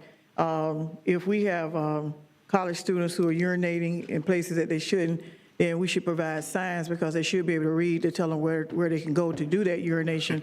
And that public urination is not, that's not what our parents taught us to do. Yeah. So follow the sign and handle your business where it needs to be handled. Secondly, would you all consider having, since we're mentioning the college students, to have some college influence in Bicentennial Park, something that indicates that we're home to two universities and a college. So have some type of some reference to them here in downtown, because when people visit and they're visiting downtown, they may or may not know that we are home to, the Rattlers, the Seminoles, and the Eagles. So something that will indicate that. And so in the complete build out, and there's actually an okay image of on this slide, these little kiosks, this one says Tallahassee on this side. Mm-hmm. The idea would be that there's several of these that could be integrated with, is it celebrating our connection to university? Is it celebrating a connection to the past? And that we really identify the themes that are most important to the community. And so in initial conversations with community, the FSU, FAMU, all of our university presence here has been one of the themes people want to make sure we celebrate in this park. So I think that will definitely be reflected moving forward. Very good, thank you. I want to thank the KCCI team. And Betsy, I want to thank you for your leadership. As a member of your board, I am very proud of this project, and y'all have worked really hard. Maxim, I told you yesterday in my office, and I'm going to tell you again, I'm looking for the time coming up in December when we're celebrating the holidays, when we have the great downtown festival on December 7th. And City Hall is going to be lit up, and it's going to look beautiful. And the first step will be the lighting that you helped design as a member of this team. And it's going to be a day to celebrate. I want to congratulate you all on a great project. Mm-hmm. Motion on the table for staff recommendation. All those in favor signify by saying aye. Aye. All those opposed? Passes unanimously, 5-0. Okay, colleagues, I hate to do this. I'm going to have to excuse myself. I am 23 minutes late for a speaking engagement that I did not anticipate this meeting starting at 9:30 would go till now. I want to be on the record, even though I won't be here for the vote, that I do support your goals, and congratulations. It's, the strategic plan looks good. I am going to pass the gavel for the next agenda item, unagended speakers, and for commission discussion to the Mayor Pro Tem. Y'all have a great afternoon. I'm sorry I need to excuse myself. So we're on item 9.01, Mr. Executive Director. Yes, Mr. Chair, thank you. We have been, I have a presentation for you all. I don't know if you all want to sit through it. We have goals and objectives that we are statutorily required to provide annually moving forward. It was something that was approved by the legislature. Essentially, every year we have to do it. I have a list of 5 goals that we have. We have objectives and performance measures. We need you all to accept those for this upcoming year, and every year we'll do the same. So if you have any questions, we can go over that, and it'll save us a little time. Okay. Do you all want the presentation, or? Move option 1. Okay. Second. There's a motion and a second to approve option number 1 as recommended by staff. Any questions or discussion? Hearing none, all in favor of the motion signify by saying aye. Aye. Opposed, like sign. Motion carries unanimously 4-0. All right, that brings us now to item number 10.01, public comments on non-agenda items. We don't have any public to comment, okay? All right, CRA board information and sharing of ideas. Commissioner Porter, we'll start with you and just come on down this way. Thank you, Mr. Vice Chair. It's unfortunate the mayor had to leave because I wanted, he had a lot of great ideas that are related to the motion I want to make, and I wanted to ask you, Commissioner Matlow, as our representative on COCA. I mean, what I'd like to do is I want our motion earlier to move forward with due diligence to have some meaning. And by that, I mean that I think we have 2 separate issues we want to address. One is just the arts district and the arts in this town overall, outside of Railroad Square, and bringing those stakeholders together. But then there is a separate conversation that is about Railroad Square and its future, and whether the CRA, the city, the county, whether we will all be involved. So I don't have a clear picture of the best way to move forward, whether it is having a meeting when is our next meeting, Mr. Cox, the CRA? I believe it's mid to late January. Yeah, it's in January. I don't have the exact date on me. Okay. But it is in January. Okay, well, so I guess I don't have a clear motion. I mean, what I'd like is for us to perhaps ask if COCA would facilitate and host a workshop, since they have the expertise to know how to guide that conversation. And I think they would be willing to do that. I think Kathleen has expressed full support, for having those kinds of conversations. If they'd be willing to take the lead with our full support to host something like that. Yes, Mr. Cox? And again, is it for all of arts and culture for Tallahassee, or just Railroad Square? Well, that's part of the feedback I'm looking for from my colleagues, is whether we want to have one that is, well, I want to have it all, but it's also a pretty detailed conversation to have about railroads. I want to have both those conversations. And so I'm not sure the best way to move forward, but I think that starting with going to COCA to ask for their advice and direction I think they would know better how to manage this conversation. Commissioner Williams. I like that. Point. I like that, and I guess you're asking Commissioner Matlow as a representative to make that request. And I encourage that it includes all of arts. the reason I will say that is because I've had conversations with Kathleen as well, that the arts that exist outside of Railroad Square, they're sitting back watching to see what we do with Railroad Square, because they are dispersed throughout the city. And I've had some conversations with some artists and with Kathleen early, when I was new to the commission, because there are a set of artists who feel as though they are not being represented or being heard. And they were getting ready to form their own group. So I think that it's a holistic and inclusive conversation that needs to be had. And I think out of that discussion, there may be some solutions that we are not privy to and may not have thought about that could come from that, having that overall art discussion. Not just about an art district, but about arts in Tallahassee. You know, Tallahassee holistically with the arts. I would love to be a part of having that kind of conversation. So would you, just a question, would you want Kathleen to, in Commissioner Matlow's discussion with her, be the one to determine who the players will be? I think that I trust her. Okay. I trust COCA, and I would hope that if there's someone we really wanted at the table, that I'm sure they would listen. I mean, I think that I agree wholeheartedly. I think that I don't want to put this name on it and say like a strategic plan so formally, but I think that we could have a conversation with Kathleen guiding us, just best practices and where we can go. And so that would be the, well, I want to hear from our COCA representative, but that's the idea.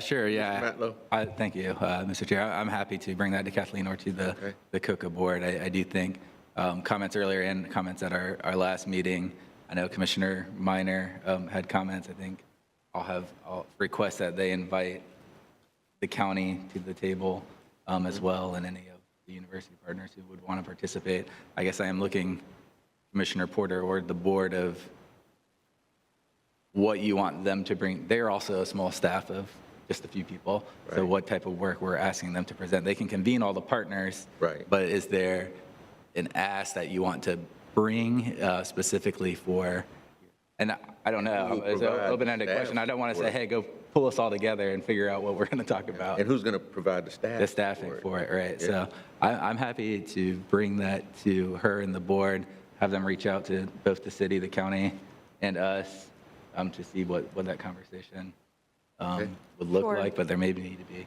additional assistance in trying Does to that fulfill what you were asking, Commissioner Porter? Okay, all right. Anything else that you had, Commissioner Porter? No. All right, Commissioner Matlow? Nothing for me. William Scott? I'm done. Nothing here? Anything, Mrs. Executive Director, you all need to ask, or add, rather? Okay, we will stand adjourned at 2:01 p.m. After having...